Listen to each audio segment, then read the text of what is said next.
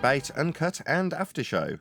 I'm your host Nathan Oakley, and if you are new to this channel, or you've not done so already, then be sure to subscribe. Hit the bell notification icon and join button if you'd like to become a Nathan Oakley 1980 channel member and keep up to date with the Flat Earth debate. If you would like to support the channel, there is a super chat that runs alongside each of these shows while they premiere, and there's also a Ko-Fi, Patreon, crypto and thanks button in the info box below the video. Speaking of Patrons, I'm going to do a quick shout out to all of you who do support me on Patreon. So, a massive shout of thanks and appreciation to Cannabear, Gary Hughes, Measured Flat, Chris Wouters, Mr. Amish, Sensual Goat, Mitch Kennedy, Rod, The Name's Burley, Todd Wazzle, Jason Hornsby, Flat Earth Travolta, JMelts24, Unimento, M, Iron26, Endless, Golden McKiernan, Retro Bill, Level Plain Poem, Michael Kahn, John Kays, Patrick Gunnels, Banter, Mel B. Styles, Hairy Blade, Mobile Max 777, Rob W, Del West Watson, Unbelievable Productions, Blue Ridge Ranger, Abraham Mohammed, Skeptic 936, Life is Short, Texas Mike, David Wayne Foster, and Dank. So another massive thank you to all of you for supporting me on Patreon. Now I will hand over to whoever is in Discord and Google so you can enjoy their dulcet tones while I set up for today's live show. Like if they did it with somebody else, if they're threatening somebody else like you, what stops them from threatening me, right? And my server. So that's the way I assess the situation. Indeedy. So yesterday they were all moaning at me because we covered God, I don't remember who we bloody covered now. I know I got moaned about it. I can remember that bit. Who did we cover yesterday? Sabine Hossenfelder. Right. Apparently QE wanted to cover that. And he's like, I sent you a load of chaff, other videos to cover, to try and dissuade you from covering that one because I wanted to cover it. Now, to be fair, if it had just literally said, any chance you can not cover Sabine because I've got a treatment prepared, I'd have been like, yeah, no worries. Wouldn't have bothered me in the slightest. It makes no difference to me, right? It's no skin off my teeth if we do a different video.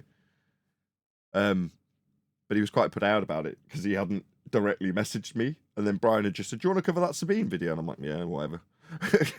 But that turned into a big hoo-ha. On the flip side, Yeah. I've now got a couple of videos that we can cover. Okay. He says, I don't see All the right, videos. well. Oh, here we are. Let's talk about the shape of the Earth. An interview with... No, that's not... Where's these two videos he said he sent me as chaff? I don't see them. Okay. Maybe it was Brian. We'll see. If not, has somebody got a video they wanted to cover today? Tidal locking. I don't want to cover tidal locking again, Brian. Another tidal locking video. Oh my god. Thank you. Well, I don't know. Maybe Mighty Mush has something, but I don't know if he's making his coffee or he went in his garden already. No, I'm right here. I don't, bro. I've been busy. I wasn't even checking anything lately. That's all right. Good morning, Nathan, and the panel. Feeling quite chatty either way, so if we don't cover a video at all, doesn't matter.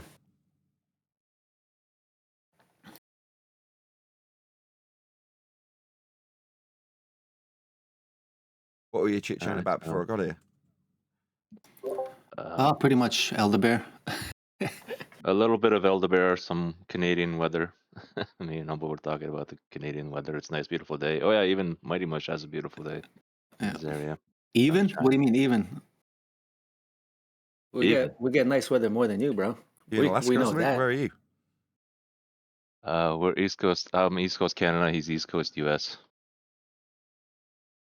Pennsylvania. Pennsylvania. We had summer temps for about the whole last week.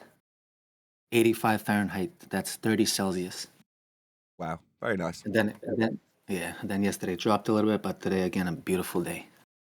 So I was telling Righteous it's almost a sin to spend the day in front of the computer. So I put my earbuds out and I go out in my garden and listen to the show. What I had today, because it's hot, so I went to my eldest daughter's art class, and it's, I don't know, 30-mile drive or something, and parked up, going to the class, come back out, and because the car's been parked in the sun, and it's not that hot here, it's 20 degrees C, but the windscreen obviously heats up the car, and in the windscreen on the dash, there's this radar detector thing, like for speed cameras and all the rest of it. And it goes nuts when it gets too hot. The electronics just go balmy. So about 10 minutes of the journey, all we're hearing, me and my daughter, is Road Angel. And then it'll reset the machine, the screen will turn off and on again, and then it'll say Road Angel, which is what it says when it first starts off. It just keeps doing it over and over and over again because it's gone nuts in the heat. Do you have a sports car or something, Nathan, to have a radar? What do you drive, if you don't mind? It's not my car. My car blew up. I did a GoFundMe and bought like a cheap Lexus about 2 or 3 years ago, and it was a crap box, but we paid a lot of money to make it look nice and paint it and things like that. But my wife has got a nice sports car which she's had since we met. It's got quite a cool story. The reason I married her. So when we first started going out, I don't believe that, but anyway. Well, she pulled up to where we live now, because I've lived here forever, and she didn't know where she was going the first time she came here, and she was driving too fast down the road that's outside of my road, so the turning into this road, if you will. And I, knowing that she'd got lost, went out and stood on the corner of this road to wait to see if she, could see me. And she saw me at the last second and then power slided into this road. What? Stopped, Your wife? got out. Really? And she just went, "Ooh, that was cool." And I was like, I'm going to marry that woman. What? It was awesome. She started So listening to me which telling car this is story, that? smiling her head I off while remember I'm telling you. She's still sat in the room working while I'm telling you this.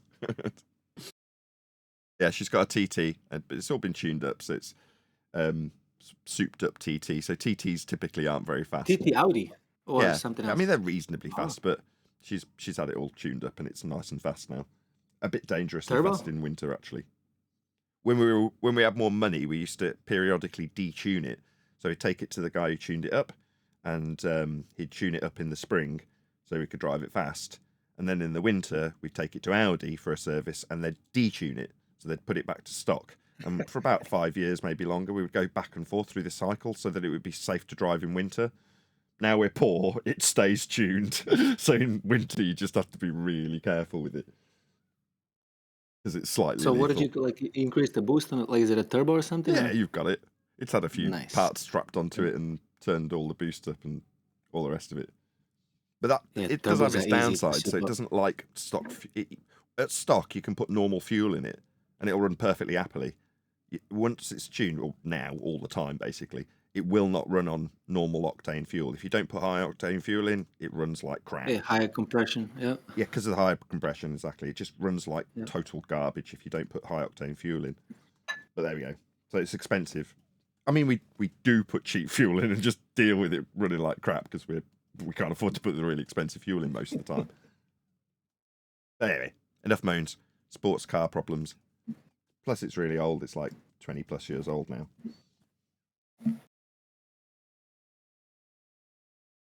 Yeah, those are nice cars. You just can't fit a lot in it. You can't take a family vacation, right? Yeah, we can, and yeah, we do. Oh, you do? Yeah, we put both girls in the back. It is essentially a family saloon. It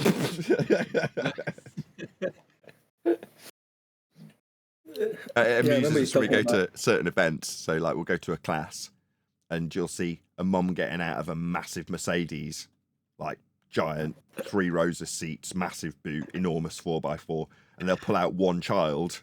And then we'll pull up next to them, and like some clown show, we'll open the doors and all these kids pile out, and there's more people getting out of this tiny little car. It looks really comical. By the way, Neil's in Skype saying, "Let's go." Have I not? I put the link in. I put it in the wrong place. Oh, who did I send that link to? That could be precarious. I just sent it to Adam. I was looking through messages when I posted it, and I forgot to put it in Master B. Oh, you didn't put the link in the Skype? Nah, I I did. I just sent it to Adam instead of Master B. The last person I spoke to, I think. Yeah, there you go, Neil. It's in Master B now.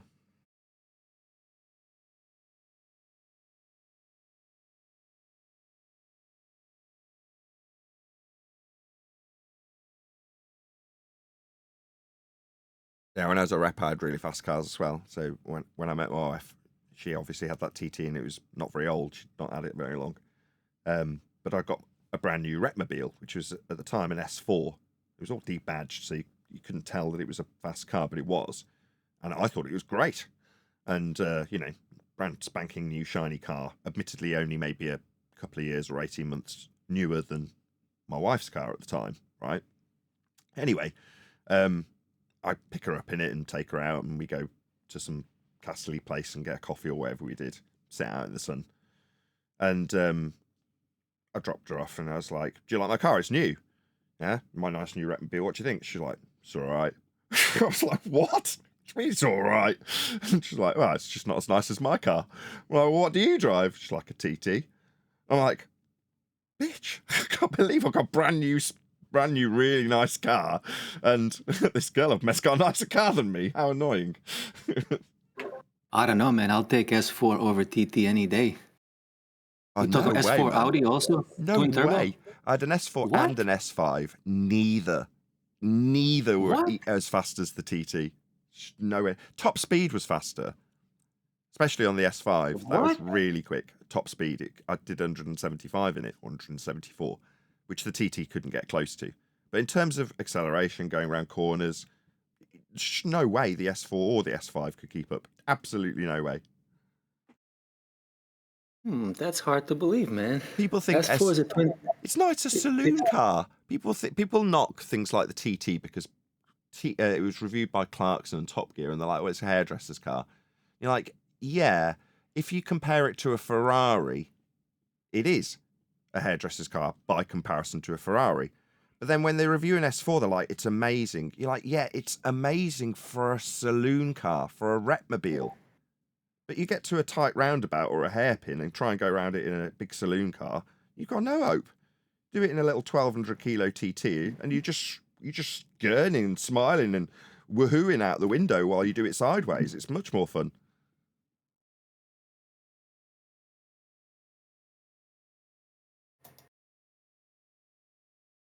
Yeah, it's just the standards. People don't get it until they drive these things, and then you think. And the same thing goes for Porsches and Lamborghinis and Ferraris. People assume that they're going to be ballistically fast, and they're just not. Again, in terms of straight line speed, the S5 was comparable to the Lamborghini, the V10 Lamborghini.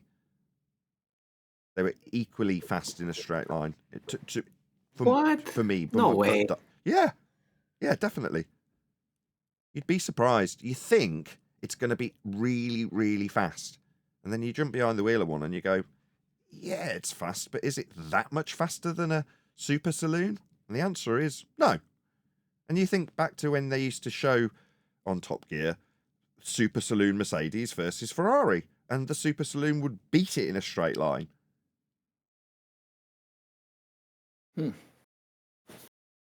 So that was the biggest disappointment about driving some of those posh cars back when I had loads of money.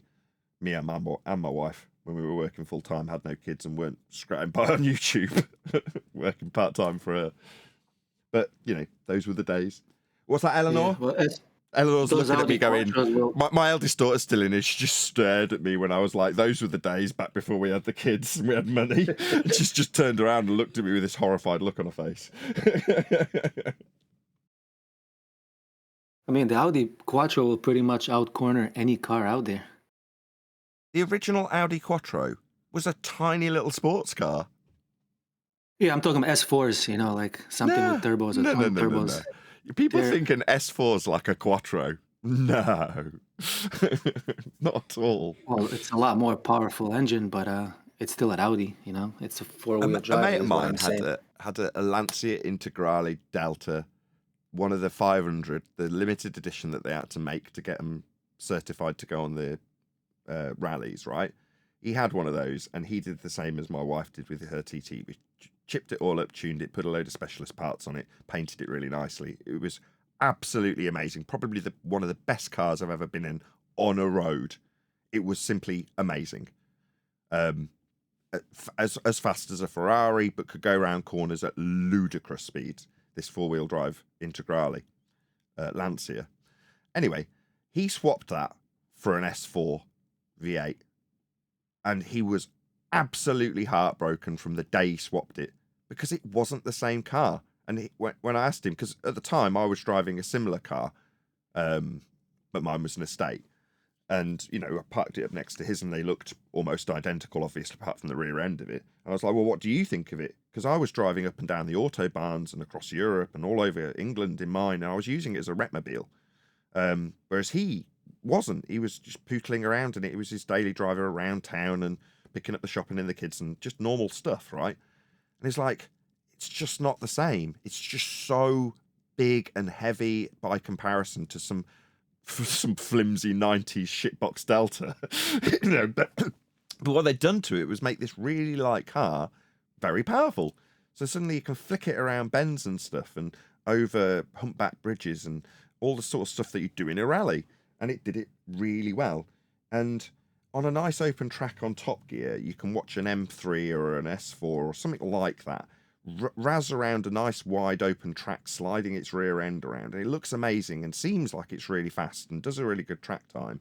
But when you actually get to the nitty gritty of going around a 90-degree turn at a T-junction quicker than someone else at the lights, you can't do that in a big saloon. You can do that in a little sports car, though. So it's just people's frame of reference when they watch reviews is that, oh, well, this super saloon or even big Beamer is an amazing sports car. And you're like, it isn't a sports car. A little Lotus is a sports car. A Porsche is a sports car. But anyway.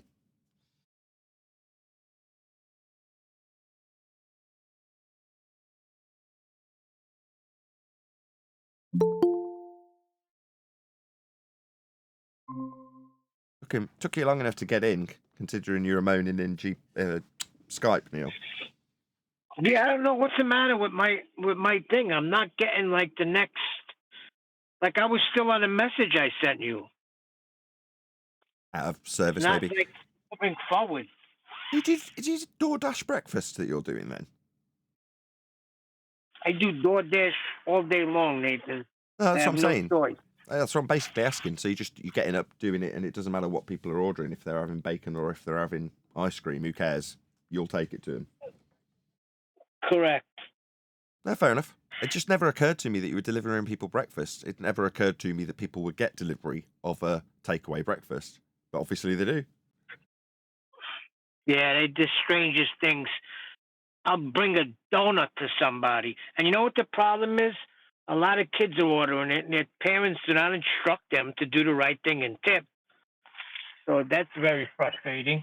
I was brought up, you tip people that deliver something to you, especially food. Yeah, to a certain degree, the same thing would apply here, but there is no standard here whatsoever for tipping. None. Yeah, but before I even did DoorDash, if I ordered DoorDash, I couldn't get out of the app unless you tip. So I don't know what happened from when I was a customer to a driver, but that changed.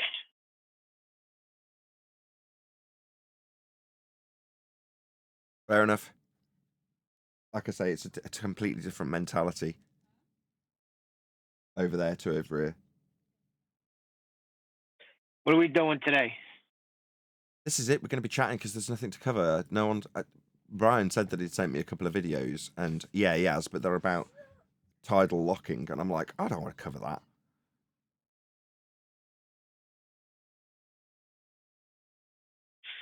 Brian wants to be right. He might be. Oh, Brian is right. Brian is right.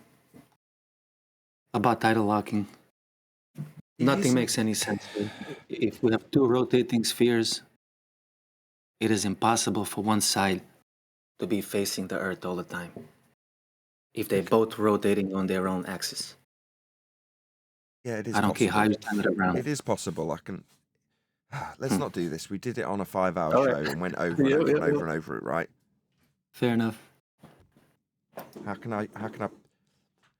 Number one, in an orbital motion, they're not tethered. Tidally locked in terms of how it appears to us in their description of heliocentrism doesn't mean there's a physical tether between the two.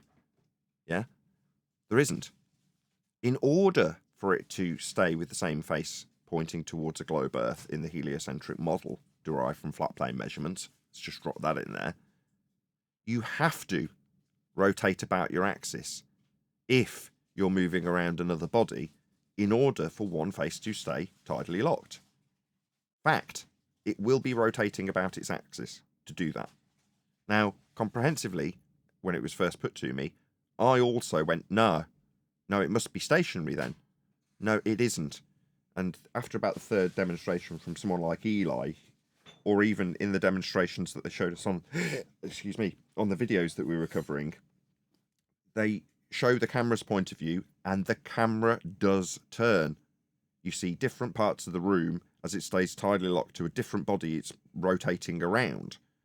Ergo, it's rotating around. You can say it's rotating around it with one face staying pointing towards it, yes, but in order for that motion to be satisfied independently and do what it does by their descriptions in their model, it must rotate about its own axis. It can't not.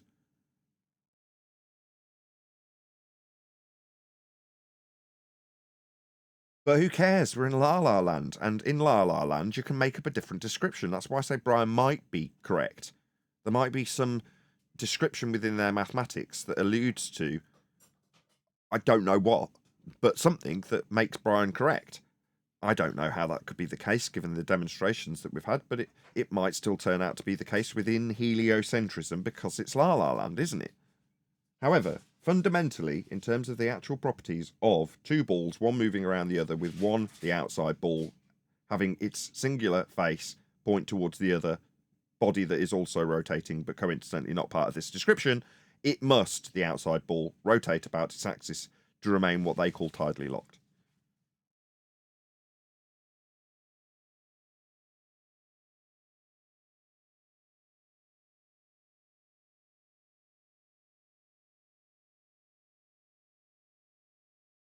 I hate knowing things like that.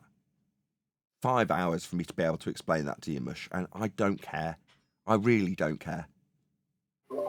Nah, man, I just, no matter what I have the two balls in front of me, right? I have the little sphere Earth, and no matter what I do, like, it's just impossible, dude.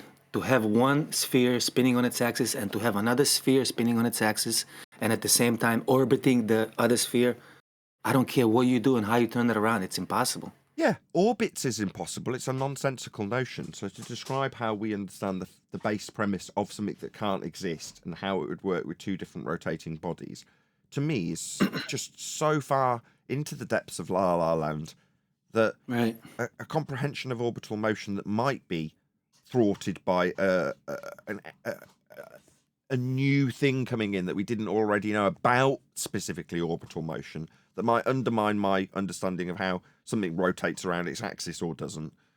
You know, that still might come to... But so what?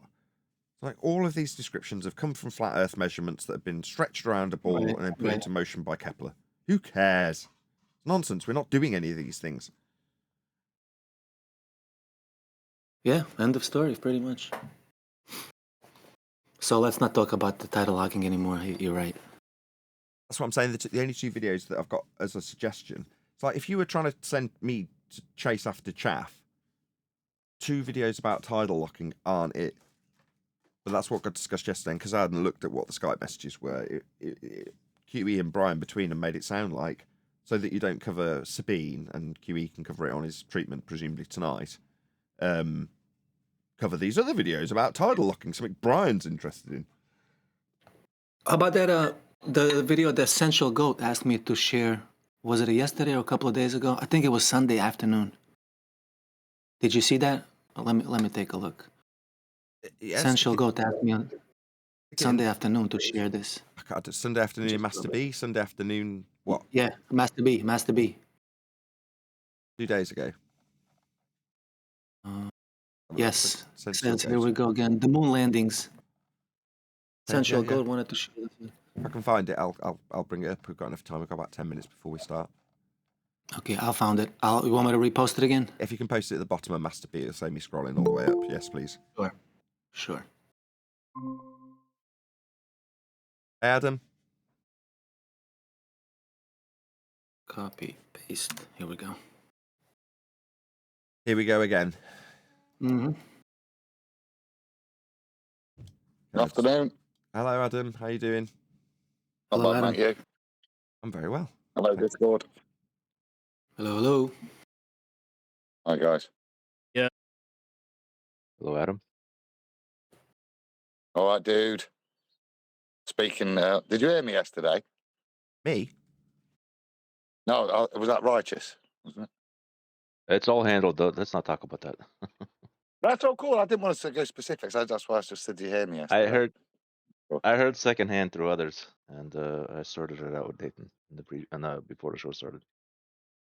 Good man.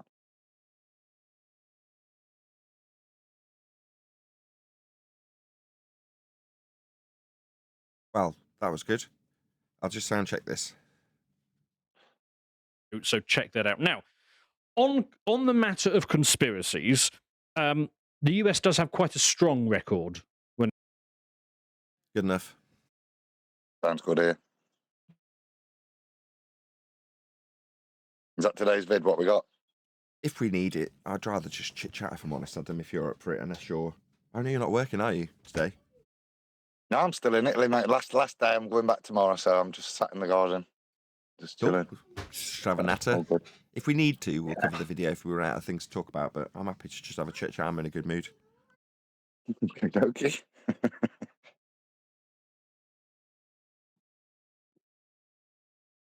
Hard to capture what happens after the show ends recording, and as much as it griped me yesterday, that's precisely what I wanted to capture.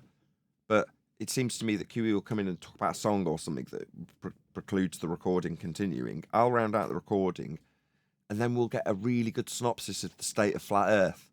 So last time it happened, I started the following day's show and was like, can't we have that conversation? And it obviously resulted in loads of protracted silences and no one having the same flow of conversation. I really wish the show... This wasn't a show. The discussion was recorded yesterday and it wasn't, of course. Which bit? All of We it. went There was on- like good. two and a half hours after I'd finished what was a 4-hour recording anyway, where you, John, Brian, QE, and a couple of others just had a general chit chat about what was going on in our community currently. What I'll do next time is surreptitiously, that is to say, I won't tell you, just broadcast it to members and just not mention it. There's an ongoing disclaimer that I assume I'm recording if I'm here. Well, in that case, it's live streaming, but I think community members, as opposed to just the general great and washed, would have been really appreciative of that discussion yesterday, because it lets people understand our mindset in terms of why we're doing certain things, and that we discuss it cordially, at length, casually as well, casually and cordially. Not always. Right, I'm going to have to press a couple of buttons for a couple of minutes. Hopefully Discord will keep you chatting while I set the live show up. No rush. I can get a drink and ready for the show.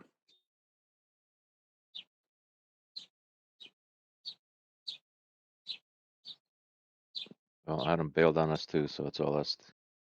I've not bailed anywhere, mate. I'm still here. I'm just devoid of any. You know when you've got to. He does that, doesn't he? Doesn't let a conversation. He just leaves you. So a little bit of pressure. But it was a good chat yesterday. And there was a few private topics, but yesterday's show was very, very telling. You know what I mean? In terms of output from ballers. But other than him having to descend to what he did, I had to backtrack yesterday. It's not something I like doing. But I initially said you're of no use to the show. Was this all off air or something like this? Some of this discussion? Which I had to say was, on reflection, incorrect concepts of maths to try and hold it together and then lie through their teeth to keep distracting. I think that's very useful, certainly to any neutral audience member who's trying to make a decision and hear the arguments that, or the false arguments that are being put by ballers. Other than the end, I thought it was a really good show, and we did have a good natter about it. A good gossip afterwards as well. Can't we have a gossipy live show?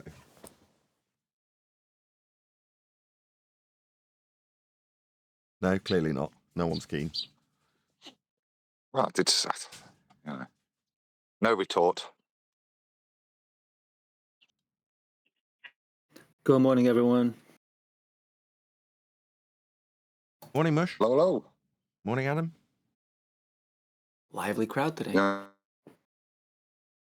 I don't know. I think we've all been suitably warmed up for the show. We will do a little bit of housekeeping. Hopefully that'll get people in the mood. We'll Hello? see how it goes. Any evidence of the distance to the sun? 93 million miles away. If that's Keplerian and Huygens based, though, isn't it? That's not a measurement. Yeah, but I think they need a flat Earth to even get that, correct? Yeah, they'll need to derive R by measuring Polaris's minimum.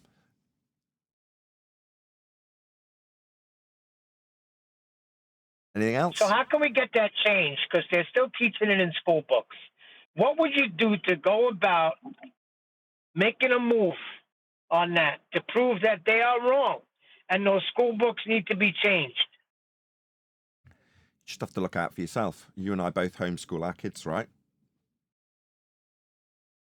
Yeah, but what about for the greater good of man? You know, well, wouldn't you do the same thing if they were teaching 2 + 2 is now 8? I don't understand why they're getting away with this.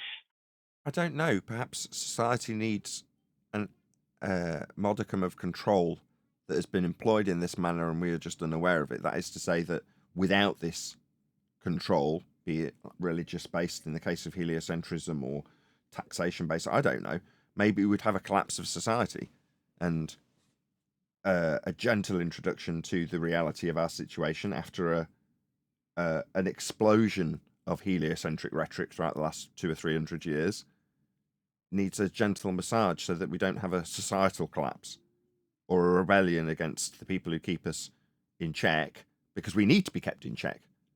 For all I know, humanity at a societal level might become unruly if we're not kept under control to a certain degree. Now, I don't know that's the case. I'm playing devil's advocate. I'm just saying, when people ask us why would they lie, maybe it's for the greater good. You just don't know. It's irrelevant when you can demonstrate the reality of your situation and how the belief of the situation is based on the measurement of the reality of the situation. That's flat. That really is all we need to concern ourselves with. The psychological implications, the trauma that it might befall people when they find this out, the lies that they may try and comprehend for the other people that aren't us that have led them to believe something that isn't necessarily the case.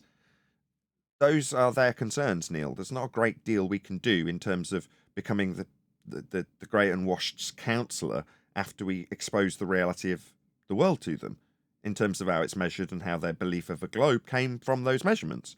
That's all we can do. Now, maybe there'll be a great boom in counselling, when people realise this information, and it's very traumatic for them to realise that they're not floating through a sky vacuum at millions of miles an hour.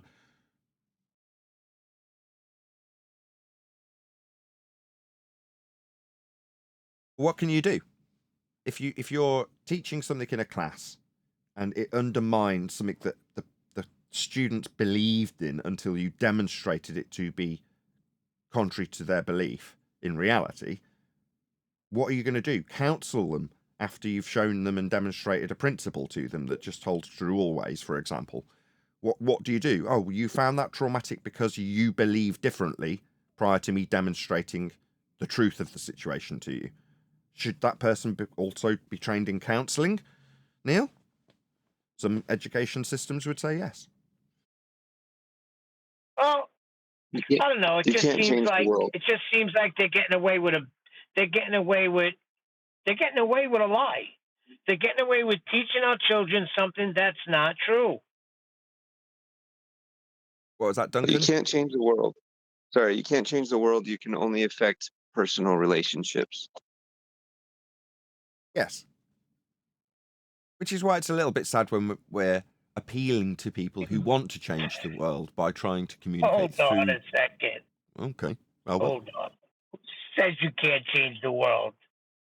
I know quite a few people in history that have changed the world. I'm saying we keep plugging in, yeah, but other people have to get on board. People that are sending children to school and they're not being taught what Earth is. They're being taught a life for whatever reason they're given for teaching this nonsense. There needs to be an uprooting, really, of the whole education system, in my opinion. well, you've exercised your right to educate your kids in the way you see fit, as opposed to what you now know to be lies, as you put them, but things that aren't correct, and you'd prefer your kids weren't exposed to those inaccuracies about, in this instance, the way the world's measured, and that's your prerogative. Yeah, but even in the curriculums that my wife has to choose from, it's the same thing. She's got to teach heliocentrism. And you can. I do. I teach my kids about heliocentrism frequently. Yeah, my wife does too, but she knows. Oh, wouldn't you? I don't know. It just seems like we're getting.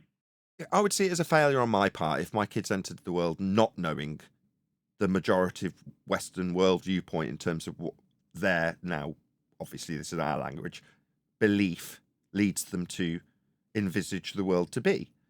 Well, if my kids had no concept of that, they would always end up in confrontational situations when they found themselves, without realising it, challenging a fundamental belief that somebody they're just chatting with has. If they have an appreciation of, this is the Western world view, this is what the majority of people you will encounter in life view the world to be, and then you describe it to them, they'll understand it from that perspective. It's a very different tack to, in a school, you are on a ball. That's different, isn't it, Neil? You don't educate your kids in that way, neither do I. That's our prerogative to do so. Correct. But you'd do them a disservice, wouldn't you, if you didn't teach them of the Western world religion of heliocentrism? They still need to know about it. Now, need to know about it from a societal point of view only, in my humble opinion. That's my Absolutely point. correct. So, my kids go to a state school, or went, growing up now. So I had two jobs as a parent there. One, to make sure they could pass their comprehensive education by reciting what they were asked to recite. The second job, and more important, was for me to share my knowledge and understanding of that knowledge and question it with them and go through it with them. But they've still got to pass the exams. And unfortunately, this heliocentric paradigm is part of it. So you've got to train them to pass that. And if they were intelligent enough to know it, then you can explain why you as their parent disagree with it and then present them the evidence. Listen to what you're saying. And I understand what you're saying, and I'm with you 100%. But listen to what you're saying. We have to, by curriculum, teach our children something that is a bunch of baloney. Yeah, that's right. Not even real. Okay, so my youngest son, Arch, he's doing history as one of his A levels. Yeah, do I believe that? No. Yeah, but he's got to learn it. And so it's just, I'd just as much skepticism when he gets to the part of the Middle Ages where nothing happened for 600 years. But he's got to be able to recite that to pass the exam. But then, as my son, I want him to know that the ridiculousness of the statement that's being described to him, and for him to apply his thinking and his intellect to those statements that he's being presented as fact. Right, and then let him make his own decision. And understand the process of why you might learn something to then unlearn it. For example, you go into I don't know, I can only draw on my own experience. Let's say you go into real estate or estate agency, and you have to pass a certain exam in order to do the job. Now, when you get to the job, they explain that the exam that you took isn't necessarily the process that you will always follow, even though that's the law of the land and all the rest of it, because of X, Y, and Z that makes the process, not so easy to follow if you're just doing it on a daily basis, right? But under certain circumstances, you must absolutely follow it in that way, because of X, Y, and Z rules that need to be followed for X, Y, and Z reasons. And then you understand that there's parameters, but you've had to learn the exam to understand the parameters in the first place. So you had to regurgitate it correctly for you to understand the principle behind it. Now, the same is true for heliocentrism. You don't have to spin it in a negative light if you understand the history of it. What's the purpose? Why are they doing it? What is it being used for? What predictions are they expanding out this system for? Once you understand all of that, you can then explain it in its useful, practical application. And nothing more. Now, when I specifically explain the reification, not in those words or terms, of the model to my children, it's for the what we call garbage that the schools would teach him, which is all through context. Yeah, the facts of heliocentrism are seldom adhered to by our opponents here on Flat Earth Debate. That's not to say that they're loose. It's to say that they've been reified, and then problems that occur get explained away by the participants in the reification. Well, you don't have to educate your kids to participate in the reification to understand how and why that model exists, what it was used for. Now, the abuse of the model is to say that we're actually standing in that world. We're not. And the measurements that create that world defy the idea of reifying it into a global world that we can stand on. We can't. But again, that's all part of the societal level reification. And it's, to some extent, I still have to educate them in that so that they understand where they will, my children this is, will cause offence if they challenge somebody's religion where it isn't necessarily useful to do so. Let people be. All right, let me ask you a question. When you say that it was to better predict when Easter would be, that can't be the reason for the whole, let's just call it a lie, because it is, for the whole lie. And what do they mean by predictions? Are they confusing how they can predict when certain things are happening? No, so think about the crucifixion, okay? When it happened, how Passover moves to different dates every single year. So that Passover, that crucifixion Passover, was a specific date in the solar calendar. Okay, now they didn't want it moving around as much as Passover and Eid would do, yeah, based on the cycles of the moon. So they wanted to get the fixed date of when that Passover was and then keep it in the solar calendar, removing the moon, so that the date of Easter would then be based upon a certain amount of days after the solstice, those same number of days after the crucifixion Passover would have been after. So then it's linked to that, is my understanding, so that it's fixed within the solar calendar and not linked to the Jewish calendar anymore, which is lunar based. Yeah, there are certain, and when they say, and they get that from they get that from the luminary patterns. When we say solar calendar, lunar calendar, do these things match? No, they don't.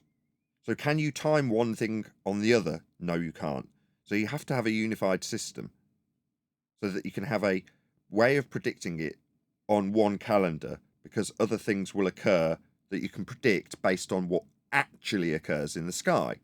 Now, if certain patterns don't match your cycle, I don't want to say prediction, what's the word? Cycle tracking, then you've got a problem when you say, well, Easter should come after this full moon, and then it doesn't, because the cycles of the lights in the sky don't match with your calendar. Then you've got a problem when you're telling people that Easter's going to be sometime that it isn't actually supposed to be. So that's when you have astronomers charged with the task of better explaining things like epicycles, so that they can get better motional awareness of where things will be at what time, and then tally them to whatever calendar they're using, so that they can say, on this date, Easter will be. But they need to know what the stars are actually going to be doing, and certain patterns they hadn't figured out yet. So you have to have some out-of-the-box thinking, which results in, without going through the full history, what we now know as the heliocentric model. So you've got excellent mathematicians with outside-of-the-box thinking trying to conjure a way of describing a cycle with other patterns that will tie up together in their predictive methodology. And the predictive methodology they come up with is called heliocentrism. Now, is it to say that the out-of-the-box thinking of motions of orbit is actually the way that the world functions before our very eyes? Absolutely not. But it's a way of mathematically describing those measured angles and cycles in a out-of-the-box manner that seems to tally it better and give you a better chance of predicting when things will be versus your own calendar.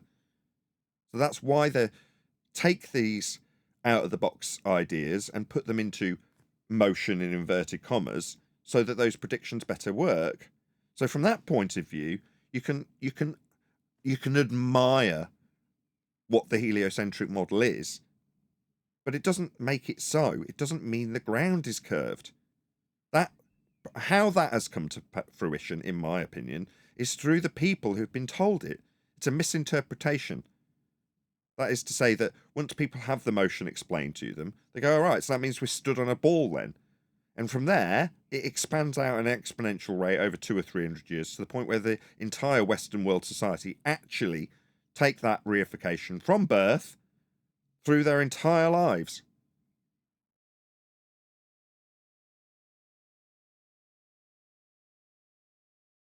So yeah, Neil, we should teach our kids what this is because it's part of our world, whether we like it or not. Doesn't mean it's real, but in the mind's eye of the people we deal with on a day-to-day basis, for the most part, it is. Now, back in the day, when we were new to it and probably had no right in doing so, people would go out on the street and do what they termed flat smacking. That is to say, dropping this information bomb on people when they weren't prepared for it in the slightest. And in normal day-to-day living, that is not justified. It's not reasonable. In my opinion. I'm waiting for someone to disagree and say, no, we need to wake up the world. I thought it'd be Neil. He's just gone silent. Sorry. I'm doing something. Yeah, No, I got it. I mean, it almost seems hypocritical for me to take this viewpoint because obviously I've got a show talking about it. But we're not algorithmically favoured. So I've got absolutely no guilt. People will be finding their way to here of their own volition. Friend or foe. Which is good in a way. We have a very, very focused audience here, which I like. Shout out to all of you. 85, 86 people watching. Numbers going up. We do actually have a video to cover, although I was hoping to just chit-chat today about what's going on generally in the community that we call Flat Earth. Be as part of it or not. Starting a ball of rolling then, Nathan. Which bit? Well, there was a bit that's intrigued you yesterday, so elaborate on that. And not especially. It's just nice sitting around listening to you guys shoot the breeze about, you know, the interpersonal relationships between some of the videographers, the general community that we have cross-platform between those videographers and how they react to us and support us or don't support us, things like that. I'm being vague so that you guys can kick the conversation off, but it may not be possible, as I've tried in the past and it's failed, to get that organic discussion that happens after we stop recording to reoccur. It was a bit yesterday. What community? There you go. That's the type of reaction. What community? Well, that's sometimes how I view it, Neil. I feel like I personally, and I'm not being arrogant or excluding you two from this, have built a community, and that community is a subdivision of an already existing Flat Earth community that wants a higher standard. I'm proud of the fact that we've achieved that standard within our subdivision of that community. But as a whole, I think the fragmented Flat Earth community has been usurped by anti-Flat Earthers in algorithmic terms. So all they get is the representation of the public, that is, of what anti-Flat Earthers say we are. Very few people will just actually find out what any of the fractured up Flat Earth community really is, because as you say, Neil, I don't think there is necessarily one at all. There's the perception of one, and the straw man version of what anti-Flat Earthers say is one. Hold on. Not only anti-Flat Earthers, but there's a community of fantasists out there. I don't consider them part of this community that you're building and have built. It's come from that Yeah, rubble. I disagree there. I think they're just a few steps behind us. There are parts in the past where I thought about the feast of nonsense, and until it's pointed out or you work through it, you've only got what's available to you. And you're very chuffed with yourself that you've managed Adam, to it's detect. been 10 years, Adam. Not very long. And It's you, been 10 years. Not very long. And people are still in it. You need a full generation, really. so there will be, won't there? It's only 10 years. Now, there are disparate groups in that. Some believe in ice walls, some have different standards, some refuse to postulate stuff because they're sick of what got them there. But there's lots of people at different stages that are all rejecting the ball. And I'm proud of where I'm at. I can't expect everybody to instantly get there. The simple fact, I'm happy if somebody claims there's an ice wall in a way, because I know that they're off the ball. There's less work to do on that person than there is the ardent heliocentrist. So outcome is not necessarily, you know what I mean? To have all these people that ascribe to how we view it and the standards we ask them to apply, which has got what got us off the ball, I think is a little bit hopeful. And you should see the positive that there's that many. Remember, Flat Earth's been dying for 6 years. Look at Sabine's numbers. There are places we are placing our objections. I think what's disappointing is, and what you allude to, people that have been there as long as us that still can't see the wood for the trees. Yeah, they still can't realise that to accept one just so story after rejecting another is push you back to square one. You're no better off. I'll give you, for instance, my wife was showing me TikTok that they have a separate area in TikTok for flat Earth. And what do you think was in this flat Earth? A guy laughing at something NASA was doing in space. Like, this is where we are after 10 years. That's certainly where we Still started. debunking Yeah, that's intentional. What we call the feast of nonsense is the road paved before us, before we got here. Right? The argument and narrative that they'd like or prefer us as an opposition to be putting forth to them if we're going to oppose them. So it's hard to be critical of a road that we have also trodden. Now, for me, it seems weird that although I was looking at psychopathy and subliminal messages, maybe that's why I got bundled in with you're a conspiratard here, have a bit of flat earth in the algorithm, right? Because everybody who's got here all seem to have got here along the same conspiratorial route so that we can be categorized as nutters and conspiratards. Because there's a good chance if you've come via a conspiratorial route, you're going to be of that ilk and therefore easy to oppose because you're going to draw out the conspiratorial aspects rather than the mathematical proof or the scientific evidence as we have done. So we're unique in that regard. We've broken away from the path that we still trod to get here of conspiracy. It makes no odds if you immediately land after rolling down the hill and start arguing like I did with Jesse Spots about Mandela effect, or if you get down the bottom and go, surely it's still a ball, let's start arguing with everyone down here. It makes no odds. The path is the same for all of us, including the anti-flat earthers. Hold on a second. I had no choice. That's all that was available, was what I now recognize as the feast of nonsense. That's my point. You're missing the point that 10 years have That is my passed, point. And You're saying it's all I had available? I'm saying, yeah, all that was made available for you to get to this subject was the feast of nonsense. It's like you walk through the looking glass and immediately the table with the feast of nonsense is the first thing that you come across. Immediately. Yeah, but it's different now. No, it's not. You have your You've just moaned 20 seconds ago that on TikTok you got a special flat earth section for them to promote the feast of nonsense. Yeah, shocking. That makes total sense. Yeah. So what they've done is let's make priority way for the feast of nonsense flat earthers. Yeah, that makes total sense. I understand. There's a reason for it. I got you. Yeah. So in a way, yeah, the guy who's looking at, I don't know, an actual avenue of science isn't going to be put onto the road of flat Earth because it's so far out of his wheelhouse. We've kept detached. So the protagonists in the flat Earth aren't, generally speaking, your Sabines and your Dr. Beckys and your people like that. They're very few and far between. I mean, we do have obviously a few examples of that, people like Dr. John Dee. But, you know, for the most part, those people don't come across this subject.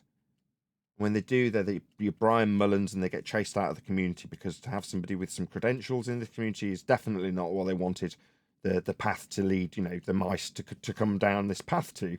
We're the mice, Brian Mullen and Dr. John Dee are not.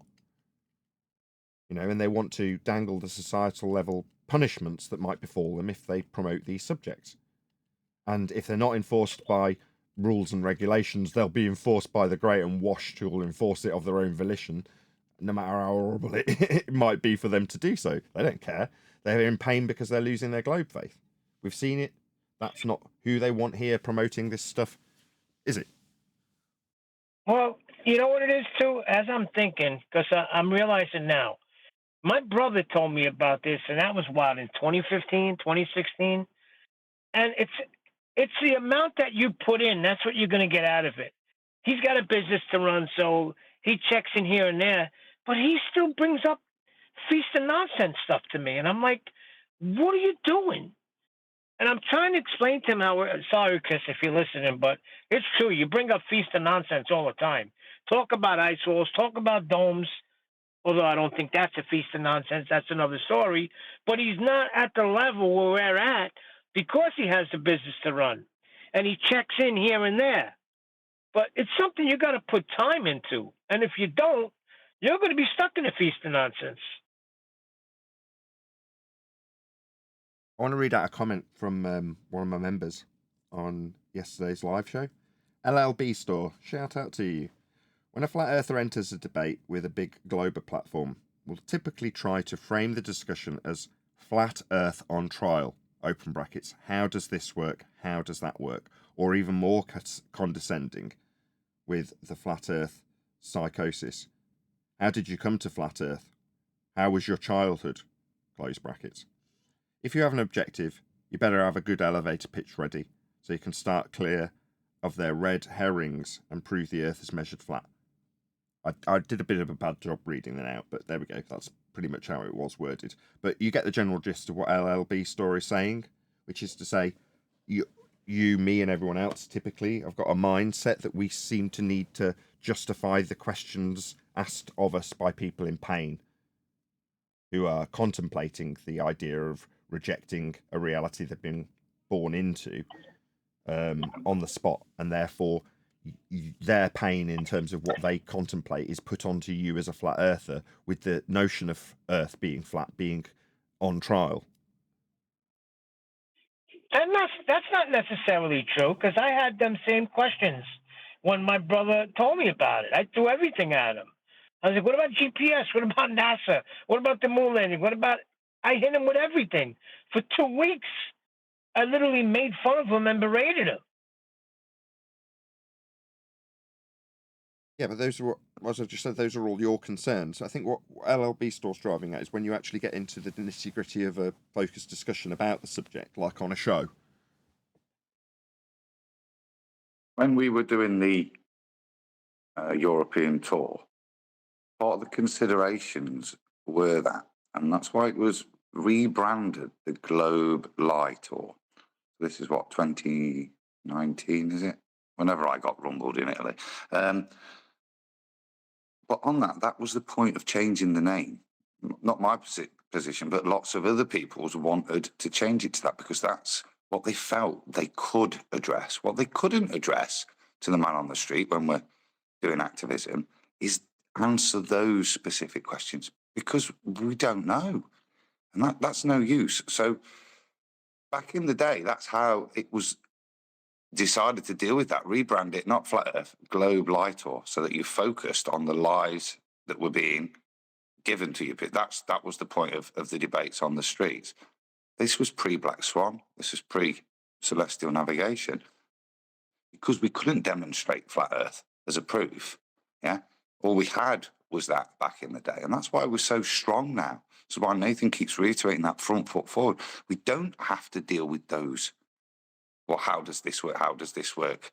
How do the stars work? How, you know what I mean? All of those things. We can still debunk the globe if needs to, but we front-footedly, we say, I don't know how that works. I don't know how the moon works, but I'll tell you how it's measured. And we can give non-feast of nonsense proofs for flat Earth now. But that's what they always want, is some unanswerable question. What is the sun? Etc. And if you can't give the answer, that's sufficient empowerment for their cognitive dissonance to wash away any of the other problems that they may have brought them there. If you can't give them a new paradigm. Right, got to become their new guru. Shout out to Michael Jones. He says, back when Owen Benjamin started talking about FE, I heard about Nathan Oakley, then it might take a while to understand what he says, but it will be worth it. Still here. Oh, thank you very much. Wow, really appreciate it. 100 people watching. Excellent sentiment to send out to 100 plus people, Michael. Thank you so much for the super chat. It really is heartwarming and complimentary. I'm blushing. What do you mean it might take a while to understand? What he says. Who's Owen Benjamin talking about? We literally have to split people into two categories now. Ones that just want to know what's what and get on with their day, and ones that want to debate the subject.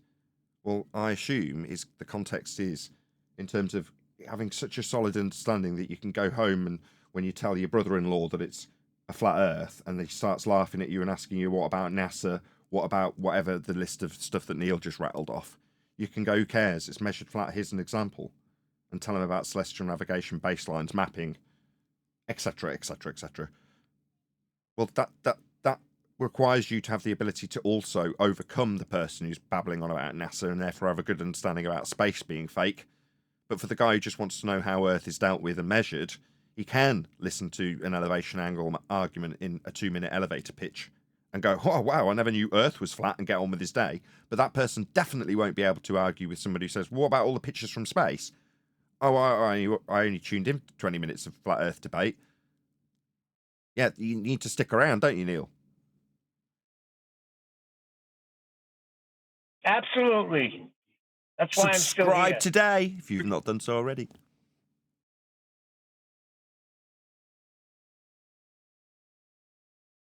I think Adam's 100% right. Going forward on the front foot, and if we have to, we can still smash the globe. Yeah, the path we all led is the path we all led. But today, the Globe Light tour would be utterly condemned by me, wouldn't it, Adam? I would condemn it too. Yeah, and I would have objected.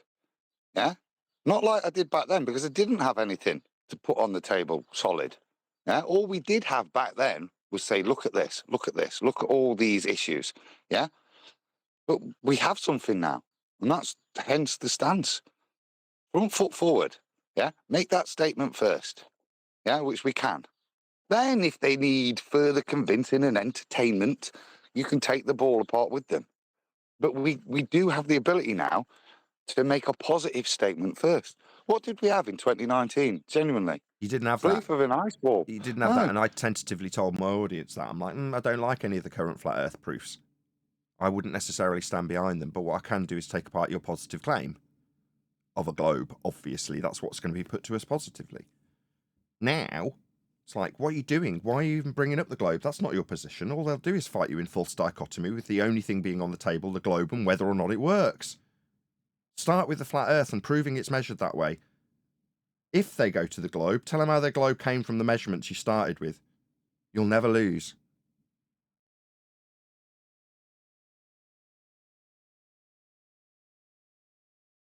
I remember when I first heard you break down the affirming the consequent formological fallacy. That blew me away. That was the first time I ever heard something like that. And I was like, I like what's being said here. I'm going to stick around. And of course, they had QE coming in. That's why he doesn't realize how important that is. I can imagine new listeners, and they're tuning in, they get QE here and QE there. But I couldn't wait. Like, if I was on a show, just listening at the time, when QE would be there, or when this one would be there, or when 10th Man was there. And they weren't there. It just didn't have the same punch to me. And people are hungry for that. So where are you, QE? Yeah, I was hungry for it. The start of that was pink writing and science, going back 5 years. That was the start of Yes. whipping us into order in terms of being a formidable opponent to a globe believer. Right up to the standard we're at now, where we're taking apart PhDs because the argument doesn't change regardless of your credentials. Well, there's been a long disciplinarian path that's led us here, and now that we're here, we have to turn back on the other people and say, well, if you want to be one of the troops, you've got to discipline yourself in the same fashion. It also took time for us all to meet up. You know, if you think back, QE found me. He's watching Flat Earth stuff. I'm watching Flat Earth stuff. I never knew about QE. He said hello to me when I'm dealing with Pete and Peter. Yeah. So this is Feast of Nonsense, like prime time. So this is what the state wanted, or the powers that be Morning, wanted. guys. The message. Choco, you're right, bro. I'm dealing with Pete and Peter. Yeah. So they pumping such pseudoscience that hydrogen doesn't exist. I end up making hydrogen gas and exploding it live on air. You know what I mean? In me shed, to deal with these guys who then, when they found out I was a chemist, refused to talk to me and just went into ad hoc.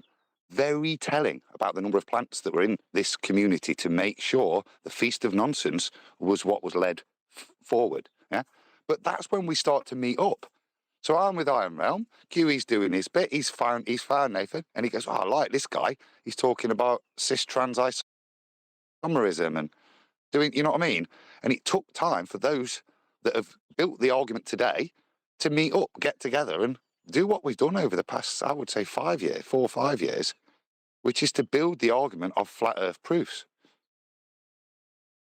which this panel, all of us, have contributed to really well, especially after show times, when we argue and get down to the nitty gritty. Argue, but respectfully, you know? Not Little necessarily heated that sometimes. respectfully. Oh, no. Good morning, guys. We said hello to you. Passionate, but Hello. it was always respectful. Hey, I'll try. So, brother. All good. We're reminiscing. Well, because of the extended times of shows, like I always want that more. When I was trying to explain that we hadn't recorded what was detailed yesterday, you can't capture those things when everyone's like, if you stopped recording, we're definitely not live streaming. Have you got rid of Discord? Yes. All right. And then the conversation begins in that earnest manner that is off the air, off the record, right? And then for whatever reason, that's when people are at their best. Yeah. And you just can't capture it. Now, by having an extended show, like more than 2 hours, typically this show's only designed to last 2 hours. That's the intended duration. But it ends up being 4. Why? Well, because after a certain amount of time, people forget that they're being recorded or stop caring. And then you have those conversations. So they're normally 2.5, 3 hours into the show, if they last that long. And even then, like I say, you'll end the show and I'll be like, I could record all day. No worries. You know, because of the concentrated manner of everybody on the panel. And there's a tertiary panel in Discord that are also almost as focused. So there ends up being some exceptionally good conversations that take place on Flat Earth Debate. And like I say, I could record all day long. It's just, that's the only bit I contribute, really, because I'm not doing any research. It's the wrangling aspect, is it? You know, keeping a time, keeping a schedule, having it be that point where people know that if they're going to air some particular issue, that's the time to do it because it'll get more focus, it'll get more attention. But just keeping my discipline to keep the show going has meant that there has been that focus, and you know, a community is built out of that. I'm very proud of that, even if it is a minor aspect to the actual discussion points. The problem with having a super head on your shoulders and great discussion points, if you haven't got a sort of PR team behind you, how's anybody ever going to know about it? And that's what I hustled. I hustled QE into becoming a videographer because he absolutely did not want to do that. You know, he tentatively started passing his information through cathexis, but he just didn't want to be what he is now. Now, obviously, he's very much warmed into that that role, and now he's got bloody soundboards and sounds like an 80s DJ. So he's definitely warmed up to it. But at one point, I had to really, really convince him to do it. He did not want to know. He's like, nah, I've made this channel to be a videographer. That's not what it's for. Well, you know, and I encouraged him, and eventually he did do it. So, you know, I'm glad of that, if nothing else. Remember the I subscribe remember to QE the day that days, got done. Sorry. right? I'm just again, exactly. That was you driving it, and then there was a number of shows. Subscribe to QE, subscribe to QE. Yeah, but how did it start? Oh, that was it. It was to get him up, because I remember Nathan getting him to that point. You've got to do this, right? Well, your channel's got no subscribers, right? So, and you have to get it up to 1,000. You need to get it back in the day to be able to do stuff. They're all parts of the journey, good parts. I've done it with loads of Wasn't people. the first It's not show? just QE. Wasn't the first show after the Globebusters incident? I can't remember that particular part of the timeline. Yeah. I'm just saying there's loads of videographers that I've gone through that process with, which is to say, make videos. You know, do as I do. It's something I can advise you on. I think Chocolate couldn't hear us last time he joined. That's probably why he repeatedly said hello. Can you hear us this time, Chocolate? Yep, mic check. Yeah, good. Good to have you. Say hello again. Yeah, I'm sorry. I'm having Wi-Fi problems today, so No worries. forgive me. Satellite's not lined up for you. I remember specifically That's usually my response to things, Neil. because Globebusters didn't come after that incident. When you went on, Globebusters did not have a show on that Sunday, and that's when Ballbusters came in. It was actually outstanding. What, the first Ballbusters? I'm sure it was terrible. I ran it. No, the way it started was outstanding. But yeah, that was me.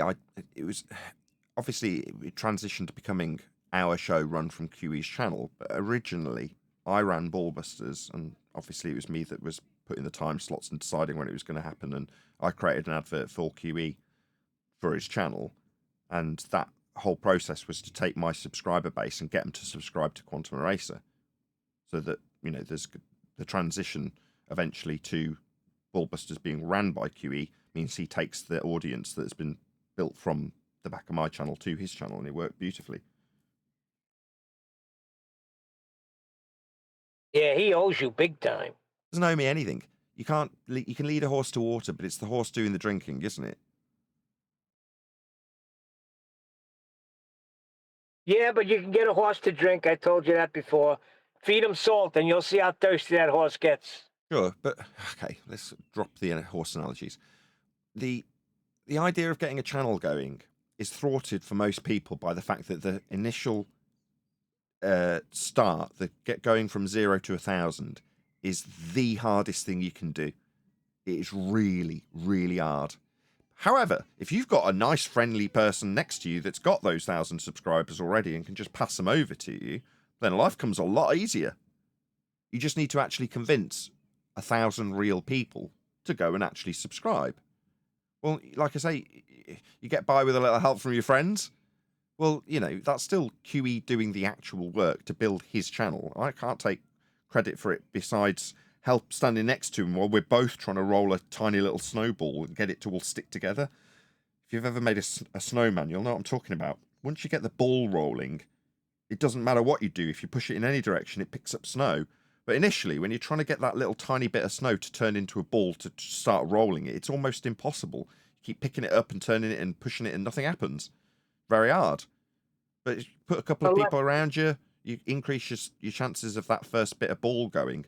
But it's always down to the person who's running their own channel to keep the ball rolling, to keep the ball rolling faster, to keep people on side, not lose subscribers. That's all equally as difficult. Not lose support from people, things like that. So you're saying that all the people around him to get the ball rolling, it was like when you were making a snowman. If that snow wasn't compact and it was just dust, that ball wasn't staying together. But if it was compact snow with a little moisture in there, that snowman got built pretty fast once you got the ball rolling. Yeah, it's just getting the ball rolling that's hard. Now, on my YouTube journey, there's all sorts of obstacles that get put in your way by Congress or YouTube or whoever it is. And again, you have to address each of them as they come, and you have to deal with them appropriately. Every one of them results in just more work. But that's what you've got to do if you're going to try and have even a modicum of success on YouTube. Now, having all that explained to you, you then take your choices, don't you? Do I want to go all in and really put effort into this and keep a time slot? And QE has. He's consistently kept a time slot. He's got a regular show. He's consistently maintaining and building his audience.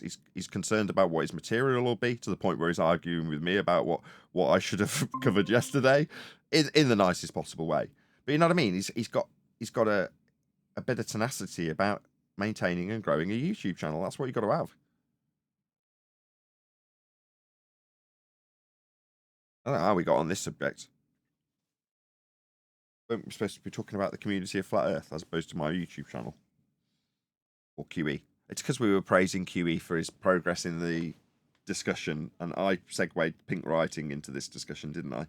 So yeah, QE training us all and concerning himself with the standard of understanding that we all must retain to debate these idiots telling us they've got scientific evidence for a globe when it was all a lie.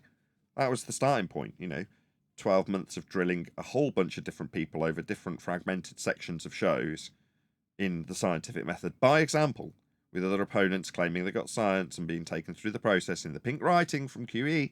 We all got to witness that. And it educated us. It took time, though. No one picked it up immediately when you compare us to your brother-in-law. Science. Say again, Chocolate? The body of science. Not anymore.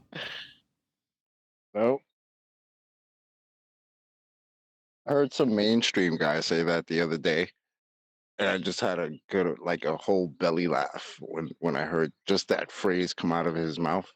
Because it just brought back so many memories. I guess we're reminiscing today.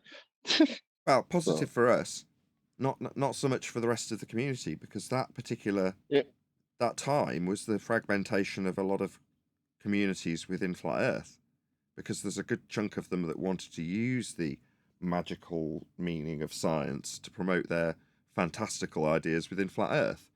And having someone like me or Quantum Eraser come along and say, actually, pseudoscience is something that isn't comporting to the method. Here's the method. Does what you're claiming comport with that? Nope. Well, therefore, what are you going to do? Well, you'll detach yourself from our company. Annoyed with us? Go on. I'm sorry, Nathan. I was just saying, you mean people got annoyed with us because we actually started distinguishing what is science and what isn't, as opposed to saying, "Oh, this proves flat Earth. It's science. It proves a globe. It's not science." We actually had to establish what is science and what isn't, realizing that flat Earth is not even a scientific category. It's like, yeah, it's, I don't know. Yeah, there was a bit of a split back in the day with that. That was the split. Yeah. It was the thing that destroyed the ballers, but it's the thing that split flat earthers. Yep. Which is funny, because you would think the same guys that are running around spouting, well, the body of science, and we got science that proves this, and science proves a ball, science proves R, science proves molten iron core, all of this. And then all of a sudden, for that to change, for the very people that were saying that to now say, "Oh, science doesn't prove anything. Can't use science. Science does." So, okay, so what happened to all the science that proved the globe before? And it's like, y'all didn't notice that that's what their response was? Like, it reminds me of the Black Swan. Like, y'all didn't notice that their response has changed? That's not significant to you? Like, how is the Black Swan not a relevant argument when literally they used to argue for a physical geometric horizon, and then all of a sudden this argument comes out, and, "Oh, we've never argued that. Nobody said, all right, the horizon's Earth curve." Like, what? You guys not seeing that? That now happens. As a matter of fact, on that note, I heard something that I think QE posted yesterday, that I listened to, was Ruhiv talking to a couple of people, and I I want to give Ruhif props because the guy, whoever he was speaking to, actually asked him to define the horizon. And he starts off with, I'm a glober, so you're not going to like how I define the horizon, blah, blah, blah. And then he actually says it's the edge of the sphere, the physical sphere edge. And I was just like, I was taken aback a second. I was like, wait a minute. We started calling it that, right? Yep. And then all the globers would tell us we're crazy. Oh, the Earth doesn't have an edge. The globe doesn't have an edge. And here you got this guy, one of their, I guess, prominent globe debaters, basically saying, yeah, it's the physical sphere edge. Yeah. For Yes. 4 years, I've been saying, don't have yeah. edges. Since the Black Swan came out, when I heard that in response, Chocolate, my response would be, it's marked with an X and labelled horizon in your begging the question proof of nothing perspective hijacking Earth curve calculator. Then I'd bring it up on screen and show them. And they go, you haven't got the advanced maths. The advanced maps. And then they I throw up think you Andrew made a Thomas Young. mistake. Then Supposed Andrew to say perspective omitting. Yeah, thanks. Yeah. Then they'd throw up Andrew Thomas Young and the advanced mathematics of refracted donkey dick horizons. That's how it began. That was how that debate progressed. What I was going to add to that is in 2024, though, Chocolate, that progression, which can let's put it this way, you can put someone the Black Swan argument in 2021 and then find that their rebuttal comes a month later, a week later, an hour later. Do you know what I mean? Later. Yeah, Chocolate? In current debate, doesn't work like that. It goes like this. And this is an actual example of one that's taken place recently. I can prove Earth's a sphere with seismology. Really? Yep. Let's break that down. Excuse me. The globe claimant is suggesting that he proves the ground is a curved ground because of seismology. Okay. Flat Earther comes along and says, the measurements in your seismology require a flat plane of reference. Okay? So, just to summarise again, globe claimant says, I prove globe with this method. Flat Earther says, that method measures a flat Earth. The globe claimant then responds, it's not the ground. I kid you not. That's the ground that I was talking about before, that's definitely not the ground. Yes. Yes. That checks out. Yes. We've had other examples of celestial navigation claimants, typically in rebuttal to us, because that's the first point we inadvertently went forward on the front foot. Yeah? We instinctually did it anyway without me having to prompt people. That is to say that our opponents started to come and respond to our positive claim about Earth being measured flat with angles. And then we're debating about whether or not we can get heights off a flat Earth. So you notice how the situation's suddenly taken a 180-degree turnaround. Instead of a globe claimant coming in and telling us how Earth's measured globe-shaped, alternatively, a flat earther telling his audience how globe it isn't. And then you get into the false dichotomy of how Earth is or isn't globe-shaped for whatever reason's being debated. Fast forward to 2024, Earth's measured flat, says the flat earther. Globe claimant says, how do you get height measurements off a flat Earth? Notice how we've now got two situations where both the opponent on the globe side and the flat Earth on the front foot claimant are talking about flat Earth the whole time. Much better.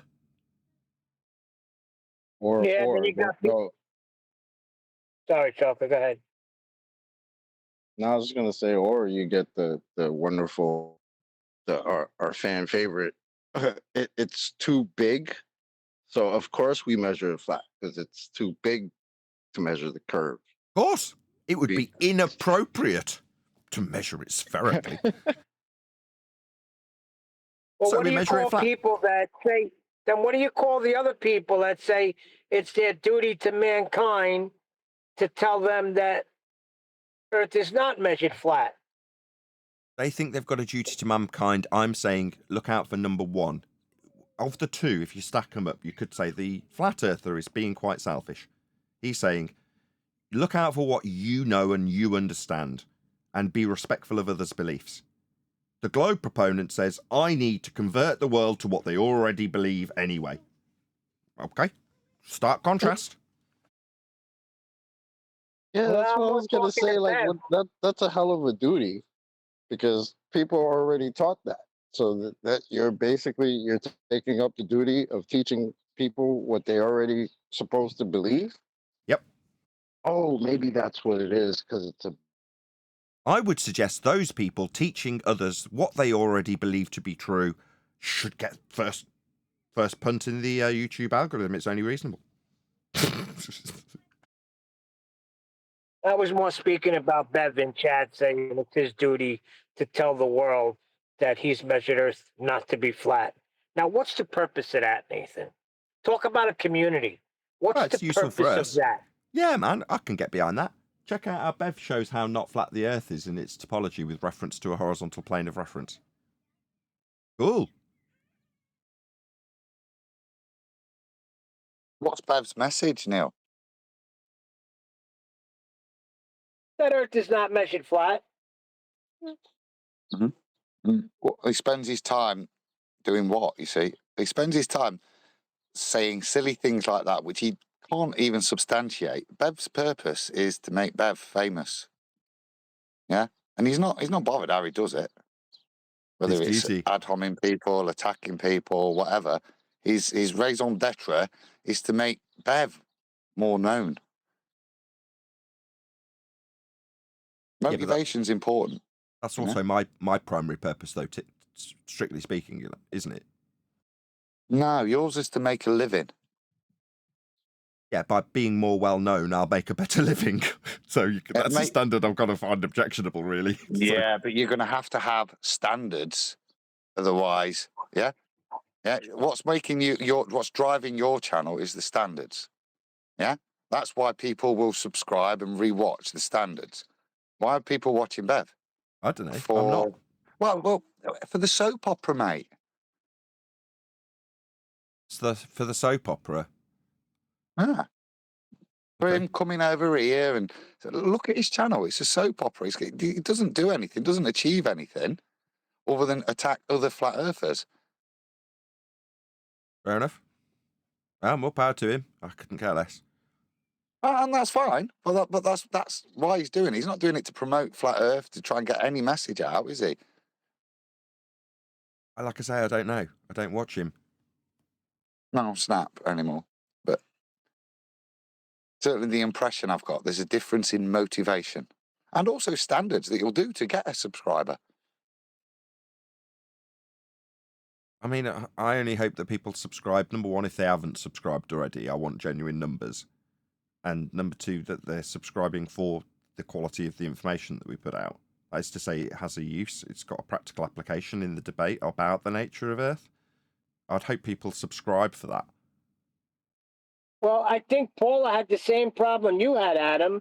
She woke up and she had a membership to Bev's that she never purchased. Yeah. Weird. I think mine's expired. I didn't get a renewal for May. I'm not disappointed. Thought you were about to say I didn't get a refund. Yeah. So my free subscription's ended. Fair enough. In any event, we're at the hour mark, but we haven't necessarily covered anything today. We were hoping to just have a chit chat, as you'll find out if you are one of my members and listen to the pre-show discussion. In any event, maybe from the chat, if you'll let me know if you did want us to continue, because I mean, I'm in the mood to carry on live, quite relaxed. By you guys on the panel, I know there's only a couple of you. Keep rolling, baby. Okay. Well, let us know if you would like us to just keep chit-chatting till it gets a bit stale and then we'll round out the live show, or alternatively, we can cover a video. So, one, if you want us to carry on chit-chatting as we are, 4 more hours, says Keurig. Yeah, very original. I don't think we'll go for 4 more hours live. In any event, just let us know what you'd like us to do. Carry on chit-chatting as we are, or cover a video. Either way, we'll carry on live for a little bit longer until it gets stale. I don't know if I feel bad about the relationships that get severed over things like the scientific method, because I go in to, it's hard to give these examples without naming names, and that's not my intention here today. I go into the endeavor of educating somebody in the method of science. Or, Can you guys hear me? Go on, Adam. Is that chocolate? It was chocolate. We can hear you, Chop. Not now. Either way, I'll carry on, see if he pipes up. I go into that endeavor with the joy and delight that I'm going to help somebody arm themselves with a tool that can destroy globe claimants. Because it doesn't matter that in our arena we've wiped out the notion of having all of the body of science behind the notion that we're on a sphere. It isn't. It's a category error. But we occasionally will come across those people and still destroy them because we understand what science is. So when you see how effective a tool it is, I'll get onto the double-edged nature of it in a second. You really want to pass that on to the next man, especially if he's in your field and are friendly. You know, somebody's supported you and you've supported them and so on and so forth. You really want to go, look at this wicked tool I've got. This'll help. And when that results in the person rejecting you and even condemning you, it's hard to not go, oh, that's personally going to affect me. But by the same token, I said at the beginning of this live stream, we've got a very hyper-focused audience as a result of them not that frequently, but fairly infrequently telling me, I've come away from certain videographers to you because you don't deal in Feast of Nonsense and only deal in absolutes. So, you know, there's obviously an advantage to keeping what we do and who views what we do very focused. And therefore, you know, hearing people, I'll give panel examples here just because it's easier. Eli coming back from way yonder talking about flat earth and giving a really good example of how he's gone out there and nailed someone to the wall with one of the debating points that we typically use day in, day out. You know, now there are obviously other examples that aren't off my panel. I'm sure this is maybe my invite to Discord to pipe up in this instance, but we'll see how it goes. But, you know, that's of an advantage.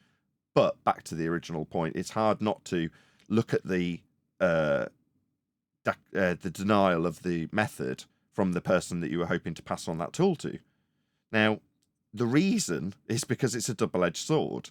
So the scientific method is fantastic for taking the heads off ballers when they claim they've got science for a nonsensical mathematical derivation of a flat earth, because they won't have science, the method that is actually employed to give empirical outcomes.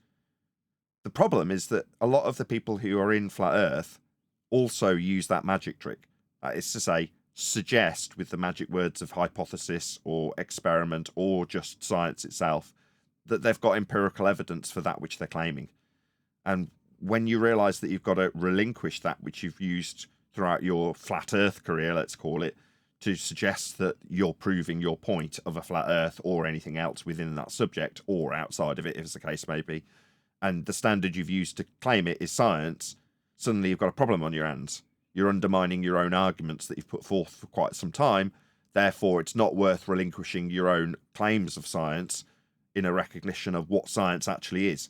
Therefore, driving a rift between certain parts of the community to the point where I've been labelled a scammer for declaring that science proves things, because certain individuals use those words where proof isn't actually in abundance or even possible, but they still say science. So we then present a problem from the other side of the sword that we're offering up to them.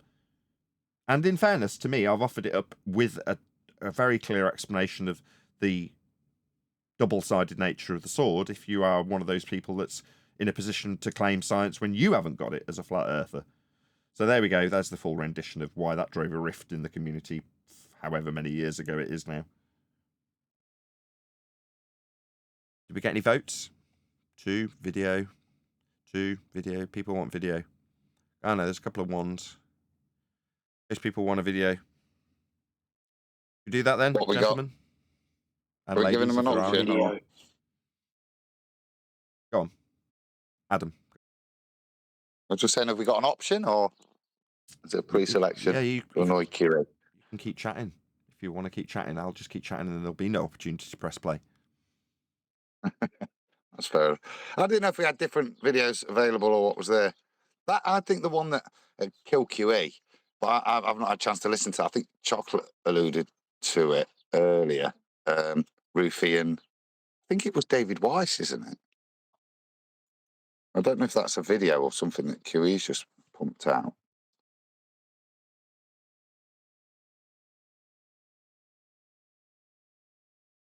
I'll scroll through Skype and see if I can find QE's message, because I think he put a recording into one of his messages to me. Is that what you're talking about? Yeah, I thought. Is that what Chocolate was? Oh no, that's Moon Visible. I don't know. I've not had a chance to read that. I thought there was one with.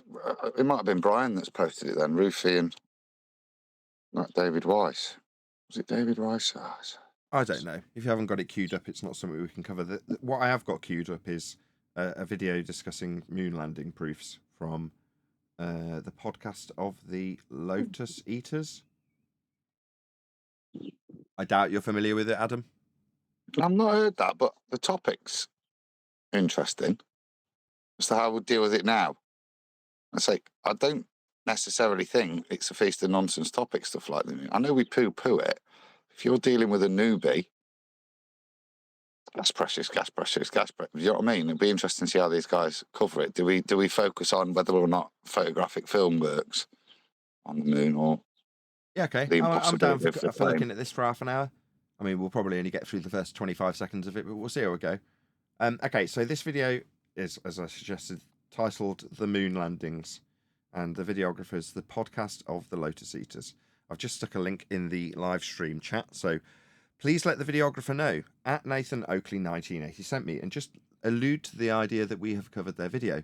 The idea being that were they to respond to any of the comments that we've made here, they would put a link to our video and help us along in the YouTube algorithmic love that we do not get afforded by YouTube themselves. So yeah, let them know, offer them a view, leave a comment, help them in the YouTube algorithm. Hopefully they do the same for us if they were to respond.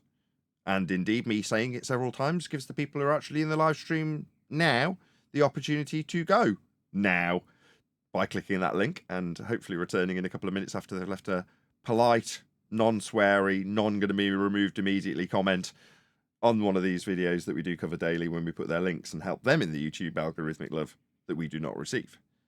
Have I said it enough times for people to have gone and done that, do you think? Yes, Nathan, I think you did it too many, actually. Yeah, I think you're right. I probably repeated it one too many times, and people have actually gone and let that videographer know at Nathan Oakley 1980 sent me. Maybe they haven't. Who knows? Maybe they'll get back and hear me doing the call to action and be delighted I've said it 5 times.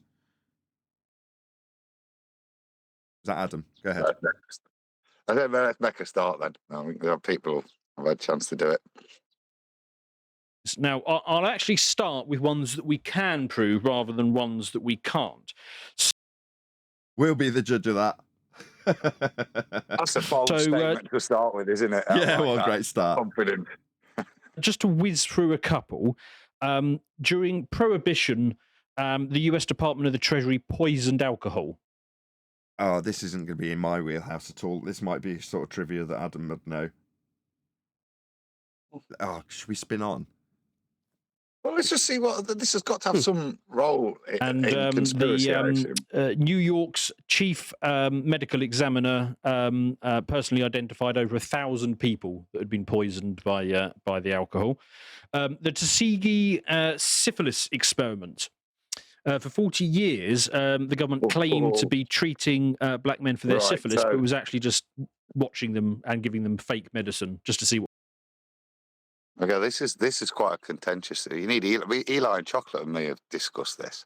So this is one of the, just like the experimented on us and our soldiers, it's a particular group of black people where they just let syphilis run riot and fooled them into thinking they were receiving medication so they could examine the epidemiology of syphilis and its spread. It's one of the tensions of black people in America, this breaking up, Adam. One more time. You heard of it? you came from, and then you broke up. We didn't hear what you said. Can you say it all again? Try, yeah. So, as far as I'm aware, this is an epidemiological study of no ethics. So there's communities in America that were mostly black, syphilis outbreaks, and they pretended to treat to watch the spread and progression of syphilis within a community. Like major human rights violations, just to... Okay. What would happen? Really? I've Yeah. not heard of that one. You not heard of the Tuskegee? Oh, that was a big one. More than 100 million Americans received a polio vaccine contaminated. Is this leading to a massive appeal to consensus, or what? What's going on? Again, I don't know, because presumably to see I what mean, are we listing things that were considered conspiracy at the time, but are now demonstrably true? There's evidence for them, I don't like know, the syphilis experiment. I don't know. He's setting the stage, and I'm intrigued. what happened. The Gulf of Tonkin incident. For years, that was so. This was a sort of an attack that led to the US getting involved in Vietnam, and for years that was a officially denied conspiracy theory. Recently, declassified documents out in 2005 confirmed that actually, it never happened. So it was a So is this going to be NASA releases of documents? Where's he going? genuine conspiracy. Oh, this one is mad. Operation Northwards. Yeah, so the Joint Chiefs of Staff signed off on. I think he's just going to get into the moon landing hoax eventually, right? So should we spin past this, because it really isn't on topic? What do you reckon, Adam? Or do you want to hear more? Well, I'm intrigued as to the load of things that were considered You're breaking up a little bit, so I'll just press play. I'll take that as a yes. On a plan to commit terrorist acts in America, pin them on Cuba so that they could invade them. In the early Castro years. Yeah. And JFK said, yeah, you're not doing that. But the bloody Joint Chiefs of Staff signed off on that plan, but they couldn't get it past JFK, presumably because George Bush wasn't in the White House at the time. Mm. So, yeah, and again, declassified documents show that. The government using LSD on unwitting citizens to see what happened.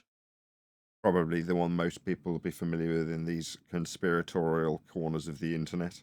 MK Ultra, the MK standing for mind control. So that's another one. The Iran Contra scandal. They were selling weapons to Iran to channel money to Nicaraguan militants. Again, denied. If you said anything about that, you were a conspiracy theorist, and then declassified documents have now come out and said, yeah, we did that one. Now I've got his angle. So his angle is, currently they say moon landing didn't happen. You're called a kook. Will it be the case that in 20 years' time it'll be declassified that the moon landing was a complete sham? Right, that's presumably what he's setting the stage for. A public relations firm organised a 15-year-old... Go ahead, Adam. I was going to say that's what I'm getting. Maybe the list's a little too long, but actually quite pertinent, because all of the citations are to do with the US government. Kuwaiti girl to make up is massive. stories about Iraqi troops dumping babies on the floor in their first invasion, and it then turned... This is the one that JLB leans on very heavily. And out that this was set up by a PR firm. Right, now, all of those that I mentioned, you don't need to worry about them being conspiracy theories. All of those have been admitted to. All of them, we have declassified documents that demonstrate all of those, right? If you want to see more in a dramatized version of what he's describing, go and find a copy of a film called Wag the Dog. I know a bit about the last one. So she actually testified they took babies out of incubators and then smashed them on the floor. Yeah, testified before, I think it might not be Congress, but a similar body. And very dramatic, tear-filled confession about how they stole the incubators, leaving the babies to die on the cold floor. All lies. Yeah. And then it turns out that obviously she was, well, a rich child of a Kuwaiti family, so wasn't in Kuwait during any of the invasion, was Yes. studying in the United States. Yeah, So it was all had not been to Kuwait for like 3 years. Yeah. Like, it was transparently stupid that anyone even believed that. Yeah. So, I mean, those are just ones that we can say without question because we have the declassified documents that prove it and it's been admitted. There are other ones that haven't been admitted. So, JFK. I know that you've written a lot on that, Bo. I mean, as far as I'm concerned, the bloody CIA took him out. I know that's your view, isn't it? What's his name? Yeah. RFK, who's running at the moment. I mean, he's just up front that he thinks the CIA killed his dad and his uncle. Nixon. That's one we talked about the CIA's involvement in the downfall of Nixon. I know you have more qualms over that one, but there's. No, it's already gone on a bit too long, Adam. I am going to spin on to. I agree. Let's spin on. We'll just spin it on maybe 2 or 3 minutes. That doesn't follow for me. So I'd say I'm one of those people that do believe men landed on the moon. Yeah. Now we're into it. So hopefully we'll have a bit of a back and forth about it. Yeah. But I think It's the first problem, mate. You got a belief in it. Yeah. it's okay to be skeptical, though, because Why should it be okay to be skeptical if it's considered mankind's greatest achievement? Should be set in stone. Shouldn't be any ambiguity about it whatsoever. where I'm like a historic, an armchair amateur historian, fan of history, but particularly ancient history, that's really my forte, is what you're sort of like a detective in a way, dealing with a small amount of evidence, especially in ancient history. You've sometimes only got tiny fragments of evidence, and you have to try and work out what is more or less likely to have been true. Evidence means proof. That's what evidence is. If you've got evidence of something, then you've got proof of something. That's what it is. From the evidence. And it's okay. He's talking historical here, which is a very different standard, which often requires interpretation. It's just dawned on me as soon as you said it, I'm applying the wrong standard to him here. It's a historical standard. You're absolutely correct. I'll lay off a little bit. Well, no, because I'm going to wade in.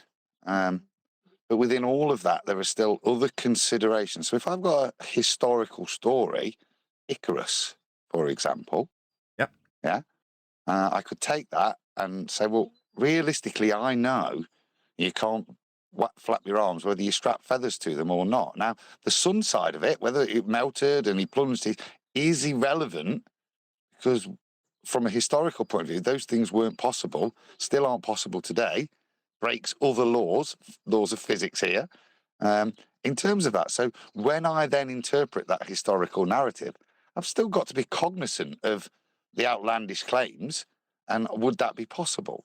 That, I think, is still applicable to the moon landings. There are certain points that I could be skeptical about, but more fundamentally, I've got to use physics to determine, would it be possible to travel to a place that can't exist?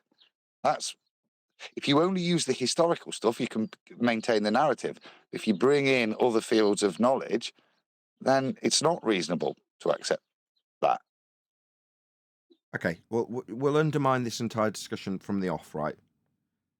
Outer space, where they claim to travel through to get to the moon to land on it, is fake. The idea that we have an area of volume 10 to the minus 17 torr, a vacuum, above our high-pressure gas system that we're all breathing is utterly absurd and a violation of a law of nature. Gas fills space. If the sky was a vacuum, the gas we breathe would have filled it. We'd have no gas to breathe. Ergo, the sky vacuum, claimed to be place they took this journey through, is a second law of thermodynamics violation. Complete lie. They did not travel through high-pressure gas that we breathe into a sky vacuum, traverse it, and then land on a rock, claimed to be rock, in that sky vacuum. There is no sky vacuum. Space is fake. There was no moon landing. Men have never traversed a moon surface. Whether or not there is one, I don't know. What I do know is there is no area for them to travel through, violating a second law of thermodynamics, description of gas dispersion. The sky is not a vacuum. Outer space is fake. There was no journey through it to the moon. There was no moon landing. The moon landing is automatically debunked by that second law of thermodynamics violation area that I have to travel through. Also debunking all claim to be pictures of Earth from space, and all claim to be orbital motions taking place in a mathematical derivation and reification of flat Earth measurements. That would be orbital motion. There is an orbital motion around a sphere-shaped Earth with things falling around. That isn't the case. That does not happen. There is no men in sky vacuums. There is no trip to the moon. Pay to be skeptical. So, for example, neither of us were involved in the Apollo program, That's true. right? Yep. Neither of us are sort of geologists. What is this? What fallacy is this? I don't know the name of the fallacy for this. It's not appeal to authority. What did he say? The line just cut on me just as he said. He's saying we're not geologists. We're not members of NASA. Yeah. Appeal to ignorance, is it? I was thinking appeal to silence. Is it not just appeal to ignorance? Argument from ignorance. Well, I don't know any better. So, what we can only really say is what is more or less likely to be true. No. You could prove it demonstrably, rather than you having to, as a third party, assess a probability balance. Why?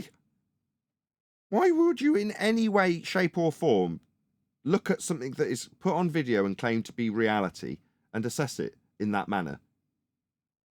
It means that, unlike most people we oppose, maybe it's because of his historical standard application, he's going to assess this on the balance of probability? You're talking about your reality. I mean, fair play. This is a very, very off the wall endeavour. From my perspective, I've never seen it considered in this manner. Have you, Adam or Neil or anybody in Discord? Like, so open to the idea, well, it could be lying. Let's just look at it on the balance of probability. What? You're that open to it? Okay. Yes. Right? Yeah. I can't say for 100% it happened, and you can't Right. say for 100% it didn't happen. Well, that's not my. Yeah, I can. No, you can't travel through a sky vacuum. There is no sky vacuum. The gas we're breathing would also be able to travel through it as it expands at a high rate of speed into whatever volume it's got. If there's a volume rockets can go into, the gas would go into it. That's what gas does. It expands into volumes. So there is no empty space, empty volume above our heads for rockets to travel through. It's utterly absurd. I can say 100% it did not happen. He can't. He doesn't know. I do.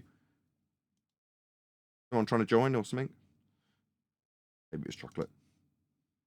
Position anyway. I'm Right, 50-50. okay, sure, Yeah. sure. Yeah. But so the point is, you have to end up coming down unless you actually flew on one of those Apollo missions and set foot on the moon Yeah. yourself. Yeah, that's a nice setup for the position that we used to have in 2017 put to us.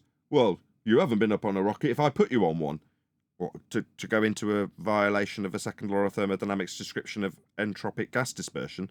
No, we won't be doing that because gas would be filling it and we'd all be dead. Not many people did. Right. Yeah. Yeah, they're all liars, by the way. Every one of them that said that they've been into the sky vacuum that doesn't exist. They're all liars. Every single one of them have lied to you and the public when they said that they went to a place that doesn't exist. It didn't exist before they went, and it didn't exist after they started lying about going there. You can only say what is more or less like the truth. For me, the preponderance of evidence is that we did, but Really? So for you, based on probability, we did go to Narnia. I mean, based on all the evidence of wardrobes and fur coats, right? No, you can't traverse high-pressure gas that expands in all directions in every single circumstance you can put it in, and then put it next to a 10 to the minus 17 torr vacuum and say, you stay there, gas. We're off into the area of volume you're not going to expand into in line with a law of nature. No, that's not going to be the case, mate. you go ahead before I set out my stall where I think there is lots of evidence. Let's talk about some of that because, and the other thing I just note before I get into this, I just find it really interesting the reaction to raising any doubts about this stuff because people get very angry very quickly and they almost immediately go to, if you don't believe this, you must be stupid. Believe. That's the problem again. He said it also, the guy with no hair. Yeah, belief. That's not the problem here. The problem is the standard should be empirical. There should be no doubt in anybody's mind that we went to the moon if we did. Should be. That's why they get angry, because in their mind, that is the standard. There's absolutely no way this should even be questioned, because that's the standard that we expect. Yeah, it's not the standard you got, though, you were lied to by men who claim to be in sky vacuums. That's why they get angry. The other thing is true, though. If I've had it, well, because I've written articles about space things and I've talked about space things from time to time. You get people in the comments going, "Oh my God, I can't believe you believe in that there's a space station." There's that word again. You believe it. Why? Because you can't verify it? And you've got to trust in men that are liars? Yeah. And I can't believe you believe we went to the moon. Of course we didn't. Yeah. It's one of those things. Did they point out that it's a violation of the second law of thermodynamics, or did they just express their belief that it wasn't true? I'm pretty sure from what you've just reiterated about your comments that you read, that they just expressed a disbelief in your belief, as opposed to violating a second law of thermodynamics description of gas expanding into space. What do you know? You think there's a space? No, gas would fill it. It's like, but this issue in particular makes people really angry for some reason. I don't know why. And that was like the start of the problem for me, because when I dipped to like 99% certain and I went looking for videos to prove it to me, like I watched all these videos and they were basically just like half-hour, 45-minute videos of people calling you stupid if you don't believe it. And I was watching them thinking, okay, So what he's describing is, I had a slight inkling it might not be true and started doing a bit of digging. And what I came across was the YouTube-promoted shill algorithm that suggests that the people who are questioning it are idiots. So the first thing you got when you questioned it was to be told that anybody questioning it is an idiot by Simon, Dan and Professor Dave. Because that's what you found when you typed the words into the search engine. Yeah. Second now, he's going to give me the clincher argument. That's an interesting similarity between flat Earth, anti-moon landing people, yeah? As he's just described, the first response is just ad hom. They won't actually deal with it. They can't support their position. So the first way, because if you're right, the first thing you do is tell people why you're right, isn't it? But actually, he's just drawn that analogy there with flat Earth and the moon, that actually the first response of people that disagree with your opinion is to attack the person. Their lack of faith. You are an idiot if you lack the faith I possess in this subject. I have high degrees of faith. You don't, therefore you are an idiot. What's that, new viewer, coming to see if you were right when you only had a 99% certainty of this? You must be one of the idiots that question it. Right? Quick shout out to Sensual Goat, I think. Sensual Goat. Thanks for reviewing this. It's great channel with interesting guests that cover a range of topics. A channel worth subscribing to, especially for UK politics. Thanks, Nathan. Oh, my pleasure. Thank you for the super chat, Sensual Goat. Apparently, this is a good channel to subscribe to. One of those few times I can actually, and I trust Sensual Goat in that regard. So no need to suggest you're not aggressive with them and deter you from doing so. You might actually want to subscribe to this channel, according to Sensual Goat. So check him out, subscribe. He obviously likes them. It's the Podcast of the Lotus Eaters is the name of the YouTube channel. And it's just, there were just like hundreds of videos just saying, if you don't believe it, you're stupid. It's like, well, yeah, but that doesn't work on me. So beyond the fact that America is guilty of all sorts of, the American government deep state, have been guilty of all sorts of cover-ups and things. Yeah. Why don't you think men landed on the moon? Well, like I said, I'm 50-50. I don't know. Right. My position is not that they did. It's just that this is what he started with was to list the type of evidence he's going to consider, and I said it's only historical. Okay, so the only way he's going to come to an opinion is through what it appears to be documents specific to that, not anything like physics that sits outside of it that could destroy it. Doesn't appear that they're prepared to go there. They're only going to use, like I say, that historical narrative. I like how effective it was. So there's a slight chance that the moon landing might be fake. I might look into this. Types into Google something referencing moon landing and fakeness. Up comes a whole list of stuff. And it's like, I'm 1% of the inkling that this might be wrong, hence I'm looking at it. Lists and lists of stuff that say you're an idiot if you even question this belief that you have in the moon landing. What's your state of play now, mate? 50-50? So you went from, I know that we went to the moon, to, oh, there's a bit of ambiguity. It might not have been 99% certain we did go to the moon, but let's look into it. You're an idiot if you don't believe it. I'll go 50-50. It's like, what next is going to be 10%? Yeah, if you listen to this show, you'll know beyond all doubt, won't you? There's no sky vacuum. Yeah, it's a violation of natural law. They're not traveling through it. You definitely didn't go to the moon. If you didn't know, you do now. There's sort of interesting question. So obviously the first thing you go to is like, oh well, there's loads of footage, isn't there? Interesting thing about that. It's from a sky vacuum. Now, obviously, you know, if it's on TV for boomers, that is instantly enough.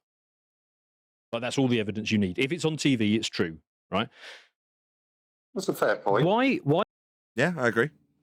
Why was the footage third hand though? Because you know the footage that was never actually been given out. The way it was done is NASA put the footage up on a projection screen. So just to pause. So this is what I feared we are going to do. We're going to disprove that photographic paper works in a second law of thermodynamics violation without bothering with the second law of thermodynamics violation. I'm going to have to keep reiterating it, but it is the point. We're going to go through each tiny bit of feast of nonsense stuff, aren't we? Yeah, I don't mind because it's like nostalgic, isn't it? We've been talking about how things used to be. So now we can draw all of our Narnia comparisons, can't we? Oh, well, there's so many people with the fur coats that go through the wardrobe. There's so much footage of them going through that wardrobe. I mean, have you seen the quantity of Turkish delights that they've brought back from Narnia? Right? I mean, really, we should discuss, and probably will be discussed later in context by comparison, how the gas lamp works in Narnia akin to space. I mean, maybe we could discuss whether or not rockets would work in the sky vacuum. Like, how have they managed to plumb the gas to get to the lamp when you get through the wardrobe in Narnia? I mean, we could discuss this within the context of there definitely being a sky vacuum, aka wardrobe, that we can traverse through the high pressure gas that's just going to stop at the Carmen line. Just chill out, you know, defy gas law, maybe go down, go boom, boom, eat too many cakes. Yeah, gas law don't apply to me at the Carmen line. I'm going to chill out here. What's that? Rocket? Shout out to See you the later, rebellious Rocket. gas Bye, you off to the particles. moon. Shout out to the rebellious gas particles. Yeah, those rebellious gas particles eating cake and defying gas law. You go, girls, more power to you. Wave goodbye to those rockets, eat some cake, come back down, go boom, boom. What's that?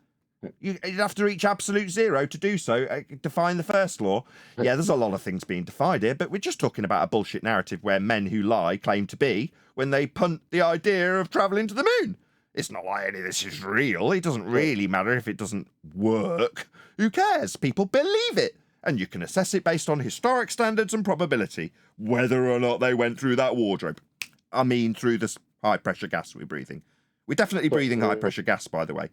It's just not expanding into a sky vacuum in violation of natural law, debunking the claim we've been to the moon. We didn't. Fill the available volume. Not me. I'm gonna stay right here. So Chocolate's quoting a university lecturer from Yale, who's just the way he says it. Fill the available volume. You take a gas, put it in containment, and then you take a volume, and you remove the barrier, and what's going to happen? The gas fills the available volume. Spontaneously, right? Yeah. That's what they teach people. How gas behaves. It fills volumes. It just moves at whatever speed and rate in whatever direction it's travelling until it collides with something. So if it's travelling at a high rate of speed upwards, like all gas does, it's all created at ground level and all expands up and out, then it would continue to do so into your sky vacuum, the one they travelled through to get to the moon. They didn't. They're just liars. You don't know that yet, and you think you need to assess the telly and whether or not you can fake things on telly. Yeah, they can. That goes without saying. All things in front of a TV camera are contrived. Go on, Adam. That was the bit when we paused it I was going to mention, and I went sideways. But he's going to do what we've mentioned in the past, which again isn't proof. It's just conspiracy, really. You're going to question its validity because of the production quality, is what he's citing here. And more specifically, why even in the 60s you would film a TV screen and then retransmit that filming. So he's got a point. They're all things that make this thing stink, but none of them are going to prove anything to him or anybody else, whether they turn out to be true or not. The problem is that does it get to a point where it's an overwhelming amount of things that stink, like you say, right? Because way before I was a flat earther, it's the amount of things that stunk about the moon landing, apart from just me looking at the moon and saying there's no way people went up there with a car and drove around and played golf, right? To me, that was just always nonsense. Never really believed that. But to a certain amount of people, like it gets to a point where how does every single part of this think? You know, obviously you're still in Narnia when even talking about it. But like I said, I like tipping my toe into Narnia every once in a while with this. But Chocolate, didn't you hear that English comedian, what he said when you got doubts about the moon landing? Understand that it was rehearsed, and the rehearsals got mixed up with the real footage. So if you see a flag not shaking, it's because it was mixed up with the, fake footage that they did somewhere in the studio. No, I don't buy that. That's got so many problems because there's no way they could have faked it in advance. It would have cost less to do it for real as a rehearsal and then do it again for the public, according to some of the numpties that speak to us. You see, the trouble with all of this is even if you get to the conclusion, and it had the NASA documents that cited that it was faked, we still believe we can go to the moon. And that's the question I'm asking this guy. Is it still possible to go to the moon? Whether or not they went in the 60s, in your mind, can you travel there still? That's the difference, I think, still. He's not necessarily destroying the argument at its root. It's impossibility. He's just questioning whether or not it was just a nation that made a false claim. Yeah, but that's the point. And it's still doable. Precisely. That's why it's positioned in the way that it is. This is why we're covering it as Feast of Nonsense, even though it's not directly connected to Flat Earth. It's on the table. It's an hors d'oeuvre at the Feast of Nonsense for Flat Earthers. What is that? Well, you want to argue about space. If you've put this discussion point on the table as the opposition, that is to say, you're controlling how the opponent who's going to contradict your ideas and lies about going to the moon, how would you want them to position it? Well, you want to position it so that the rhetoric itself retains its credibility. There is still a space. There is still a sky vacuum. It's just whether or not they lied about the rockets working in the sky vacuum. Or there is still a space. There is still a moon orbiting in it. It's just whether or not the Americans lied to beat the Russians. There is still a moon via a sky vacuum, and there is still definitely a moon landing. We definitely went there, but the bits they showed us weren't the dark side where they were doing the real investigations in space in a sky vacuum. So long as your argumentation doesn't relinquish the base premise of there being a sky vacuum and being an orbital motion and being a sphere, who cares if you believe the Americans lied or not? Right? You still believe the space is true? Good. Yeah, what's that? The Americans lied. Give it enough time, they'll all be dead and no one will care. But you'll still believe the sky vacuum, it's just whether or not those lying sods from the 60s lied about it. Yeah. But you could still go, other than the Van Allen belt, so don't try again. But we could go there if we overcome that little problem. To space. Through the sky vacuum and the gas not filling it in violation of natural law. You still believe in all that crap, yeah? Yeah, bloody lying Americans. That's how it'll go. Yeah, but I've been hearing that we're in for a big surprise because they are going to go back and they're all going to laugh in the flat earthers' faces. Yeah, they've been punting that since the 60s. Yeah, we'll go back. Yeah, we'll go back. Yeah, we'll go back. We must solve these problems before we can send people to this region of space. So begging the question premise is space. Before we can solve the problems of going to space, So your focus and concern is on the journey and the problems of the Van Allen belt and all the other crap that they've lied about also. Not about whether or not space is even real. Oh, that goes without saying, of course. There's a sky vacuum above our head and the gas I'm breathing at high pressure not filling it. Of course. It's just whether or not we can overcome the Van Allen problems. Why Space you is gotta still ruin all real. the fun? No, but you see, that is what they're happy with. You can't control everything you do. But if they can trick you into thinking that you're intelligent, free thinker, wow, and they will be happy. I know QE's going to kill me for saying they, and yeah, but in terms of any controllers of narrative, that's just a bigger win for them, for you to maintain space but poo-poo the moon landings as just American glitz, yeah, to get out of one-upmanship. You're still reifying space still, yeah? So they don't lose because you're still heliocentric paradigm. You've not challenged this claim at its core.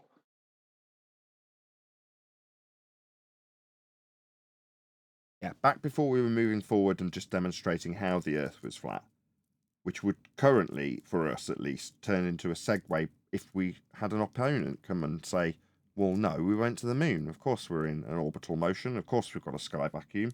And here's the greatest man's achievements to prove it. You go, okay, the telemetry data, where is it? Oh, we don't have any. Oh, that stinks. Well, if we did, but we don't, we could show how it would prove a flat Earth was being measured to give you that data to claim you were travelling into a reified spherical orbit to a moon in a sky vacuum in violation of natural law. That's the summation of this argument. But why would we be doing that when we can just talk about how Earth's measured flat? We can talk about how the maps and models of the globe claim to be reified into an idea to put men in motion around and travel to sky vacuums. First took the Earth being measured flat to create that idea. Far more effective if somebody's unfamiliar with this argument, and if somebody's watched this because they've come from a channel that's only questioning on a 50-50 scale if or maybe if not the globe lie / moon landing lie is or is not true, and they come and listen to us pulling it apart based on second law of thermodynamics violation sky vacuums, but inevitably taking it to the flat Earth that must be measured to infer that latitude-based system wrapped and stretched around a globe after taking flat Earth measurements to achieve it. Earth's measured flat for this ludicrous, crazy notion that we've got footage from a sky vacuum. It's utterly absurd. Telemetry data, which you can then take and re-engineer into saying, oh, you proving a flat Earth with it. Let's just say that we just threw it out and destroyed it. And along with that, let's just destroy the technology that got us there. No, don't worry about it. I've said it for a while. When I have a certain hat on, I feel like we're here to slowly soften the public up to understanding this stuff because it leaks and permeates and through osmosis reaches people that have a tentative understanding that we're on a globe and numbs them to it.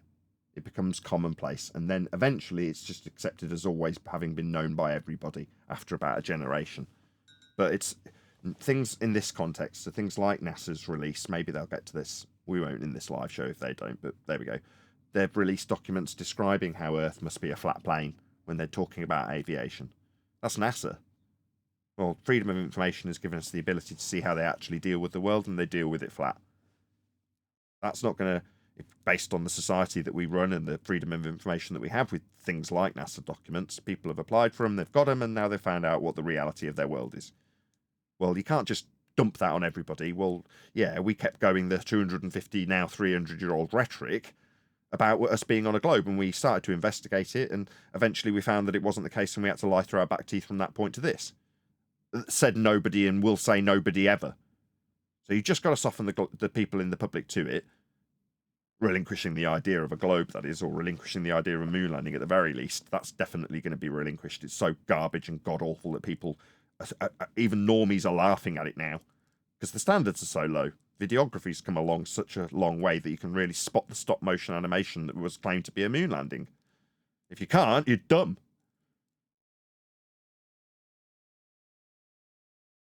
They put a camera on that projection screen, and then that was fed to a monitor, and then all the networks had to basically film from that monitor.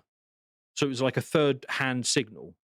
So that's part of the reason why the footage quality is so low. It's like, why did they do that? Why have they never handed out the originals? And the interesting thing is the director Ron Howard, he actually went to NASA a few decades ago and said, I want to do a special on this and put it on the cinemas. I want to edit it all nicely. Give me all the raw footage. Well, he's the director of Apollo 13, isn't he, Ron Howard? Yeah.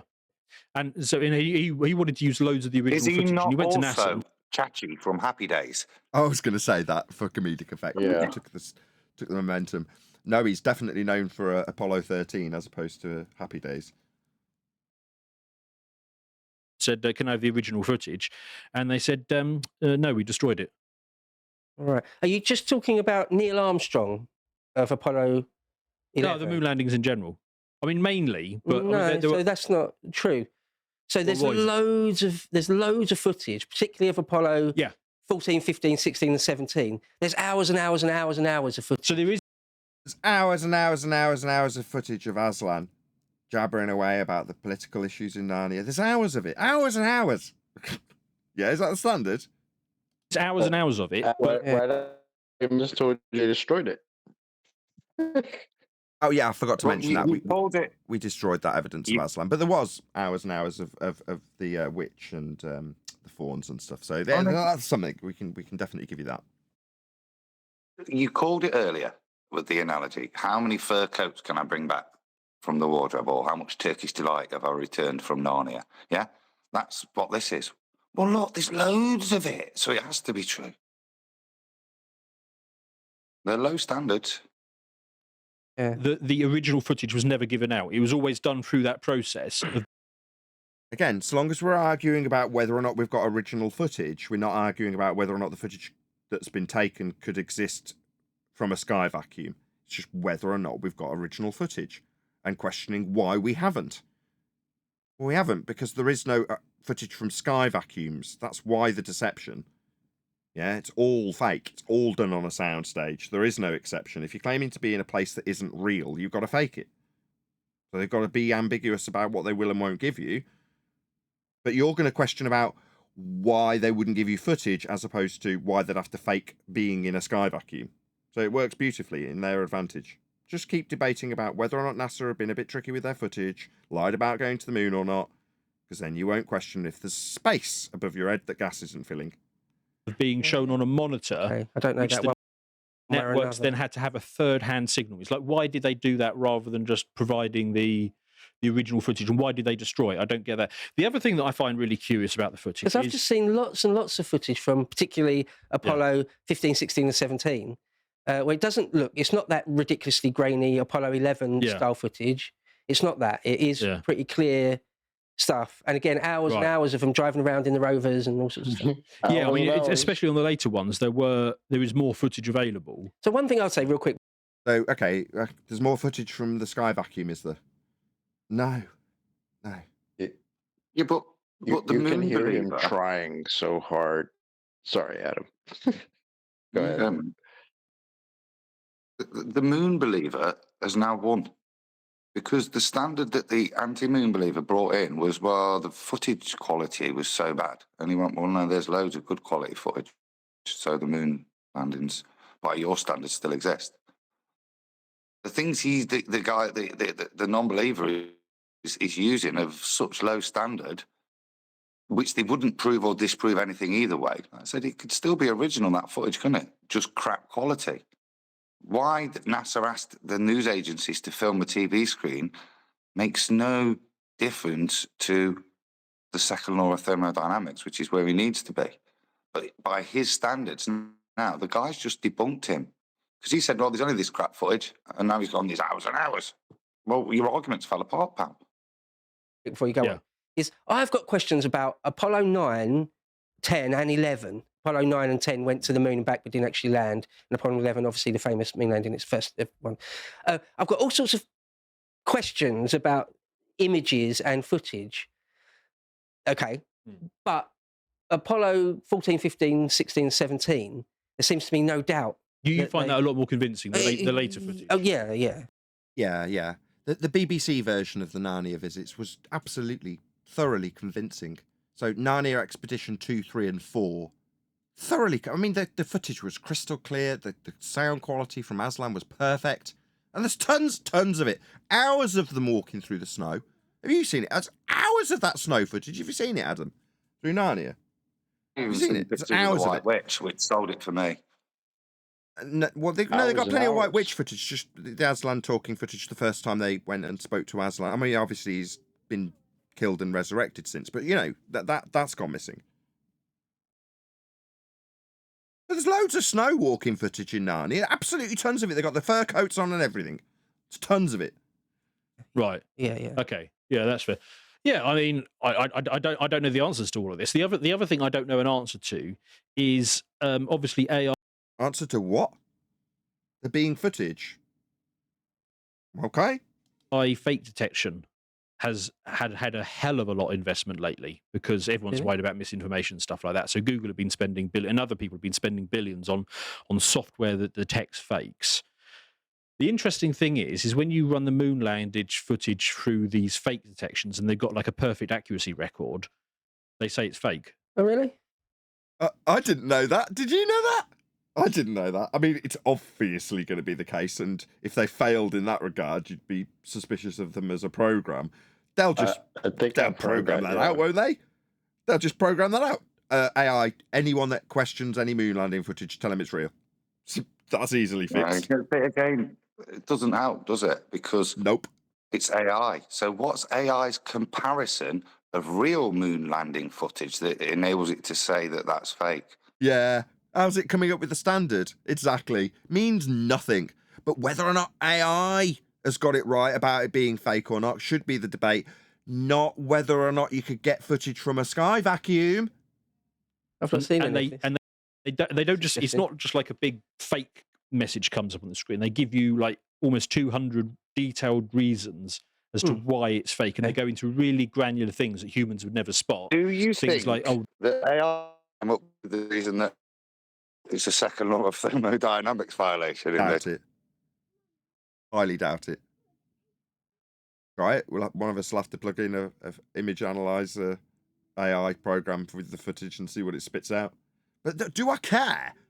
I mean, I can do that, right? I trained in doing set design and directing, and you know, I've painted the canvases that we use for backdrops. I can spot it a mile away. You know, I know what bloody high wire looks like as well. Yeah?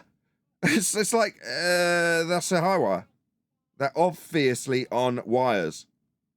That's a green screen. That's a backdrop. That's a set. I don't need bloody AI to tell me.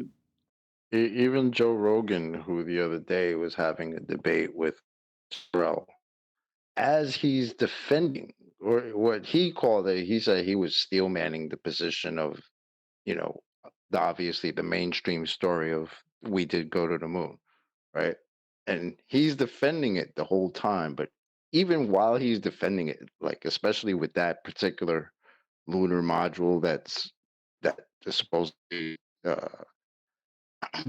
gets off the moon to come back to Earth with the one that panels the camera panels up to watch it, he's even laughing at it, saying it looks like it's on a string. Like, what the hell is that?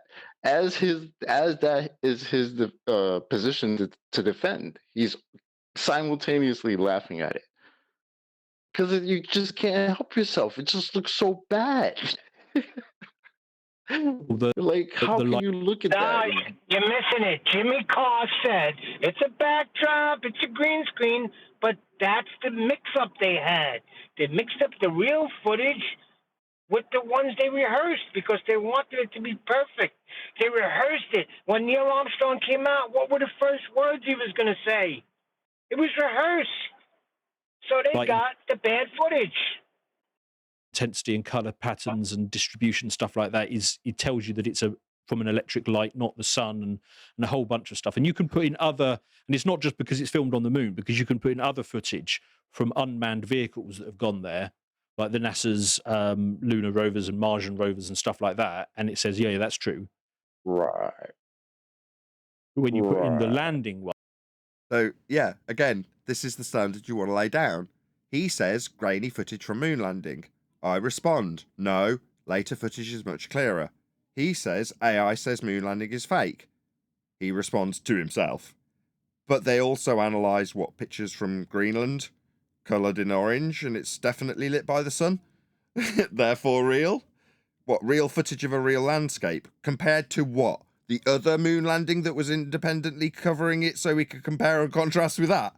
Oh, no, we're comparing it to the independent Mars study so we can see if it's definitely our lighting in Mars in a sky vacuum in orbit that definitely exists when we study whether or not the lights on Mars will compare correctly. You can't go to Mars. You can't go to the moon. There is no sky vacuum. This is all bollocks. Ones where humans went there, it says it's fake, and it gives you loads and loads of complex reasons as to why it's fake. And I don't know why. And maybe there's an innocent explanation for all of these things. Why they destroyed the footage, why they put it up on a monitor and did it third hand and didn't hand out the originals, and why the AI says. I just don't know what the reasons are. So I think those are questions. The other thing, yeah, that's what we relinquish as well as flat earthers when we realise that they're lying. No, they're not questions that I'd go to NASA and ask, because you know what they'd do? They'd lie. That's what they do. That's what liars do. Oh, what's that? You caught me in a lie? You know what I'm going to do? I'm going to offer you a new lie. And they're calling you stupid in the process. Yeah. Because they think you're going to believe them. Yeah, when they do it, they have utter contempt for you because you've caught them out in their lie. So they basically despise you. I think Or if you buzz Aldrin, they punch you in the face. Yeah. They have so much contempt that they're prepared to bestow physical violence on you in the case of Buzz Aldrin. And Michael Collins. Was it Michael Collins, the one that kneed Bart Sabrell in the groin? When he was asking him to swear on the Bible? I think. Yeah, in Astronauts Gone Wild.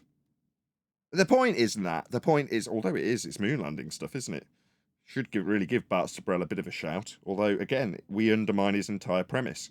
His premise is that they faked moon landing footage. It wasn't taken from where they said it was. They were definitely in orbit, though. They just weren't as far as they say. No, they weren't in orbit beyond the yummy, yummy gas pressure looking back on Earth. They can't look back on yummy, yummy gas pressure from a sky vacuum. It would be filling the space. That's entirely new to me, this AI. Yeah, the AI thing is definitely new. That's fairly recent. The other thing that people always say is, oh, you're stupid if you don't believe it because there's reflectors on the moon that you can ping and stuff like that. And I thought, okay, I've got it. I've got my solid evidence as to why it's definitely true. So I looked into that, and it then turns out that actually the Chinese, the Indians, and the Russians all have reflectors on the moon. Yeah. No, they were reflecting stuff, allegedly reflecting stuff off the moon prior to it having anything on. Yeah, And the distances, Exactly. the distances. Yeah, right. Where do you get that one from? Well, the calculations for the distances are taken from flat plane measurements of an R value and then inference of a sphere radial value, so that you can put the sphere radial value into effect in Kepler's third law of orbital motion, scaled with Huygens' use of the same R value measured off a flat plane to Venus, so that you can make this assumption. Go on, Neil. So you're saying that you're going to need a flat Earth for the moon landing? Yes. Well, you'll need a flat Earth to infer that you've got measurements that could lead to a moon landing, but the whole thing is undone by the fact that the measurements of a flat plane that we dwell atop, the Earth being flat and measured as such, is then moved forward into a model of a world that is sphere-shaped. And then that model is the world of Narnia. I'm answering you, Neil. Why are you yammering? I literally definitely didn't take breath. I'm answering you. Okay, sorry. I'm answering you. I got a follow-up question after you're done. That's the follow-up right in the middle of the first answer, I would. Go on. They had to know where they were going to get to the moon, right? So how did they get them measurements to get to the moon? You understand what I'm saying? Yeah, they're not going to go to the moon. But you can suggest that if you measure Earth as a flat plane of reference, you can create the coordinate system to traverse wardrobes with. Doesn't mean you're traversing wardrobes with the flat measurements and the coordinate system you developed for Narnia travel.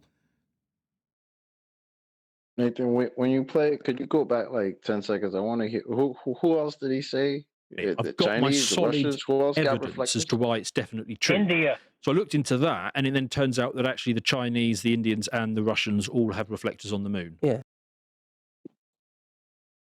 Do they really? Can India just go there? Yeah.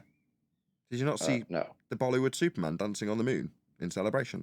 So how did they have reflectors on there? I thought Is it- Bollywood Spider-Man. No, Bollywood Superman. Yeah. They just Or the landed. Chinese don't. Yeah, they just landed them there. So the reflectors tells you that you got a vessel there. It doesn't tell you that you landed humans. I mean, they only get a tiny little return signal. From what I understand, there's some dude in India standing at a communication centre, and he looks at his computer. They do have an audio signal in case he goes to the bog or something, so he might be, sat having a poo, and he'll hear ding-a-ling-a-ling-a-ling-a-ding-a-ling, and he knows he's got a return signal. Oh, Which is shoot. interesting. So there's that one. That was So- proper. You linked it with Muslims. As I last understand time. it, there's been all sorts of reflectors put on the moon. Right now, 6 still operate. 3 Yeah, something like that. 3 American ones, 2 Russians, and a Chinese. And Yeah. an Indian one. Yeah. And one of the or 2 of the 3 American ones, I believe, were Apollo era ones. I think Right. the Apollo 11 one. So yeah, the claimed distance that they measured with these return signals has light speed and distance derived from those measurements. That's where I was going when Neil interrupted. So to suggest that you've got a return signal that was acquirable before anybody claimed to go to the moon, they were still doing the same thing. You've got to derive heliocentric distances and timings with light speed, also part of a heliocentric rhetoric. So in other words, you've got control of the time, you've got control of the yardstick when you take these measurements. That's the point. Now, if you are to infer that you can get a return signal from the moon if you bounce something off it, okay, I'll accept that. Then you say, well, I know the distance to the moon because I've laid out the ruler and the scale. No, you have not. So what you're Just saying? now, was he talking about the amount of reflectors or the amount of still working supposed rovers It's just on the affirming. moon or Mars? If it was in our debate, it would be an affirming the consequent. It's still an affirming the consequent. It just doesn't prove Earth's a sphere. It proves moon landings. If moon landing reflect a signal, then moon landing. It's the same affirming the consequent used by Brian Cox and had to be explained to him after a rough night on the way to one of these stations that get a return signal from the alleged reflectors. And the producers having to explain to Brian Cox, you need to explain to the audience that of course we went to the moon because we get a return signal from the reflectors. Ergo confirming to everyone that we definitely went. Even though they were supposedly reflecting before they went to the moon anyway, so that doesn't prove shit. But Yeah, it doesn't I prove just want to anything know: because was he talking about the rovers that are supposedly still on the moon? just talking about If you could retro rewind like reflectors. a few seconds, please. Just retro reflectors. You want me to go back, yeah? 6 still little bit, yeah, operate. please. 3 Yeah, something like that. 3 American ones, 2 Russians, and a Chinese. An Indian one. Yeah. And one of the or 2 of the 3 American ones, I believe, were Apollo era ones. I think the Apollo 11 one. So what you're saying, that's not. Well, I'm just saying What are you that saying? if other countries have reflectors up there and they do not make the claim that they landed humans, Right. that makes me think, oh well, did the first ones land humans as well? See? Not whether or not you can go through a sky vacuum, whether or not the Americans lied about the human aspect of going to the moon, that you can definitely still do because other countries have been there and put reflectors on them.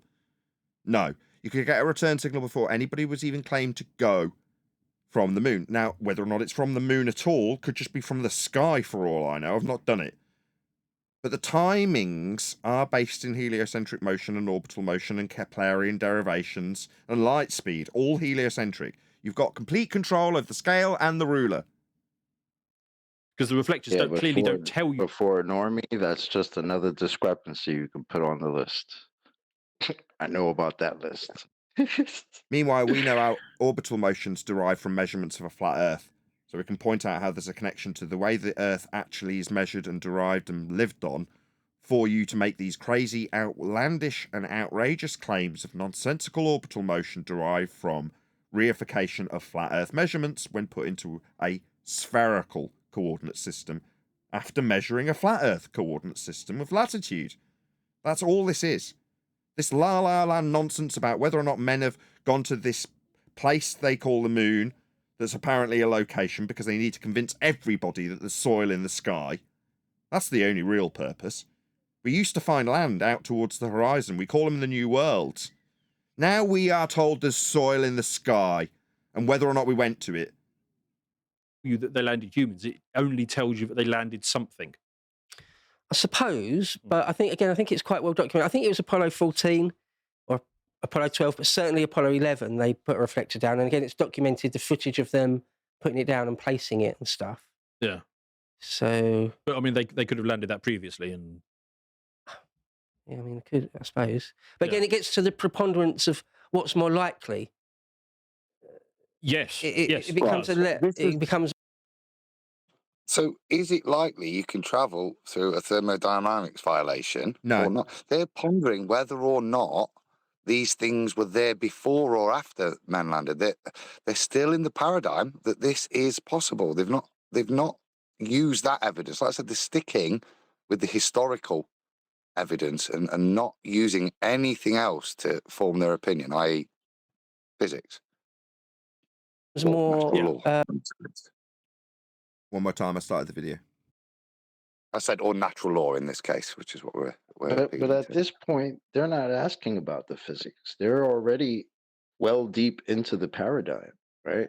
So they're not trying to debunk anything as far as is the Earth a globe or is the moon somewhere you can actually go? They're not anywhere near that. Nope, nowhere near.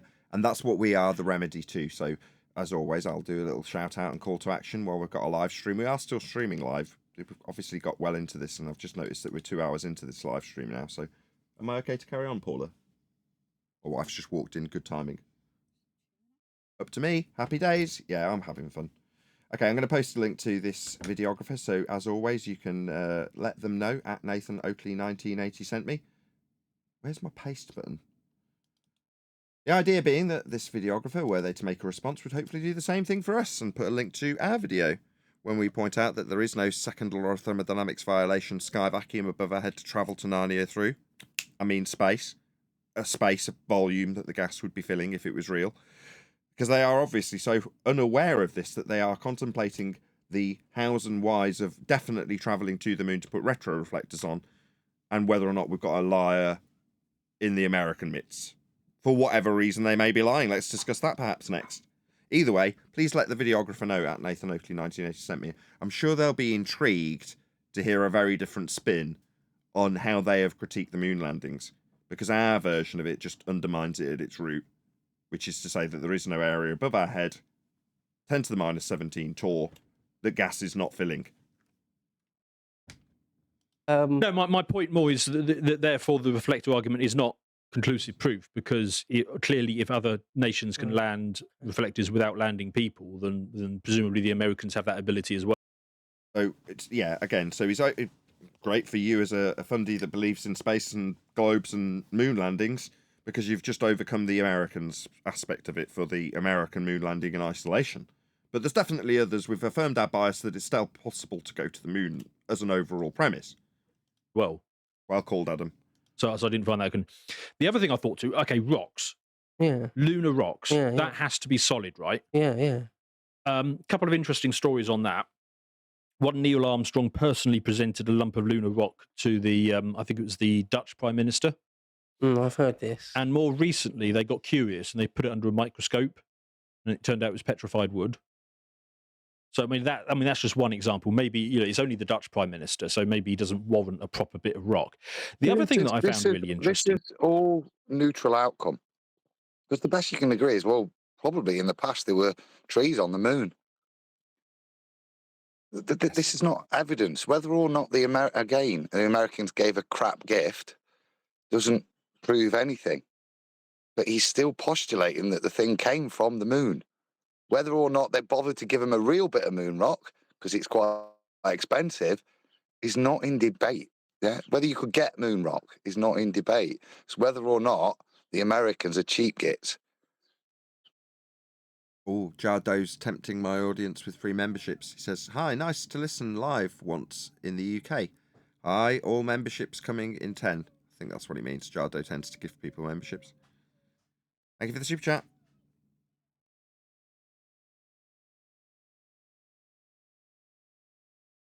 Did you know that Eva, was it Braun, the Nazi scientist they had? Werner von Braun. Werner von Braun, yeah. Yeah. So apparently back then in the 60s, you just had a Nazi on hand for whatever reason, but you had a Nazi in The your... greatest rocket expert in the world. Yes. Did you know that he took a holiday 6 weeks before the 1969 landings? 6 weeks before. Do you want to call it, or shall I add another neutral outcome discussion? Werner von Braun and his activities within NASA. Okay, father of rocketry. In this respect, he's key. He's very influential in terms of the claim to be trip to the moon. Okay, what we're going to look at is bloody gravestone. What is it? Psalms 1 or Psalms 11, something like that. 9. What's the inscription on his tombstone? It's the majesty of the heavens proclaim, isn't it? Or which is... Yeah, the heaven showeth his handiwork. But what's the actual number? I don't know. Neil? Well, that's It's inscribed on 19-1, Werner von Braun's tomb. 19-1 or something like that. 19-1, yeah, something like that. But either way, so what? Does that mean what? That he knew that there was a God? It means nothing. The fact that there were liars within NASA, one of them, you could argue, is Werner von Braun claiming to send people to a sky vacuum, but you could equally argue that he was compartmentalized out of knowing that the sky was not a vacuum and he had genuine aspirations of reaching it. I don't know either way, and he's dead. But this is very much a neutral outcome. It doesn't address the reality of travelling through wardrobes to sky vacuums. All the landings, he decided to take a holiday. I mixed my metaphors there. Travelling through high-pressure gas to sky vacuums or wardrobes to Narnia. Sorry to mix my metaphors. Do you know where he went? Shout out to Jardo for gifting a whole bunch of memberships. So, Make God Great Again, Bible U, Larry Miles, James Mason, Wondering Gunny Bear. What a name. It's not a woodworking Gunny Bear, even better. Sorry, I'm misreading you. Paul Snell, sorry. A whole bunch of people getting free memberships. Thank you very much indeed to Jardo.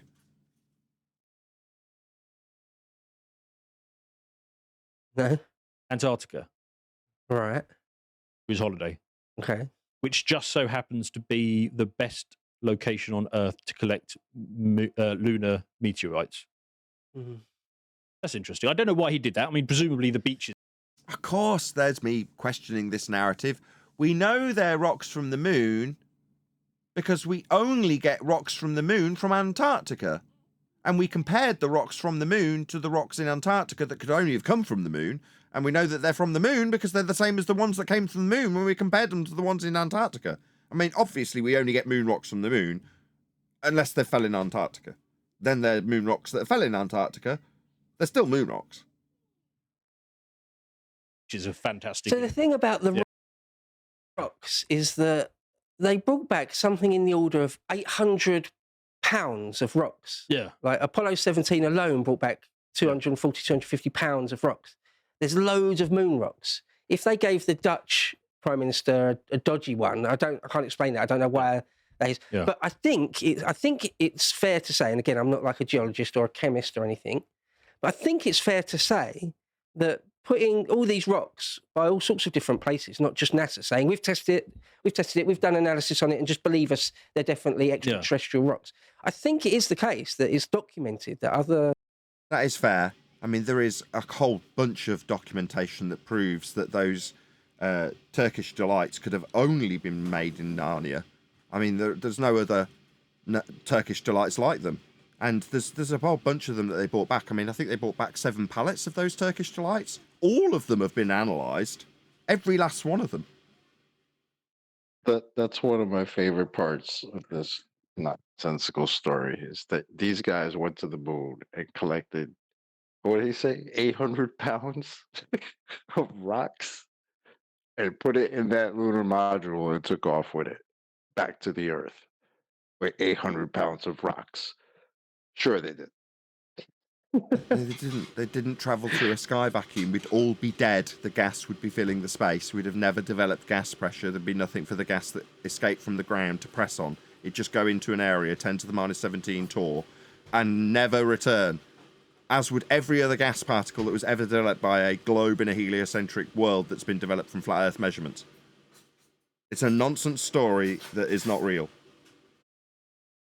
But you countries and other people have done analysis on these rocks, and they're shown to not be terrestrial. I'm sure they're real in lunar origin. rocks, but you do every so often get lunar rocks landing on Earth, and apparently Antarctica is the place to get them. But like 800 pounds of them. I have no idea how many. Again, totally legit. There's no way you'd round up 800 pounds of lunar rocks from Antarctica, like the Antarctic lunar rocks. That's just too many. I mean, it'd be easier to farm them from the moon, really, wouldn't it? Let's be honest. Yeah. Go to the moon and get them and bring them back, as opposed to just get the ones that obviously came here from the moon that you can find laying around the ground in Antarctica. It's in fact, great. I'd go one step further and say it would be far, far more expensive and difficult to pretend to go to Antarctica to collect moon rocks from Antarctica. I mean, it would be cheaper to just go to the moon. Yep. Many that checks out. Accumulate there. The reason you go to Antarctica apparently is because it's very white and it hardly ever snows. See them. So it stands out like a mile. So they can accumulate there over decades, and then you can just go along and scoop up, I don't know, 800 pounds worth or whatever. However, Doesn't really make sense to me. There's a difference between sort of meteorites and actual lunar regolith. Yeah, and maybe these tests. I don't think lunar regolith just. Again, it's not just so much a neutral outcome. This is the idea that there is soil coming from the sky. Right, let's get that absolutely clear. There is no soil in the sky. There is no soil coming from the sky. The sky doesn't have the soil. The soil, this is going to shock some globe believers, I know. The soil's on the ground. That's where we found more of it. Shocking, innit? Some of you might live on it. Identify it as a new world. That's how we used to expand how much soil we had. When we used to traverse the flat Earth that we measured, those same measurements developing into a globe that now leads you to believe that the soil all comes from the sky. We can go get 800 pounds of the stuff from the sky. You think they're getting rocks from the sky? I mean, does no one else here absurd this stupid narrative that these guys are going, oh, yeah, well, whether or not they went and got 800 pounds of rocks from the moon, you think you can get 800 pounds of rocks from the sky? No one else picking up how stupid this is. That what the Western world have now got as a standard of belief. You think you can get rocks from the sky? No, you can't. They're on the ground. I'm living in Laos. What a weird time we live in. Falls on Antarctica regularly. I don't know. So maybe that would be the clincher argument as to why it definitely happened. I don't know, but I just think it's an interesting choice for a holiday 6 weeks before the landing. I don't know why that is, but yeah, maybe that is in itself the solid argument that I'm looking for. Maybe every little bit of predictive programming they put in movies that tells you that the moon landing was faked and isn't real and you just need to accept it as a joke also leads you immediately down the garden path of contemplating what might be in Antarctica. Now, I don't know why this is on the Feast of Nonsense table, beyond the let's look at an area that there's a lot of speculation about because then it's shrouded in ambiguity, rather than look at the new worlds we found when travelling out towards the horizon in our recent history when we were traversing a flat world to do so. Because you know what they called that area prior to them finding the new worlds? This will shock you. They used to call the area out towards the horizon, undiscovered territories, space! And you know what they found there? Not just 800 pounds of soil, they found entire new worlds. And then they stopped and started telling you that soil comes from the sky and that they've been there. Yeah. Meanwhile, your mortgage is going up quite rapidly, isn't it? Well, they're not making any more land. And there's scraps in the sky that we might be able to attain, maybe 800 grams or something for you. It'll be very expensive. It might turn out to be wood. But nevertheless, Definitely no more land to be found out towards the horizon. No. Definitely not. Even if we were to end up on a flat Earth, if the controlled opposition narrative was to have its way, we'd be surrounded by a giant ice wall, and the flat earthers all agree. We all agree, don't we? We're definitely contained in an ice wall. No need to look, you'll just find death. Yeah? Really? So the whole past history of finding new lands as we traversed out towards the horizon away from Polaris isn't what we should be doing now. We should stop. I wonder why this narrative's punted into this story about travelling to the moon. Yeah, I wonder. Yeah, if you haven't got a control structure that's telling people that there is no more land, the new lands are out in the sky, as absurd as that seems to me now as a flat earther, utterly absurd, what an outrageous claim that's never been justified beyond this crap that you debate about probabilities of. Meanwhile, no, if you were to go out and find where we previously found new lands and colonised, you won't find any. There's just an ice wall anyway. Is there? I don't know. Maybe.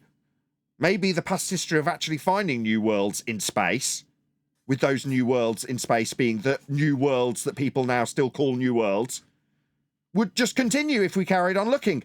Of course, our land value wouldn't continue to rise exponentially every single year if there was just more land to find. So it might be quite convenient to say that there isn't any, and if you just carry on going, you just come back on yourself. Don't check. We'll tie up all the flight paths and give you the roads that you can fly along. But don't look. And if you did, there's probably just a giant ice wall, even if it was flat, how we measure it and that. You won't be able to go beyond that. So just, let's contemplate why Werner von Braun went down there when he said he was going to space. Because that's how we want this discussion to carry on. No. History has shown us that we found new worlds travelling out towards the horizon, formerly known as space. Now space is a sky vacuum where nobody's going, but apparently we can get bloody rocks from. That's the world we've been deceived into. Why? Probably as Math Powerland first suggested. For land. Because that's where we used to find it, now it's up in the sky. Totally absurd. Don't know. The other thing is... question on this claim. Who or what is on the moon throwing rocks at the Earth?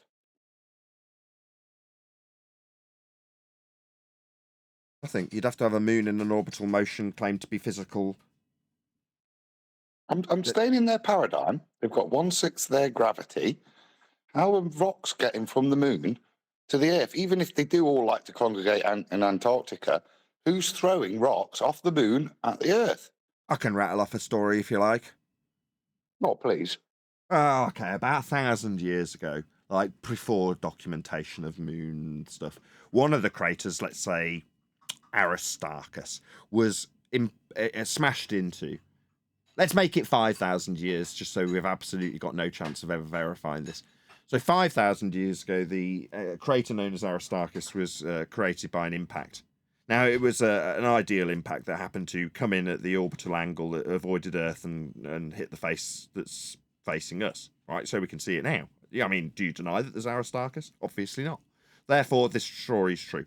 In so doing, the impact ejected a certain amount into the lesser gravity of Moon, and that lesser gravity had, for a time, the debris of the Moon orbiting around the Moon as it orbited around us. But over time, the strength of the Earth's gravitational force, that's not a force that's actually bent space-time, caused a warping to inevitably lead to the demise of the orbital path in the weak orbit of the Moon and be taken over by Earth's orbit. And that trajectory happened to be directly below where the Antarctic Peninsula was in that particular time frame. So therefore, over time, the less and less rocks have fallen, but obviously there's a mass of them from that entire Aristarchus debris. I mean, that is true, 100% true, because I made it up myself. Highly plausible. Absolutely, I'm and convinced. works entirely within the heliocentric paradigm and bent space-time, fourth dimensional no less.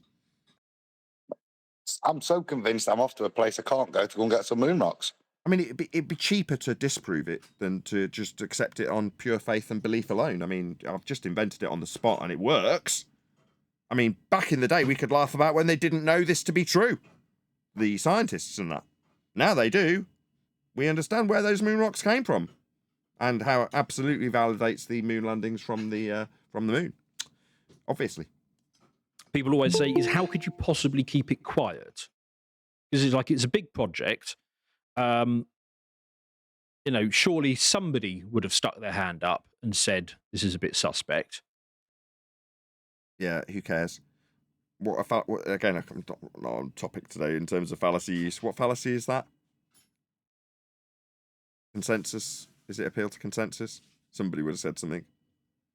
Argument from silence. That's what it is. It's an argument from silence fallacy. If nobody's putting their hand up, then it can't not be true. Yeah? Yes, Nathan, it's definitely an argument from silence fallacy. Oh, well, I'm pleased to hear it. Took me a while to get there. And again, I thought that's that's a good argument. But I've worked on big projects for big companies. You normally only have a small handful of people who are aware of the big picture. Normally, everybody just does their silo thing. There's a team. Give props to this guy where props are due, right? Absolutely. Yeah, credit where it's due. So you've understand the problem with this compartmentalization argument, which is where this typically went in 2015. No offense to you. So, yeah, one hand doesn't necessarily know what the other hand is doing. Okay, yeah, that's a reasonable argument. And based on that, we can now declare without question that the people who claim to be in a sky vacuum, that's astronauts, are liars. They're not like misunderstanding that they're not in a sky vacuum. Like me, if I tell you that I've been to Narnia, I did go through the wardrobe. The moment you know beyond doubt that there is no wardrobe and there is no Narnia, you know that me saying I've been there, there's no question about it. I'm a liar if I've said I've been to Narnia. Ergo, the men who say they've been to the second law of thermodynamics violation area of volume the gas is not filling in violation of said second law of thermodynamics are automatically liars. All of them. And if you step to me and you have a problem with it, I'll punch you in the mouth because I'm a hero. That's what heroes do. Buzz. Sure. But based on his logic, that's why we can call the astronauts liars. Team that works on a particular bit, right? And I would imagine. And by contrast, we wouldn't deem the 7 million squillion employees of NASA and all collected derivatives of it liars either, because we can't ascribe motivation to those people. And by his standards, the compartmentalization aspect of it would mean that there's plenty of people that could be precluded of the bigger picture, as he put it. Yeah, you're absolutely right. That's why you got your props. Doesn't alter our argument in terms of there being a second law of thermodynamics violation, sky vacuum, to send, I don't know, some instrument that some guy at NASA's creating. I'm sure he's an excellent engineer and has created a very cool whiz-bang gizmo to do whatever he's created. I don't deny that for a second.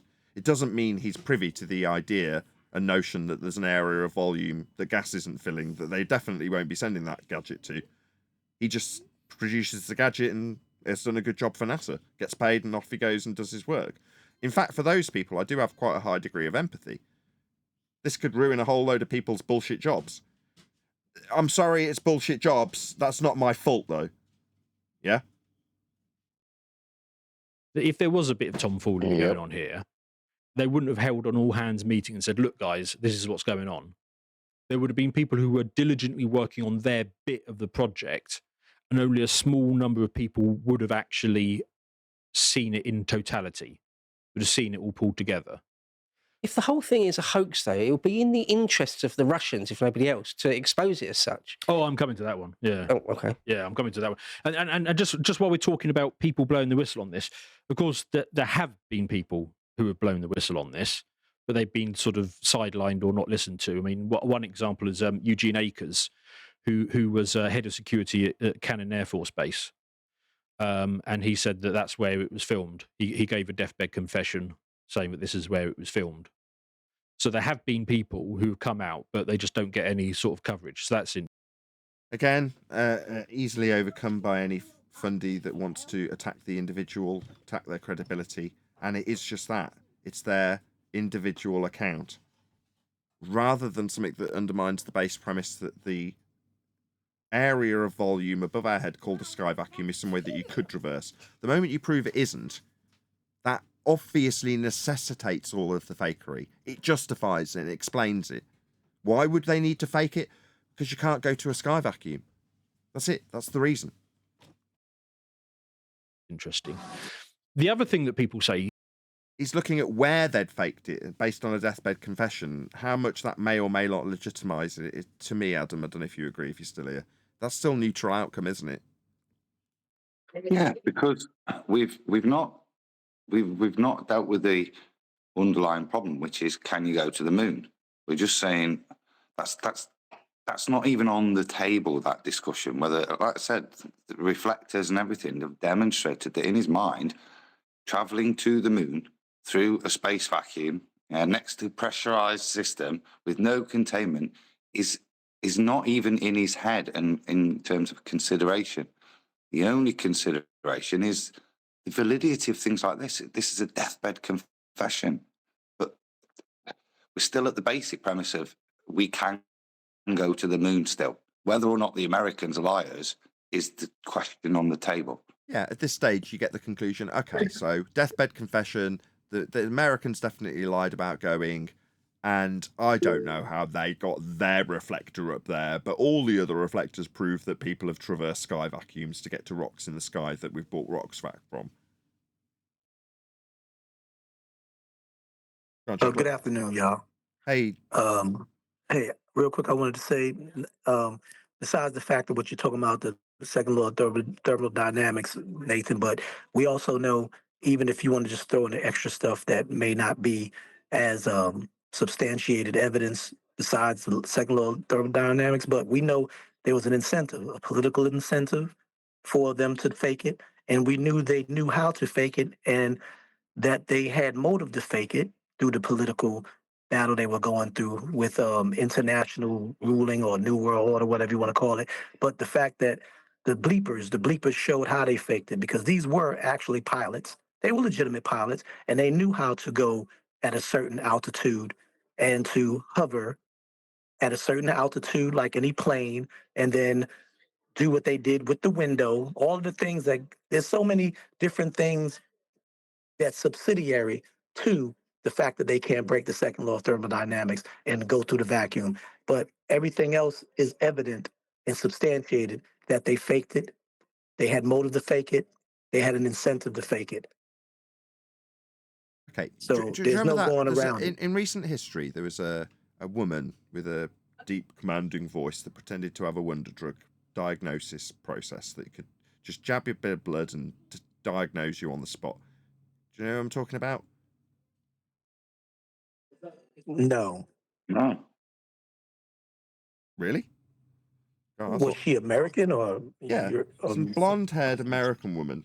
Chat, please help educate my panel.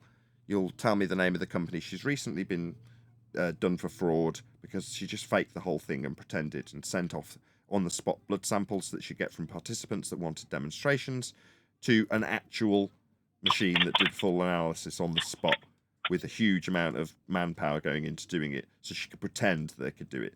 And she got billions in investments, right? She faked it? She just faked it. She just faked the whole thing. It didn't really exist. There was no wonder process for instant diagnosis with a drop of blood. It was a complete fraud, right? And she just blagged it the whole time and pretended that there was this thing that didn't exist. Now, the reason I'm bringing this up, let's see if my chat's told me who it is. Not yet. We'll get there. A slight delay on the live stream chat, but we'll get there. Hopefully, I faked it a couple of times. Pardon? Is this that Elizabeth Holmes woman? Yeah. A couple of times. Right, somebody's got it from the Discord server. Right, so you know who we're talking about. Elizabeth Holmes is what he said. Yeah, this is the person we're talking about.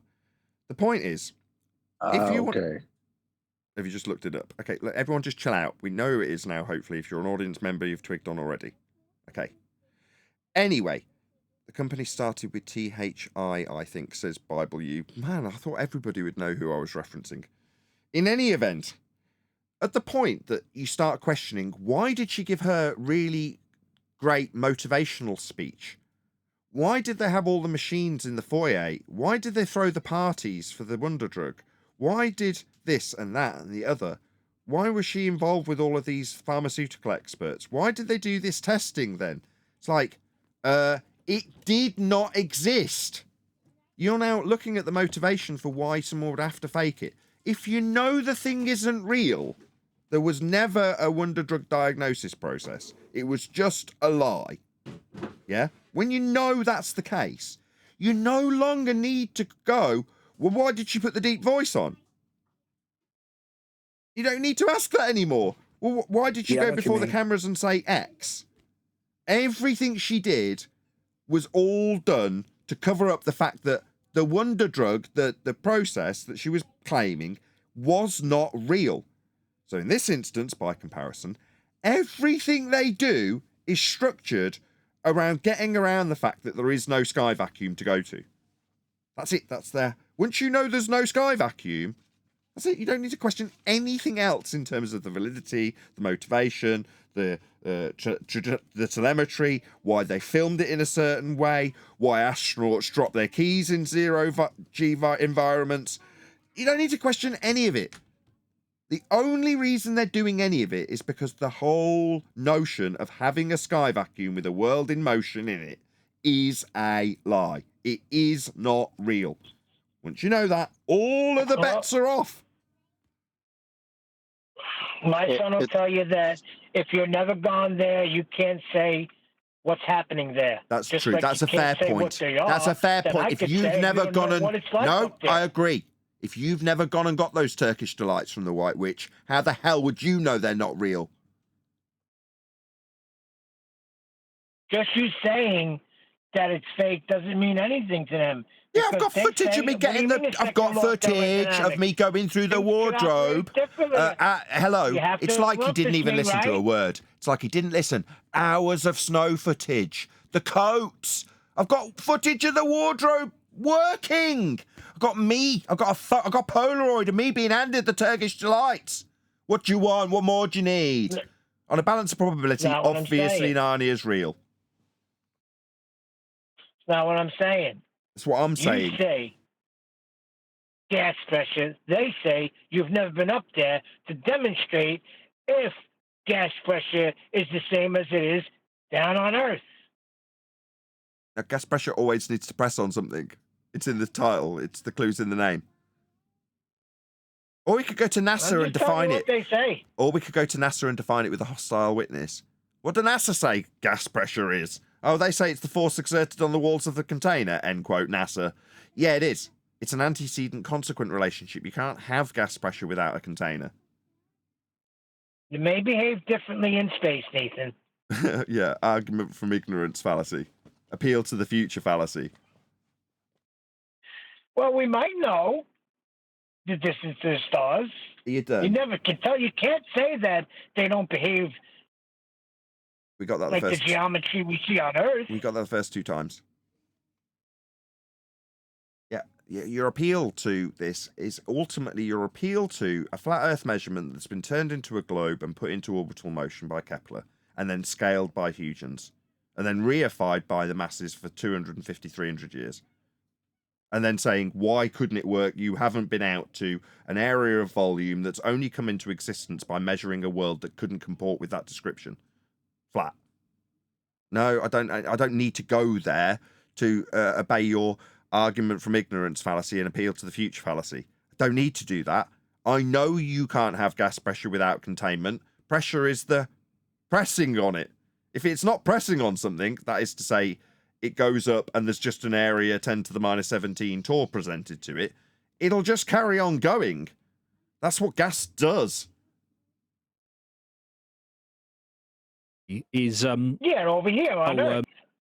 Yeah, natural law. That's what we're talking about. How gas behaves on Earth. What are you telling me? No, you go out to an area that gas doesn't behave like it behaves on Earth, and we look back in the area that gas doesn't behave like it behaves on Earth. Gas not behaving like it behaves on Earth from an area that doesn't exist. So you look back at a blue marble and say, oh, look, check at that. It's just contained around the non-containment of the blue marble, not dispersing into the black area around it. It just magically hovers at the Kármán line. And I can see that from an area of volume that can't possibly exist because the gas below that I'm watching not expand into it, doesn't expand into it from this area I'm viewing it from. No, it's You just gotta a keep straight... talking because you know I got you. No, it's Do the just... stars obey? Do the stars obey the geometry on Earth? Yes or no? What are you babbling about? Do the stars obey the I'm geometry asking of you a Earth? question. We're talking about taking pictures from sky vacuums of gas not expanding into areas of volume, Neil. We're not talking about geometry of stars when measuring flat planes. We're talking about deriving R values to put into heliocentric motion with orbits. Why is he rumpusing me? Because you're not answering me. Yes or no? They Yes. don't obey our geometry, right? So how do you know that in space, gas pressure doesn't obey the same things that it obeys down here? That's complete non sequitur. Right? You're just offering me up a non sequitur of if we can't measure heights of stars, then gas pressure can exist without containment. That's totally non sequitur, Neil. It's irritating me. You're not getting it. Maybe No, I'm not Neil, it's just getting non it sequitur. right. I do get it. I repeated it back. Don't tell me I don't get something I've just repeated verbatim back to you and paraphrased into the example you gave me, and then overcome it by pointing out that it's non sequitur. No, there is no connection between the measurement of elevation angles beyond the use of said elevation angles to Polaris to derive an R value off a flat plane to put the world into a spherical motion of orbit. That's the only connection. It doesn't have any connection, non sequitur, already identified, second time and getting more annoyed, to gas pressure and its antecedent consequent relationship with containment. That is not connected in any way. Non sequitur. I'm not saying it is. I'm saying just the way you could say that the stars don't obey our geometry on Earth, you could say the same thing, that gas pressure is not the same in space as it is on Earth. What the freak? I can when I give an example of looking back at what happens on Earth from space. That's still a description of the gas on Earth from space, not obeying how gas behaves on Earth. You're looking back at gas not dispersing. So you're saying, oh, well, from the sky vacuum, what, the gas on Earth won't obey as it behaves on Earth? No, on Earth, gas expands. Looking back from an area that can't exist and saying, well, from this area that can't exist, the gas on Earth won't behave as it behaves on Earth. That's what you're asking me. Now, after pointing out that we can't acquire heights of stars with geometric utilization of angle measurements off a flat baseline that's simultaneously used to derive R to put the world in heliocentric motion in sky vacuums. I mean, don't tell me I don't understand when I can listen carefully. You can see the landing site. I've actually had somebody on Twitter get really angry at me when I mentioned this before, and he said, oh, you can just put a telescope in your garden, you can look at the landing site. No, you can't. So I contacted Goonhilly Observatory to ask whether or not they, with their biggest telescope in England, could see it, because a friend of mine had said that he had seen it through Goonhilly's telescope. So beyond looking at it through your garden, the reply I got from Goonhilly was that no, the telescope was shut temporarily for refurbishment, but nevertheless, even if I had have been able to visit, it would not be possible to see any of these artifacts claimed to be left in a sky vacuum laden visit that we've debunked, because it would be beyond the angular resolution capabilities of Hubble if you were to turn it round and look. So no, definitely not. There is no evidence that we can acquire with our own eyes or with the very best telescopes claimed to be in sky vacuums, because it's beyond the angular resolution, something not accounted for in Earth curve maths, I might add. I see. It's pick and choose what you want. I see how it goes. I don't know what Neil's got a bee in his bonnet about, but I'll shout out to Chow Yun Cat nonetheless. Shout out for the super chat. Jesus Christ is the same yesterday, today, and forever. Hebrews 13:8. Thank you very much for the super chat. That's correct. Yeah, You can pick and choose what you want to do up in space. I see how it's going here.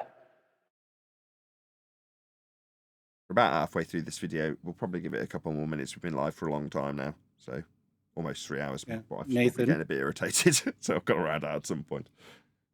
Nathan, Yes. they calculated what size telescope you would need to see the Apollo relics on the moon, and it was estimated to be around 120 meters. How big's Hubble? That's huge. There's no such telescope even close to that.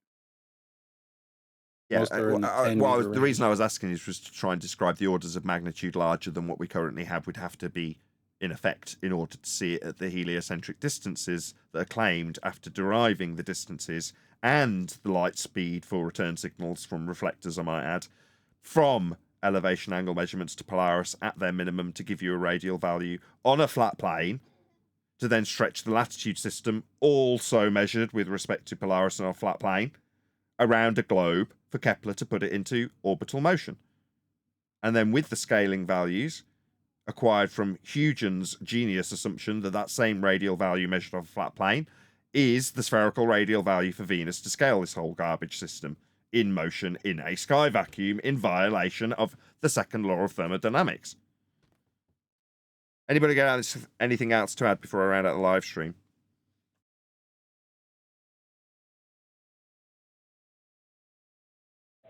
You just don't understand what I was saying. Yeah, I do.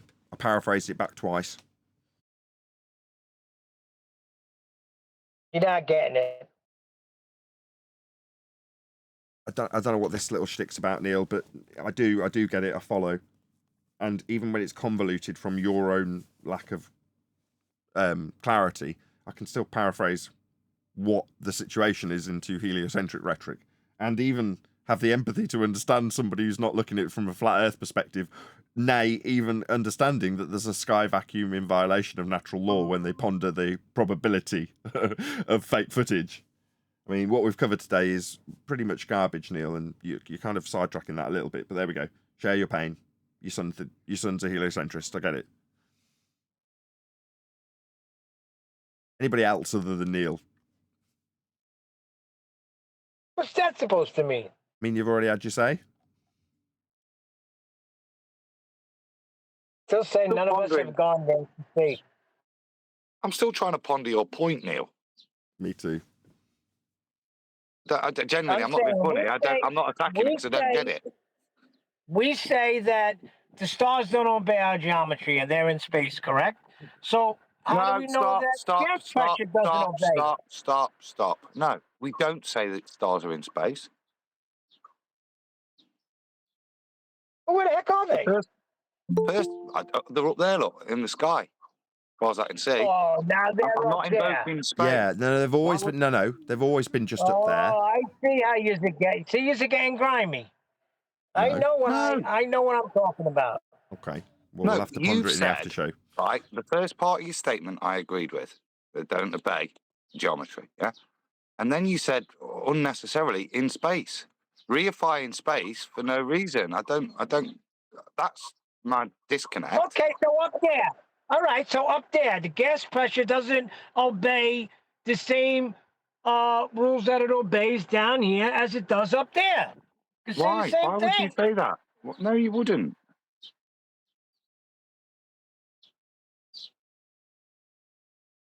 Are we done? Let's hope so. You just ain't getting it. Okay. Well, I am going to, on that note, ask anybody watching on either Nathan Oakley 1980 or Nathan Oakley premiering streams to stay tuned, as there will be an after show to follow. That applies to gas pressure. How do we know it's not different when you go higher? Then it wouldn't be a natural law, would it? Because that would then mean it's not a natural law. Yeah, that's what I was trying to get across to him. If you're saying it's something that always occurs, oh, but it doesn't always occur if I go out to an area that isn't real and look back at how it's occurring. It's like, well, then it's not dispersing. If you're looking back at it from a sky vacuum and it's not dispersing, it's violating a natural law. But here on Earth, where we describe how gas behaves, it always expands, Neil. That's why I said it was special pleading. Special pleading? Bloody hell, why didn't I get that in the live show? Damn. Yes, Paula will be very disappointed in me. Sorry, Adam, go ahead. But you're saying that with the stars. It is absolutely, it's special pleading. It's special pleading. In these circumstances, what circumstances? The ones that you can't show me?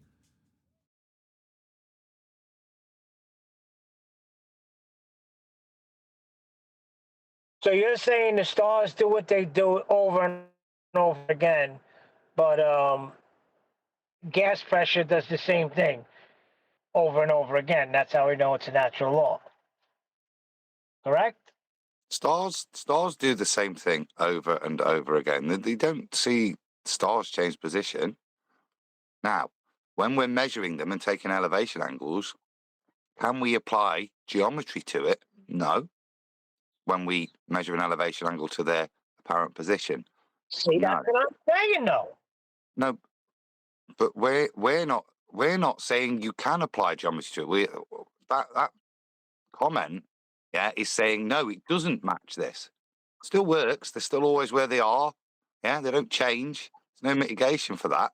But we're saying through observation, we can't say that that applies in terms of we can't take an elevation angle to an apparent position and turn that into geometry.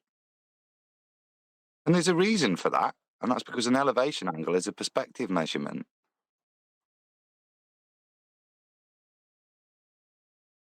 In of itself, it's not a geometric measurement. Does that make sense? Which is why you can't turn it into geometry.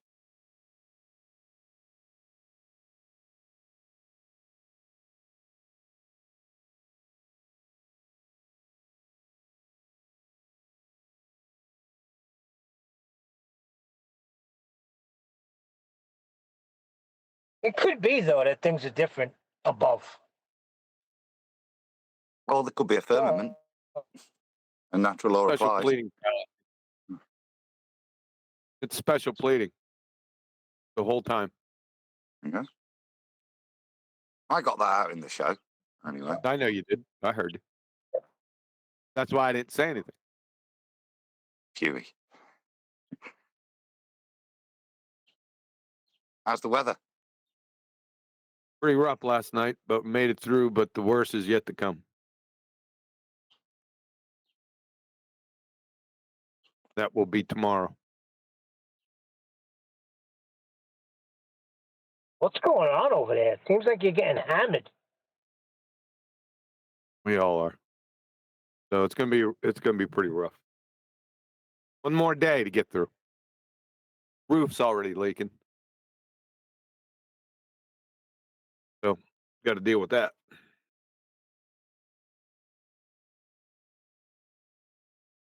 So, show today? Yes. Have a show. Yep. That's a trooper right there. What a guy. Yeah. Right. What a Go guy. ahead, play it.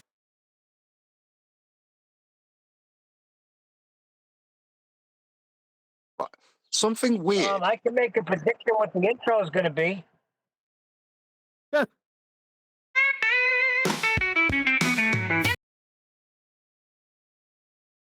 Go ahead. Make your prediction and then let Adam go on. Huey! If you're right. All right. Go ahead, Adam. It's a question for Nathan, really. When I was on my phone here, I just scrolled into when the show was live. I scrolled in, and it was saying, "Do you want to simul broadcast or something?" And I Same did thing it. I'm happened not to sure me. if I did. Yeah. Do you know? Does Yeah, it anybody know happened what to that me, is? Because Adam. it might be beneficial if I know what it is. If we do it, but I don't know what it is. I didn't know what the hell I did. I was so nervous. I said, what the Well, heck is going on? Where am I broadcasting? Yeah. Now it's not doing it now. The show's not live, and I'm not in because it was saying, "Do you want to simulcast with this Google Hangouts?" The same thing was happening to me. Let me just see if I've broadcast anything. No, there's nothing I've put out. No. I was like, what the hell did I hit? Yeah, I was thinking, and it's saying you're now broadcasting, and I didn't know what it was doing. That's funny. Anybody else that happened to?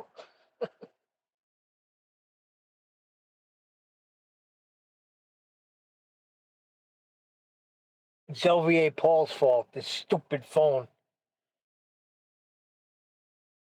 We didn't buy my phone.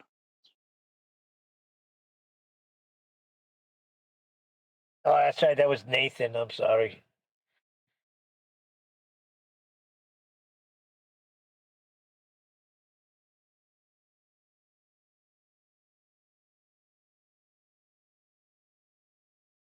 Nathan, you were making such a big deal of this phone, the battery here, how big it is. It's the same thing. My battery dies the same rate that my iPhone's battery was dying.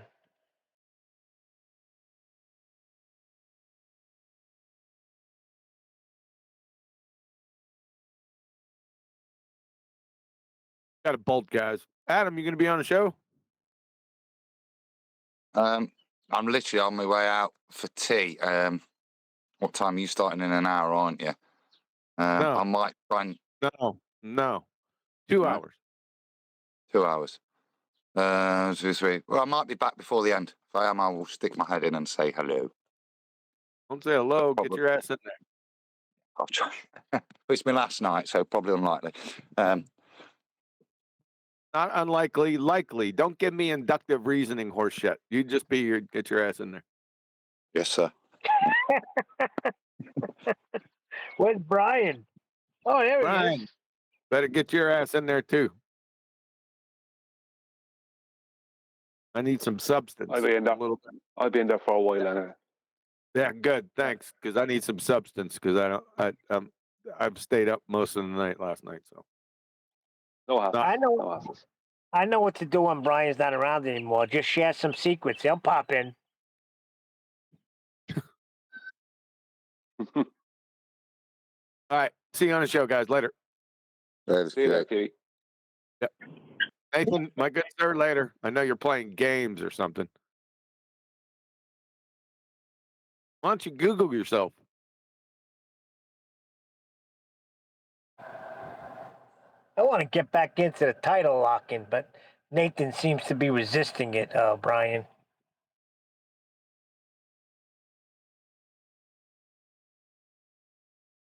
Right, I'm off for a bath, a shower. I'll see you in a minute. That's too much information. Go do what you got to do. I didn't tell you what I was going to wash.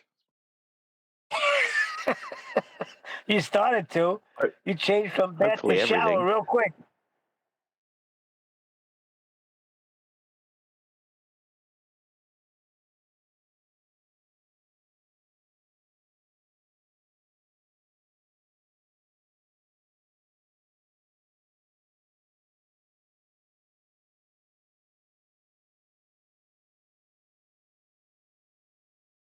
What's up, D? You on lunch? Yeah.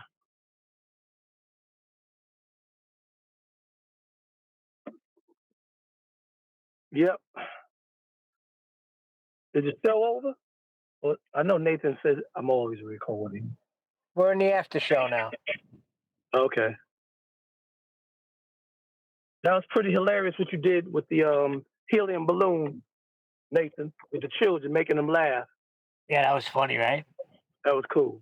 I used to do that all the time. We used to, back in the day, like late at night when everybody was feeling all right, me and two of my friends, we would turn the fire hydrant on and we'd wet our hair and style it like, the Wizard of Oz, like the Lollipop Kids. Thanks. And we'd suck in helium and we'd start doing that whole routine. Dun, dun, dun, dun, dun, dun, dun, dun, dun, dun. We represent the Lollipop Kids with the helium. Oh, we used to have people in stitches, boy.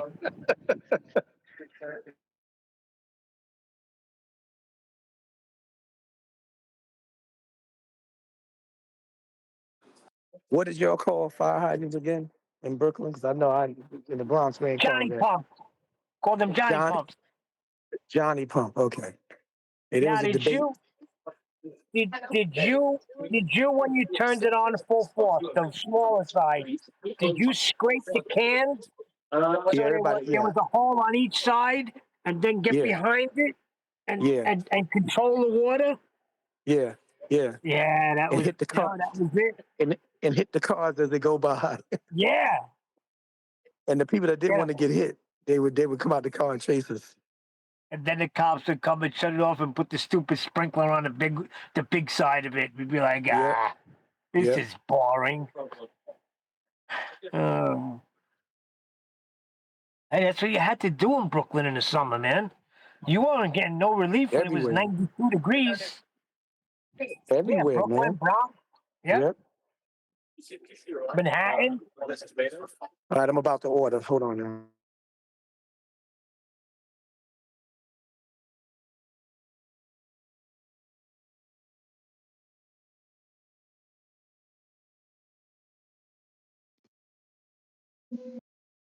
I had never opened a fire hydrant before, but I always wanted to.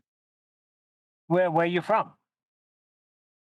Well, I grew up in Massachusetts, but I mean, I never I'm lived in a sure they. city. Like I lived adjacent to cities, but I never lived like in a city where people would actually do that.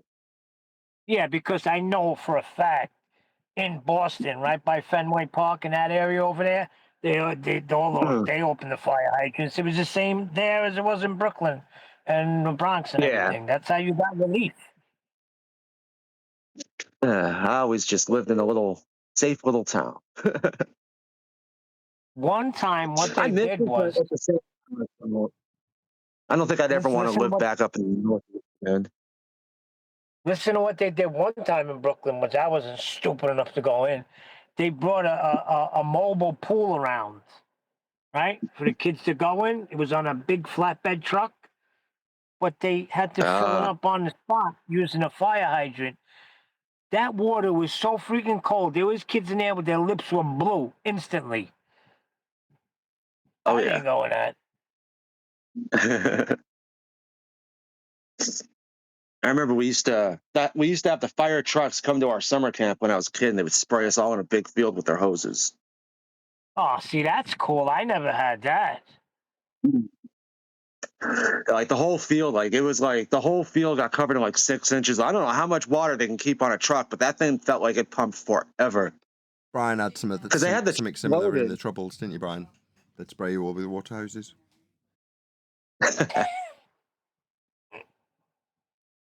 Oh, I wasn't in Belfast, Nathan.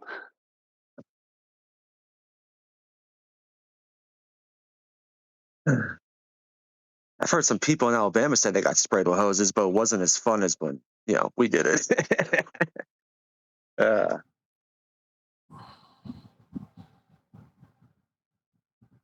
freaking Bev. I'm getting a little annoyed with him coming in the chat spouting nonsense.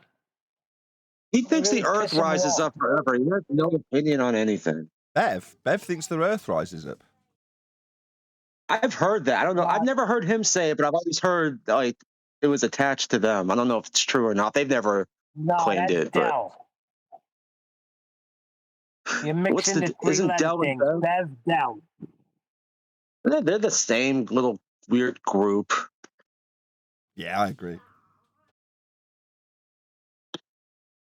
It's my duty to tell people that I've not measured Earth flat. He's just a fence sitter.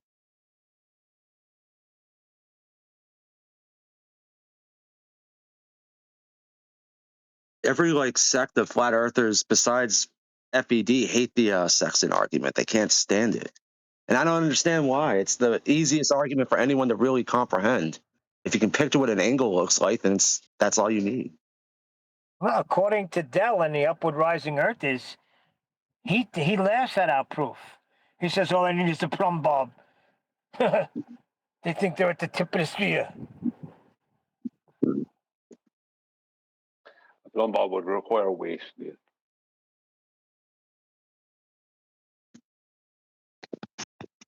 To get his what do you call it? To do celestial navigation. He claims that it's not the Earth like everybody else. We're not measuring the Earth. We're not celestial navigation. To him, it's not a good proof. Who requires that? Who said this? Dell. Yeah, he brought up a plumb bob. He brought up a plumb bob. Yeah, he did. Yeah, and how does a plumb bob work? Yeah, I see what you're saying because what he says. I got you. Yes. Perpendicular to a horizontal plane of reference in this case. Yeah, but Dell is claiming that weight doesn't exist, Nathan. Right. I got you, Brian. I didn't see what you were going there. Yeah, that's a bit of a problem. Man, why didn't I think of that? He's a typical. That said, although he knows his argument well enough to know when he's double speaking, but he will still double speak, right? He'll still infer relative density from time to time. I mean, I know you're quick to jump all over him because he can't use it, but he still does. He's a double speaker. Yeah, that's when someone's double speaking, yeah, in any way, shape, or form. That means they are either completely inept and shouldn't be listened to because of that, or they're just purely bullshitting you and shouldn't be listened to because of that. Do you know what I mean? Nah, people can listen to whatever they like. I don't care. You know, the guy earlier, I don't know who it was from Discord that said it like 2 minutes ago, was saying, well, this is a really easy argument. Why would you argue against it? It's like, well, yeah, exactly. Why would you? Maybe it's because it's a really easy argument to understand, and at that point, you're potentially taken out of the loop. If you want to like gather a little cult together. If that's Isn't it part of fair? it. Isn't it fair to just call a double talker a liar? Yeah, if you know. Some people do it unintentionally through cognitive dissonance. Not lying, in other words. They're trapped in their own cognitive dissonance because of the contradiction. But that doesn't mean they're lying. Some people you would describe it like Dell. He understands his own rhetoric well enough to understand his relinquishment of weight or relative density, but he'll still invoke it where needs be. But you can tell he's uncomfortable when he does. I say from personal experience, and Brian, I'm sure you're the same with Dell. Well, I only had one interaction with him, Nathan. That was on your show. I think only ever in my whole life one, and he contradicted himself. A weighing scales can't exist in his paradigm. Right. There's no Why reason is for the that? plumb bob to go down. You know what I mean? Why doesn't weight exist in his paradigm? Explain that. Because he's claiming a constant upward velocity, right? So that means weight is only, and this is what he agreed, that weight is only apparent. We only think that things are falling down. Well, nothing is actually falling down. Everything is just being let's say I let go of my phone. It's in free space, and the Earth is coming up to meet it, right? It's not going down because it has no reason to, right? Because weight doesn't exist, right? But on weighing scales, it doesn't matter if you're on a stationary Earth or an Earth moving up the way, right, at a constant velocity. A weighing scale still requires a downward force. So you would have to have weight to cause a weighing scales to go from zero to anything else. But that doesn't exist within these paradigms. So a weighing scales debunks them out of the park. Right. Well, furthermore, that was just for Neil's benefit. That's why we laughed at where'd you get a plumb bob. So while I'm starting to employ Euclid and principles of perpendicular, is no. It's dangling. It's a dangling weight, right? Well, yeah. Now he could say that he's been brought up by the Earth, and that's why the string is straightened. But that doesn't really mean anything, if you know what I mean. That doesn't change that weighing scales exist. He could try and get around it that way, but he's still invoking weight when he invokes a plumb bob. Weighing scales exist. That's the end of all of his claims. It's that simple. If the Earth is moving up, then nothing is going down. That's what they're claiming. If they start claiming both things are happening, then we only experience one of those. That disqualifies the other. Do you know what I mean? Yes. Yeah. So he can't claim weight. Like he already admitted that weight doesn't exist in his paradigm. There's only apparent. So that means there's no reason for my phone to go down. There's only within his paradigm that it's apparently going down because I am going up and the Earth I'm standing on is going up and the phone is more or less in free space, as Albert Einstein stated. But that means that when I stand on a weighing scales, there's no reason for me to put any force downward on the scales. Because the scales and the Earth are going up. I don't have weight to have a downward force. That requires a downward force. The weighing scales does. So the Earth doesn't matter if the Earth underneath is stationary or moving up. It still requires a downward force. That's how scales work. It requires that. for that to change. Yeah, weighted scales exist. So Dell's paradigm is finished. Not that it ever was real anyway, but if anyone just wants a simple way to debunk it, that's it. But if you pushed weighing scales up onto an object, wouldn't it still register something? Only if the object had inertia. And to have inertia, you have to have weight. You understand what I mean? It's like, I don't have weight in his paradigm. So when I stand on those scales, there's no reason for those scales to move from zero. There's no reason for it to show me whatever amount of pounds or whatever, kilograms. There's no reason for it to show anything like that. Because there is no downward force on that scales. I don't have downward force. I don't have weight. The only reason that things appear to go down, are going down is because it's only apparent. It's only because the Earth is moving up. That means weight doesn't exist. He even admitted that when he was on Nathan's show. So there's no way for us weighing scales to work with in these paradigms. Weighing scales, things we use all the time, every day.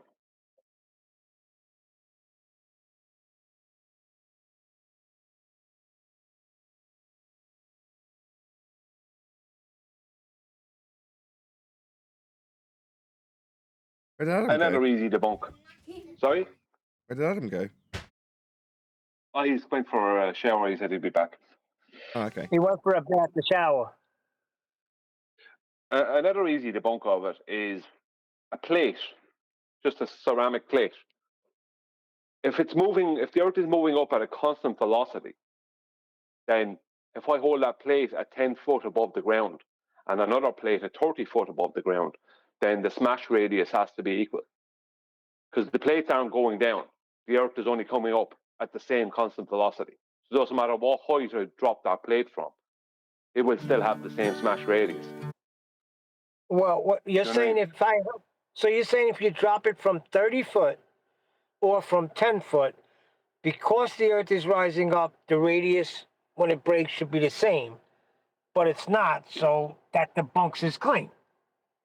Yeah, the reason it's not is because the plate is gaining is falling at an accelerated rate, and the higher it is, like within reason, the more acceleration it gains.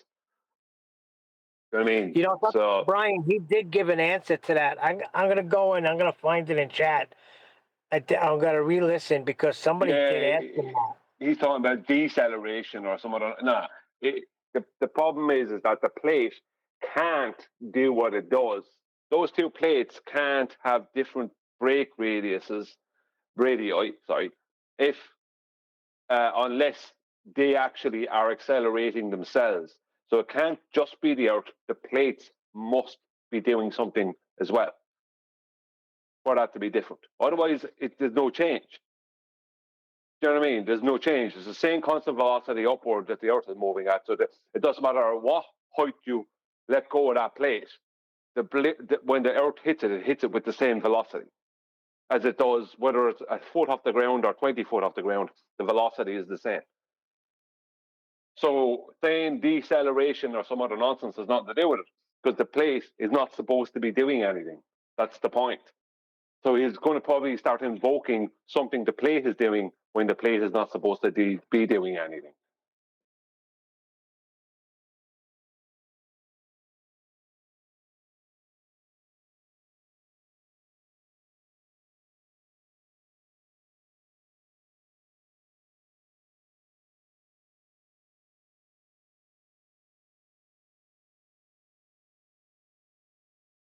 Yeah, nobody's listening to you, are they, Brian? I was paying attention and waiting for whoever was responding to you to respond, but no one has.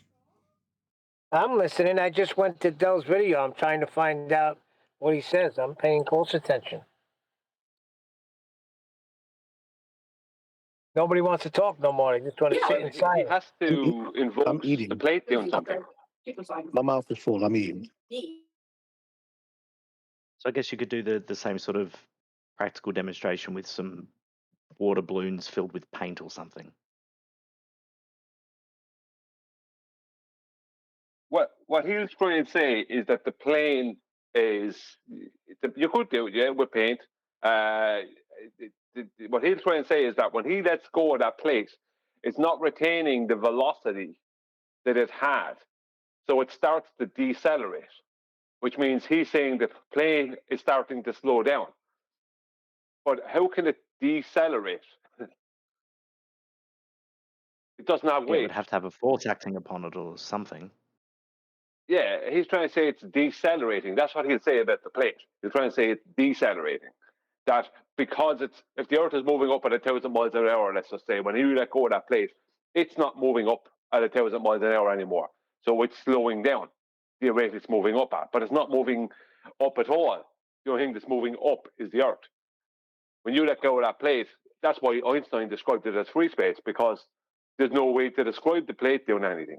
So that has to invoke a deceleration where the plate is not moving at 1,000 miles an hour anymore. It's now slowing down to 800, 700, 600, rapidly, right?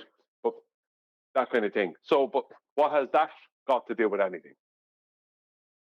Because the plate, like the point is that it doesn't matter what height you drop the plate from, the impact, the velocity, or the impact of what's hitting it is moving at the exact same rate.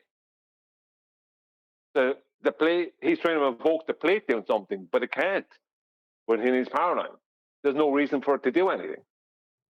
Saying it's slowing down doesn't mean anything. Time out. Hold on, this is what he said, Brian. Time out. Is he saying that this shit is happening in the kitchen when you drop a plate? If you stand on your countertops and you drop your plate, he's trying to say the same thing is happening inside. Yeah, everything's always rising. What he said now was gas pressure moves in whatever direction it's forced to move in. And in his demonstration, the air bubbles are rising up until he drops it. Then they freeze right where they are, nullifying that, or proving that Earth is rising up. I just turned it on now. I just heard exactly what he said. Oh, that's that. But now he's talking about air bubbles, right? But they don't freeze right where they are.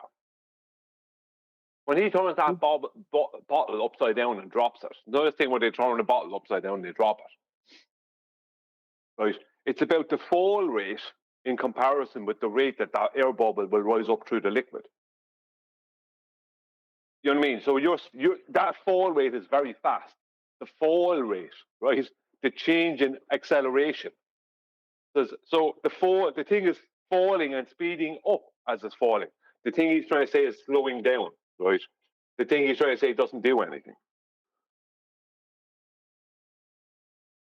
So when you drop a bottle, turn it upside down and drop it, right? And there's air bubbles at the bottom. Because you turn it upside down, there's suddenly the air bubbles at the bottom.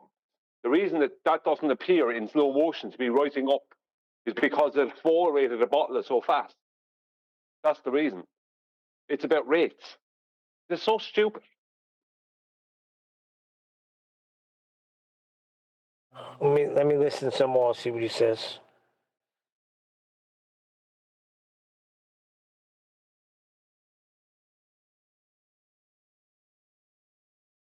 As it accelerates down, the air moves to the ground and liquid to the top.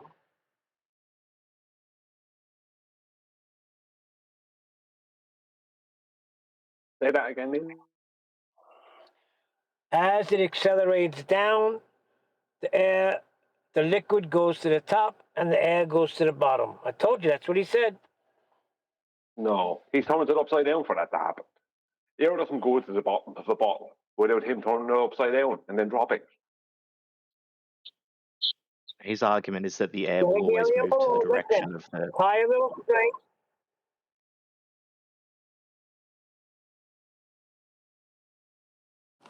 He meant bottom of the bottle, not just bottom, not just vaguely bottom of the bottle. What he has is a bottle, right, with water in it, and at the top there is some air at the top of the bottle. He's going to turn that upside down fast and drop the bottle, right? My point being is that the rate that bottle is falling at is faster than the rate that air bubble is going to rise through the water. So it appears like the air bubble is not doing anything, but that's only because of the rate that the bottle is falling at, the accelerated rate, because it has weight, because the air doesn't have enough buoyancy to hold it up. It all comes back to the weighing scales.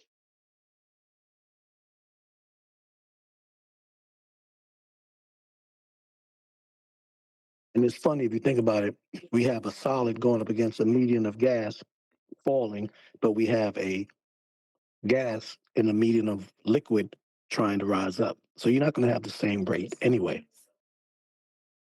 Yeah, the liquid is like the air bubbles will rise through the liquid, but it But not won't as rise fast. up.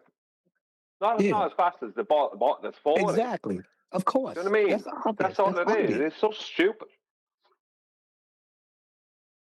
So when you look at that thing in slow motion, when you look back at it in slow motion, it appears like the air bubbles are doing nothing. But it's not that. The air bubbles are actually trying to, that air is trying to go through that water to the top. And it will do, but it just won't do it. You look at an air bubble at the speed it moves up through, you know those things of water that you have, those big 5 liters or 10 liter things of water they have in some buildings, and you can see the air bubbles moving up through them. I mean, those air bubbles moving up to it don't move up as fast as that bottle could fall. Yeah, but in His his problem demonstrations, is he keep saying he that. shows the air bubble stopping. In his demonstrations, when he's dropping it, he'll do the 2 demonstrations side by side of an air bubble going up through the water, and then at the same rate he'll drop the water bottle, and the air bubble will appear to be stationary throughout the entire duration of the fall. Yeah, because he's going to show you the fall in slow motion. Right? The fall rate of the bottle is faster than the rate the bubble will rise through the water. That's the point. Right. Duh.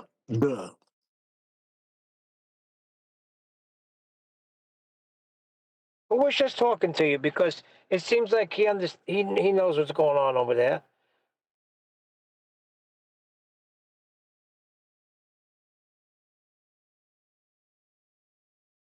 You would have to drop that bottle from probably a 10-story building, right, and watch it as it goes down all the way in slow motion to see that air bubble rise through the water. Because the fall rate from a 10-story building for that bottle of water would probably be equal to the rate that bubble will rise through the bottle. Now, you're not going to be able to do that. Someone could hold it up maybe 6-8 feet and drop it, or whatever it is, from the top window down to about the floor underneath. I mean, there's only how you'd have to be able to video it and then zoom in on it and slow motion the thing all the way down. Or have a camera attached to it, right? Filming what's going on in there. But what are we talking about here? What are we observing in nature to do this? We're not observing anything in nature. In the end of the day, the fact that weight exists debunks them. So even if Dell has a point, let's just say he has a point, because I'm not going to say he might have no point, because he might have a point with something he's saying, right? What he's trying to say is the cause of it is the problem, because that's debunked by weighing scales. Debunks literally a weighing scale, the one you stand on to weigh yourself or to weigh something. That debunks him, because that can't happen in his paradigm. So even if he is onto something, his presumed cause is wrong.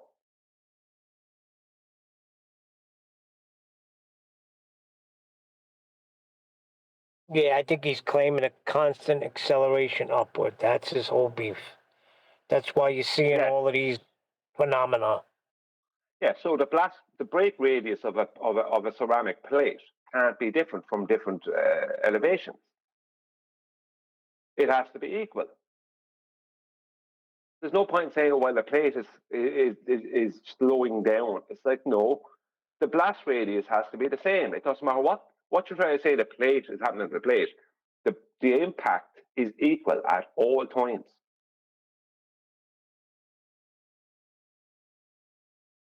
Yeah, it would have to be. The impact, no matter what you're trying to say the plate is doing, whereas it's slowing down from when you let it go. And if you let it go from a higher altitude, it's at the richness. It's like, let's just say you let it go from 6 foot and it slows down to 800 miles per hour, as opposed to the constant 1,000 miles per hour that the Earth is moving up at, let's just say. I don't know what speed he's saying it's moving up at, but whatever. And you let a plate go from 12 foot, that's double the height, right?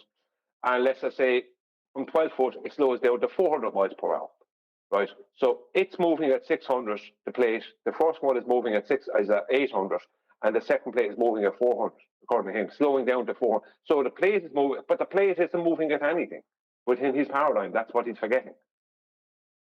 So each plate, doesn't matter what you do, because each plate are getting hit by the same force. What's breaking the plate? The force. That's what's breaking the plate. So he's saying when I let go of the plate, that's starting to change. It's not moving at a constant 1,000 miles per hour anymore. It's conserving momentum, and it's slowing down. Right. This is what he's saying. Right. So, for what, it doesn't matter what the plate is doing. The impact is equal. It doesn't matter, like a plate at stationary, right, or a plate moving at 800 miles per hour, or something at 1,000 miles per hour. What's the difference? If it's a constant 1,000 miles per hour, it's still going to be the same impact.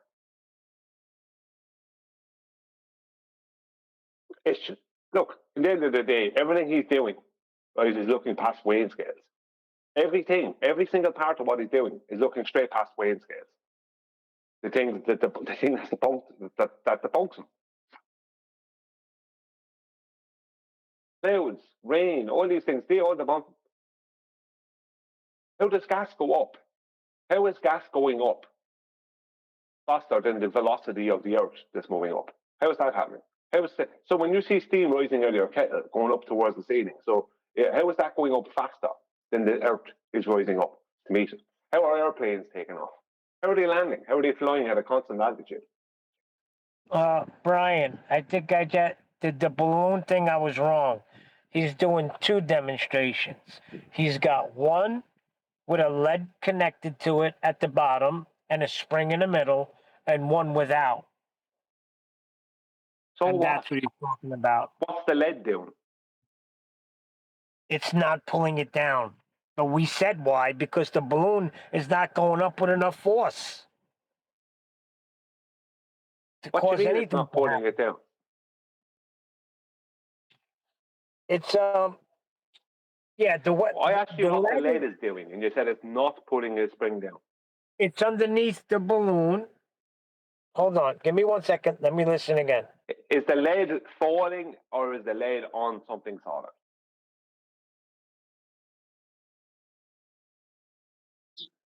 A simple spring.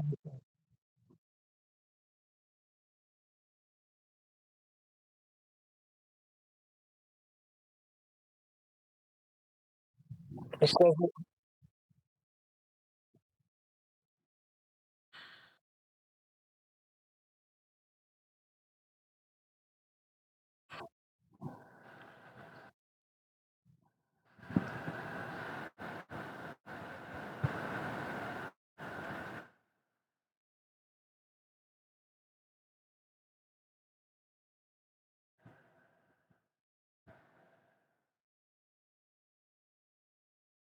I gotta listen again. I gotta listen from the beginning. I'll come back with it because I can't understand his accent.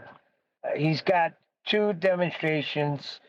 He pulls the platform away, and the one with the lead attached to it stays elongated the whole way up, and the one without the lead attached to it doesn't. So what is he proving though? I don't get it.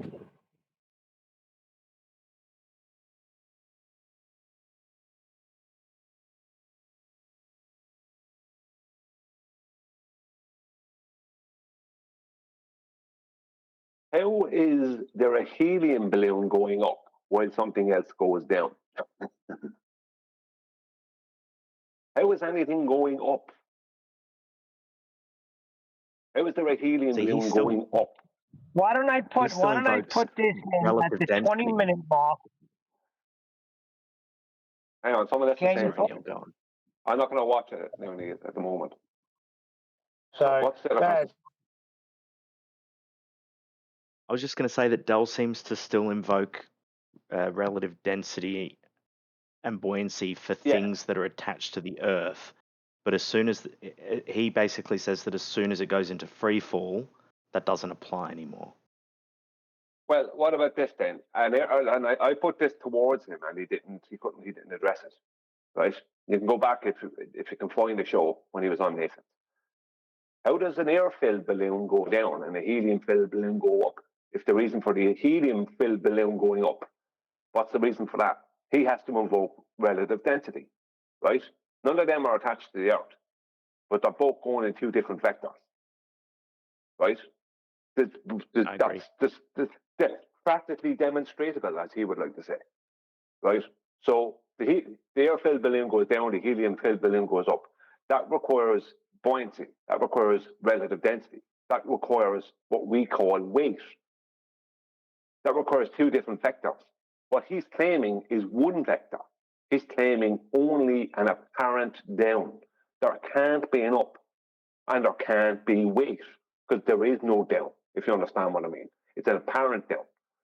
So that's why a weighing scales or a helium-filled balloon and an air-filled balloon debunk them, because that requires for you to have weight on that, for you to put pressure down on the top of that scales, you have to have weight. You have to have what we call weight. You have to have inertia.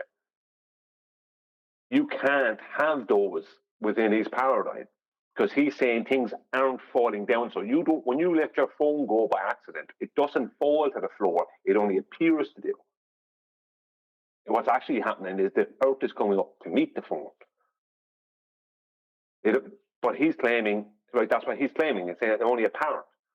But if that's the case, then I don't have weight when I stand on a weighing scales. Nothing can have weight, but yet things do. Sure, but that means. But hypothetically, if I was floating in free space and the ground was coming up beneath my feet, as I suppose it would be in Dell's paradigm, and there were scales on the floor being pushed up to my feet, you'd register a reading on the scales, wouldn't you? Based on what he's saying. Why would it? You don't have any weight. Yeah, but it's still pressure. Pressure on the scales is going to register something. But you don't. What pressure? Pressure is weight. You don't have that. The pressure you need to cause the scales. See, it doesn't matter if the scales. It doesn't matter if the scales is on. If the scales is on a stationary floor or a floor that's moving up. That doesn't matter, right? Because that does not. How a scales works, right? Is you putting pressure down on it. Now, there's no way for you to put pressure down on it if you don't have weight. You don't have inertia. What you're doing is you're taking reality and you're trying to mix it in with his paradigm, and this is what he'll do. But you don't have the thing you need to have within his paradigm to cause that to happen. Because it's the same thing I said there with the weighing scale. If your phone is not falling in that paradigm, it only appears to fall. So that means it doesn't have weight, and he admitted weight is only apparent. It's not actually real. Right? This is what he said. He admitted to that. And he can't not admit to it because that's what he's claiming.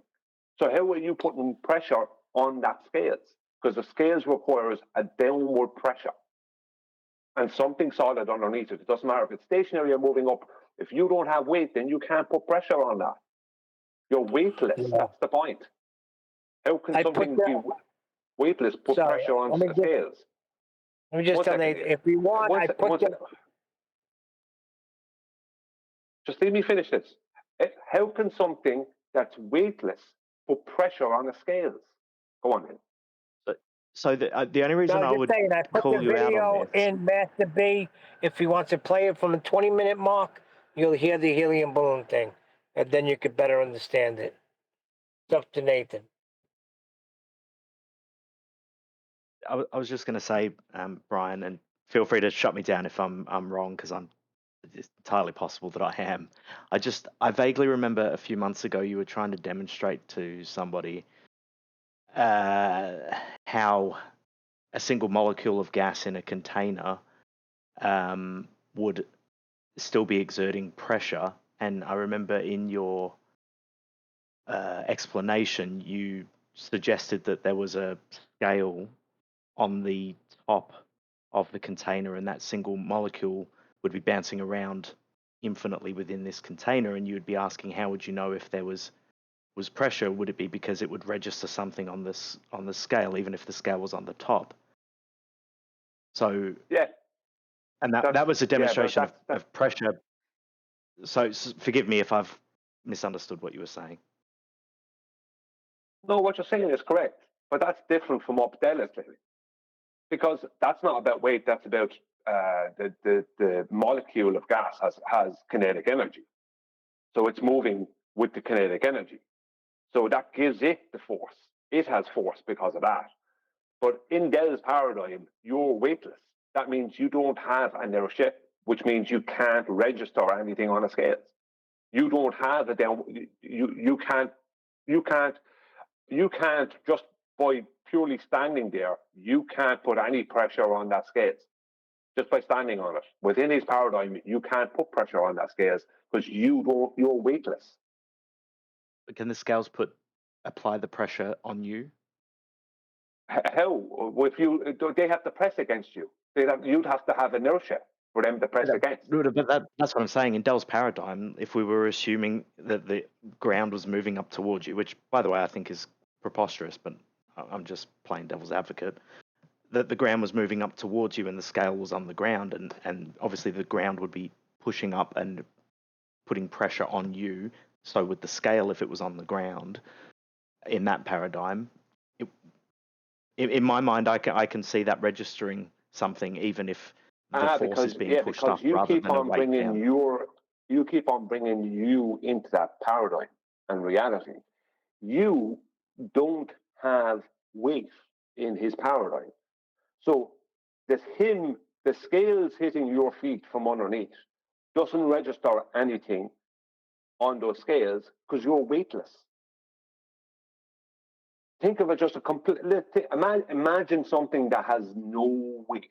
Something that, let's just say something that can't. The basic easiest way to deal with it, even though this does still have some weight, right? But I'll just use it as an example. If you blow up a balloon, right, with air, and you put that on your Norman weighing scales, what will it register? Nothing, because it doesn't have enough downward force to register anything on the everyday household weighing scales. Let's just say, right? Now that balloon. And that's kind of how we would be in his paradigm.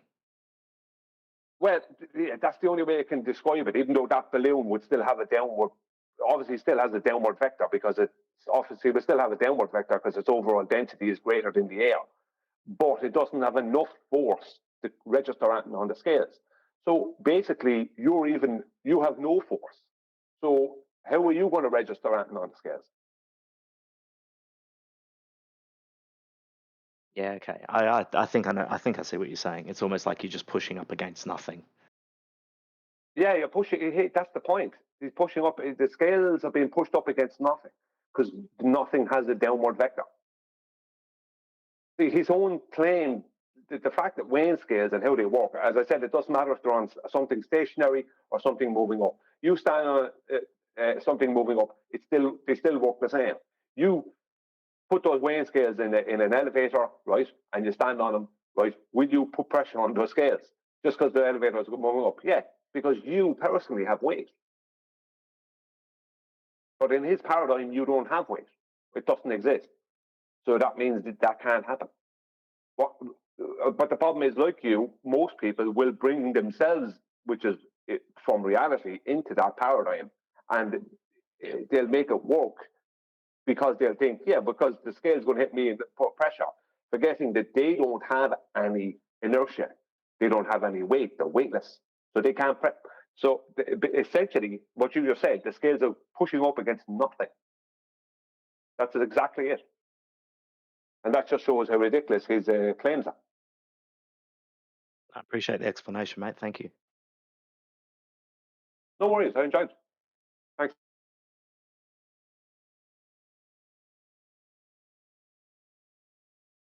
Yeah, Brian's good like that.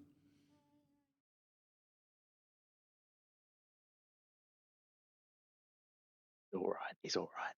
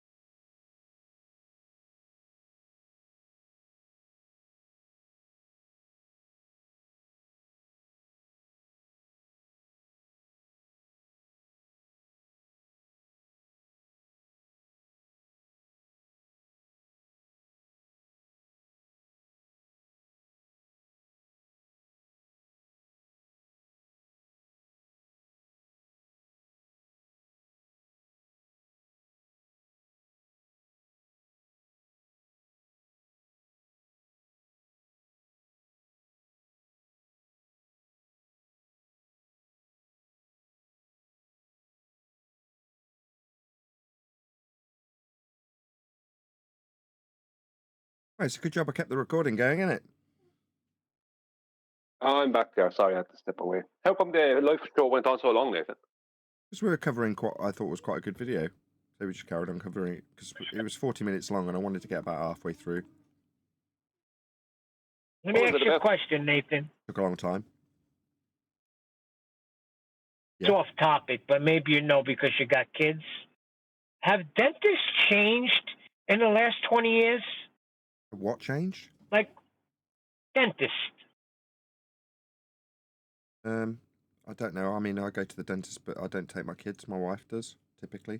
I've never taken them. Okay, because my son's got to get a tooth pulled, and they're saying that he's got to get put under sedation to get his tooth taken out. I never heard this in my life. Don't they usually numb it and pull the tooth? I don't know. I have never had a tooth pulled out. Your kids are too young. That's why. So he's 17 years old, and they're saying that he's got to go under sedation to freaking pull a tooth. I think it's a big scam. It's insurance. They're going to get paid for the anesthesia. They're going to get paid for everything. I don't know. Well, nitrous oxide works very well as a painkiller, but it's cheap.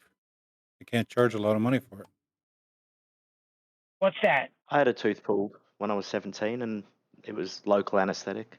They didn't put me under. What's local anesthetic? What is that? They're numbing it? Yeah, they pretty locally. much inject. Yeah. Lidocaine. Yeah, well, he's claiming that he's still feeling it. So my wife is having a heart attack because she's worried about him going. I said, listen, do whatever you have to do. Get that freaking tooth out. I don't want to hear it. Women Some always afraid people are, something bad's going to happen. Some people need extra doses of the lidocaine in order to get numbed. I'm that way. I need at least a double dose. They hit him with 3, and he's still feeling it. Yeah, feeling it or feeling pain, that's two different things. I don't know. Just in my opinion, he's a professional. If he says it'd be easier if I put him under, put him under. Or just use nitrous. That's usually very effective and doesn't actually require being put under. I guarantee you, I'll lay dollars to donuts right now that my wife's going to appear with my son and nothing is going to happen.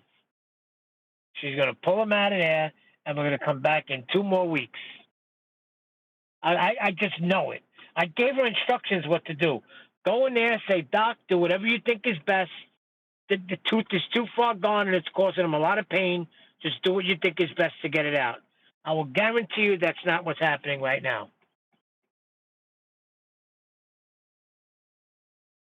You could have solved all The this with a problem piece is of the string and a internet. I'm doorknob. going to tell you what the problem is.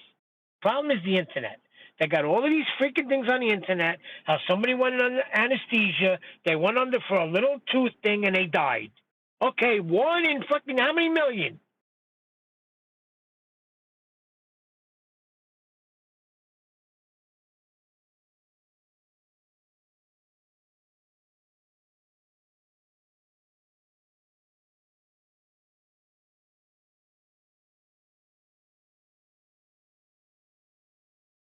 Nathan, did you see where I put Dell's thing? I put it in Master B. If you want to go over one thing at the 20-minute mark, he's talking about that balloon demonstration so Brian could better understand what he's saying, because I'm not explaining it right.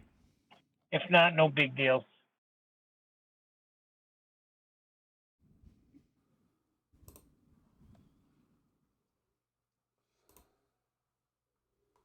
Acceleration, yet all accelerometers, all practicality detects no physical downwards acceleration, and what we get is a rhetoric, a word salad of there's a force acting on all matter and accelerating it downwards uniformly.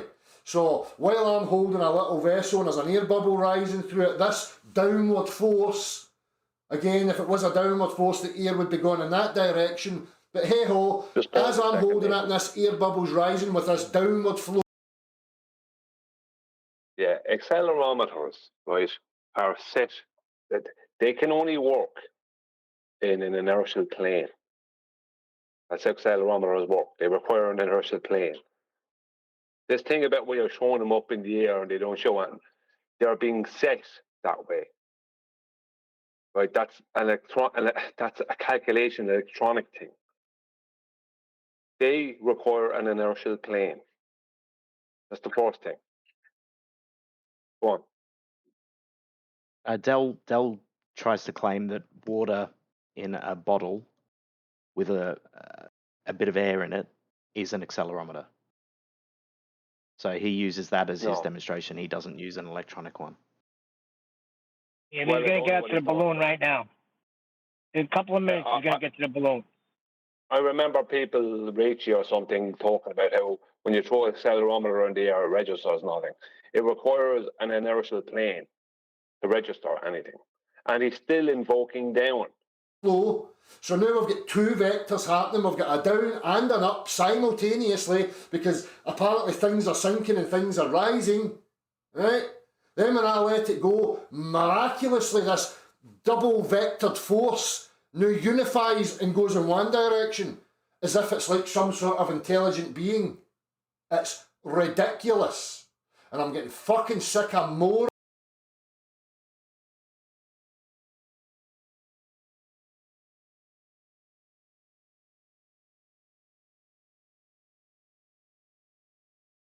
Yeah, I didn't know he swore there.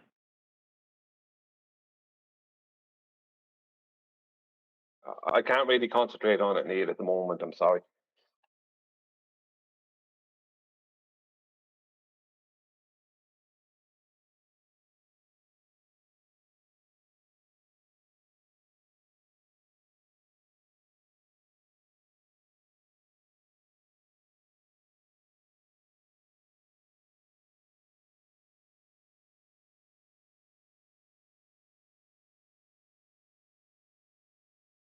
Yeah, I think it's at the 22-minute mark, but I figured 20 will cover everything.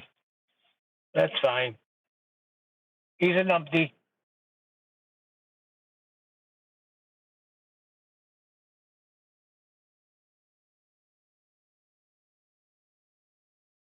I couldn't follow it. I was distracted talking to someone else there. I can't follow it. That wasn't a part I wanted.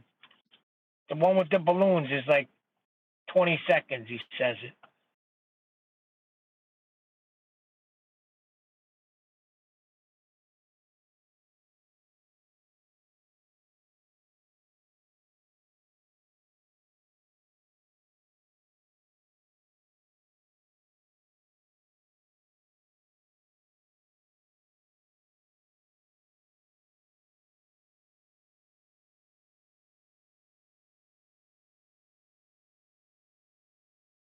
What happened to Refracted today? He wasn't around, right?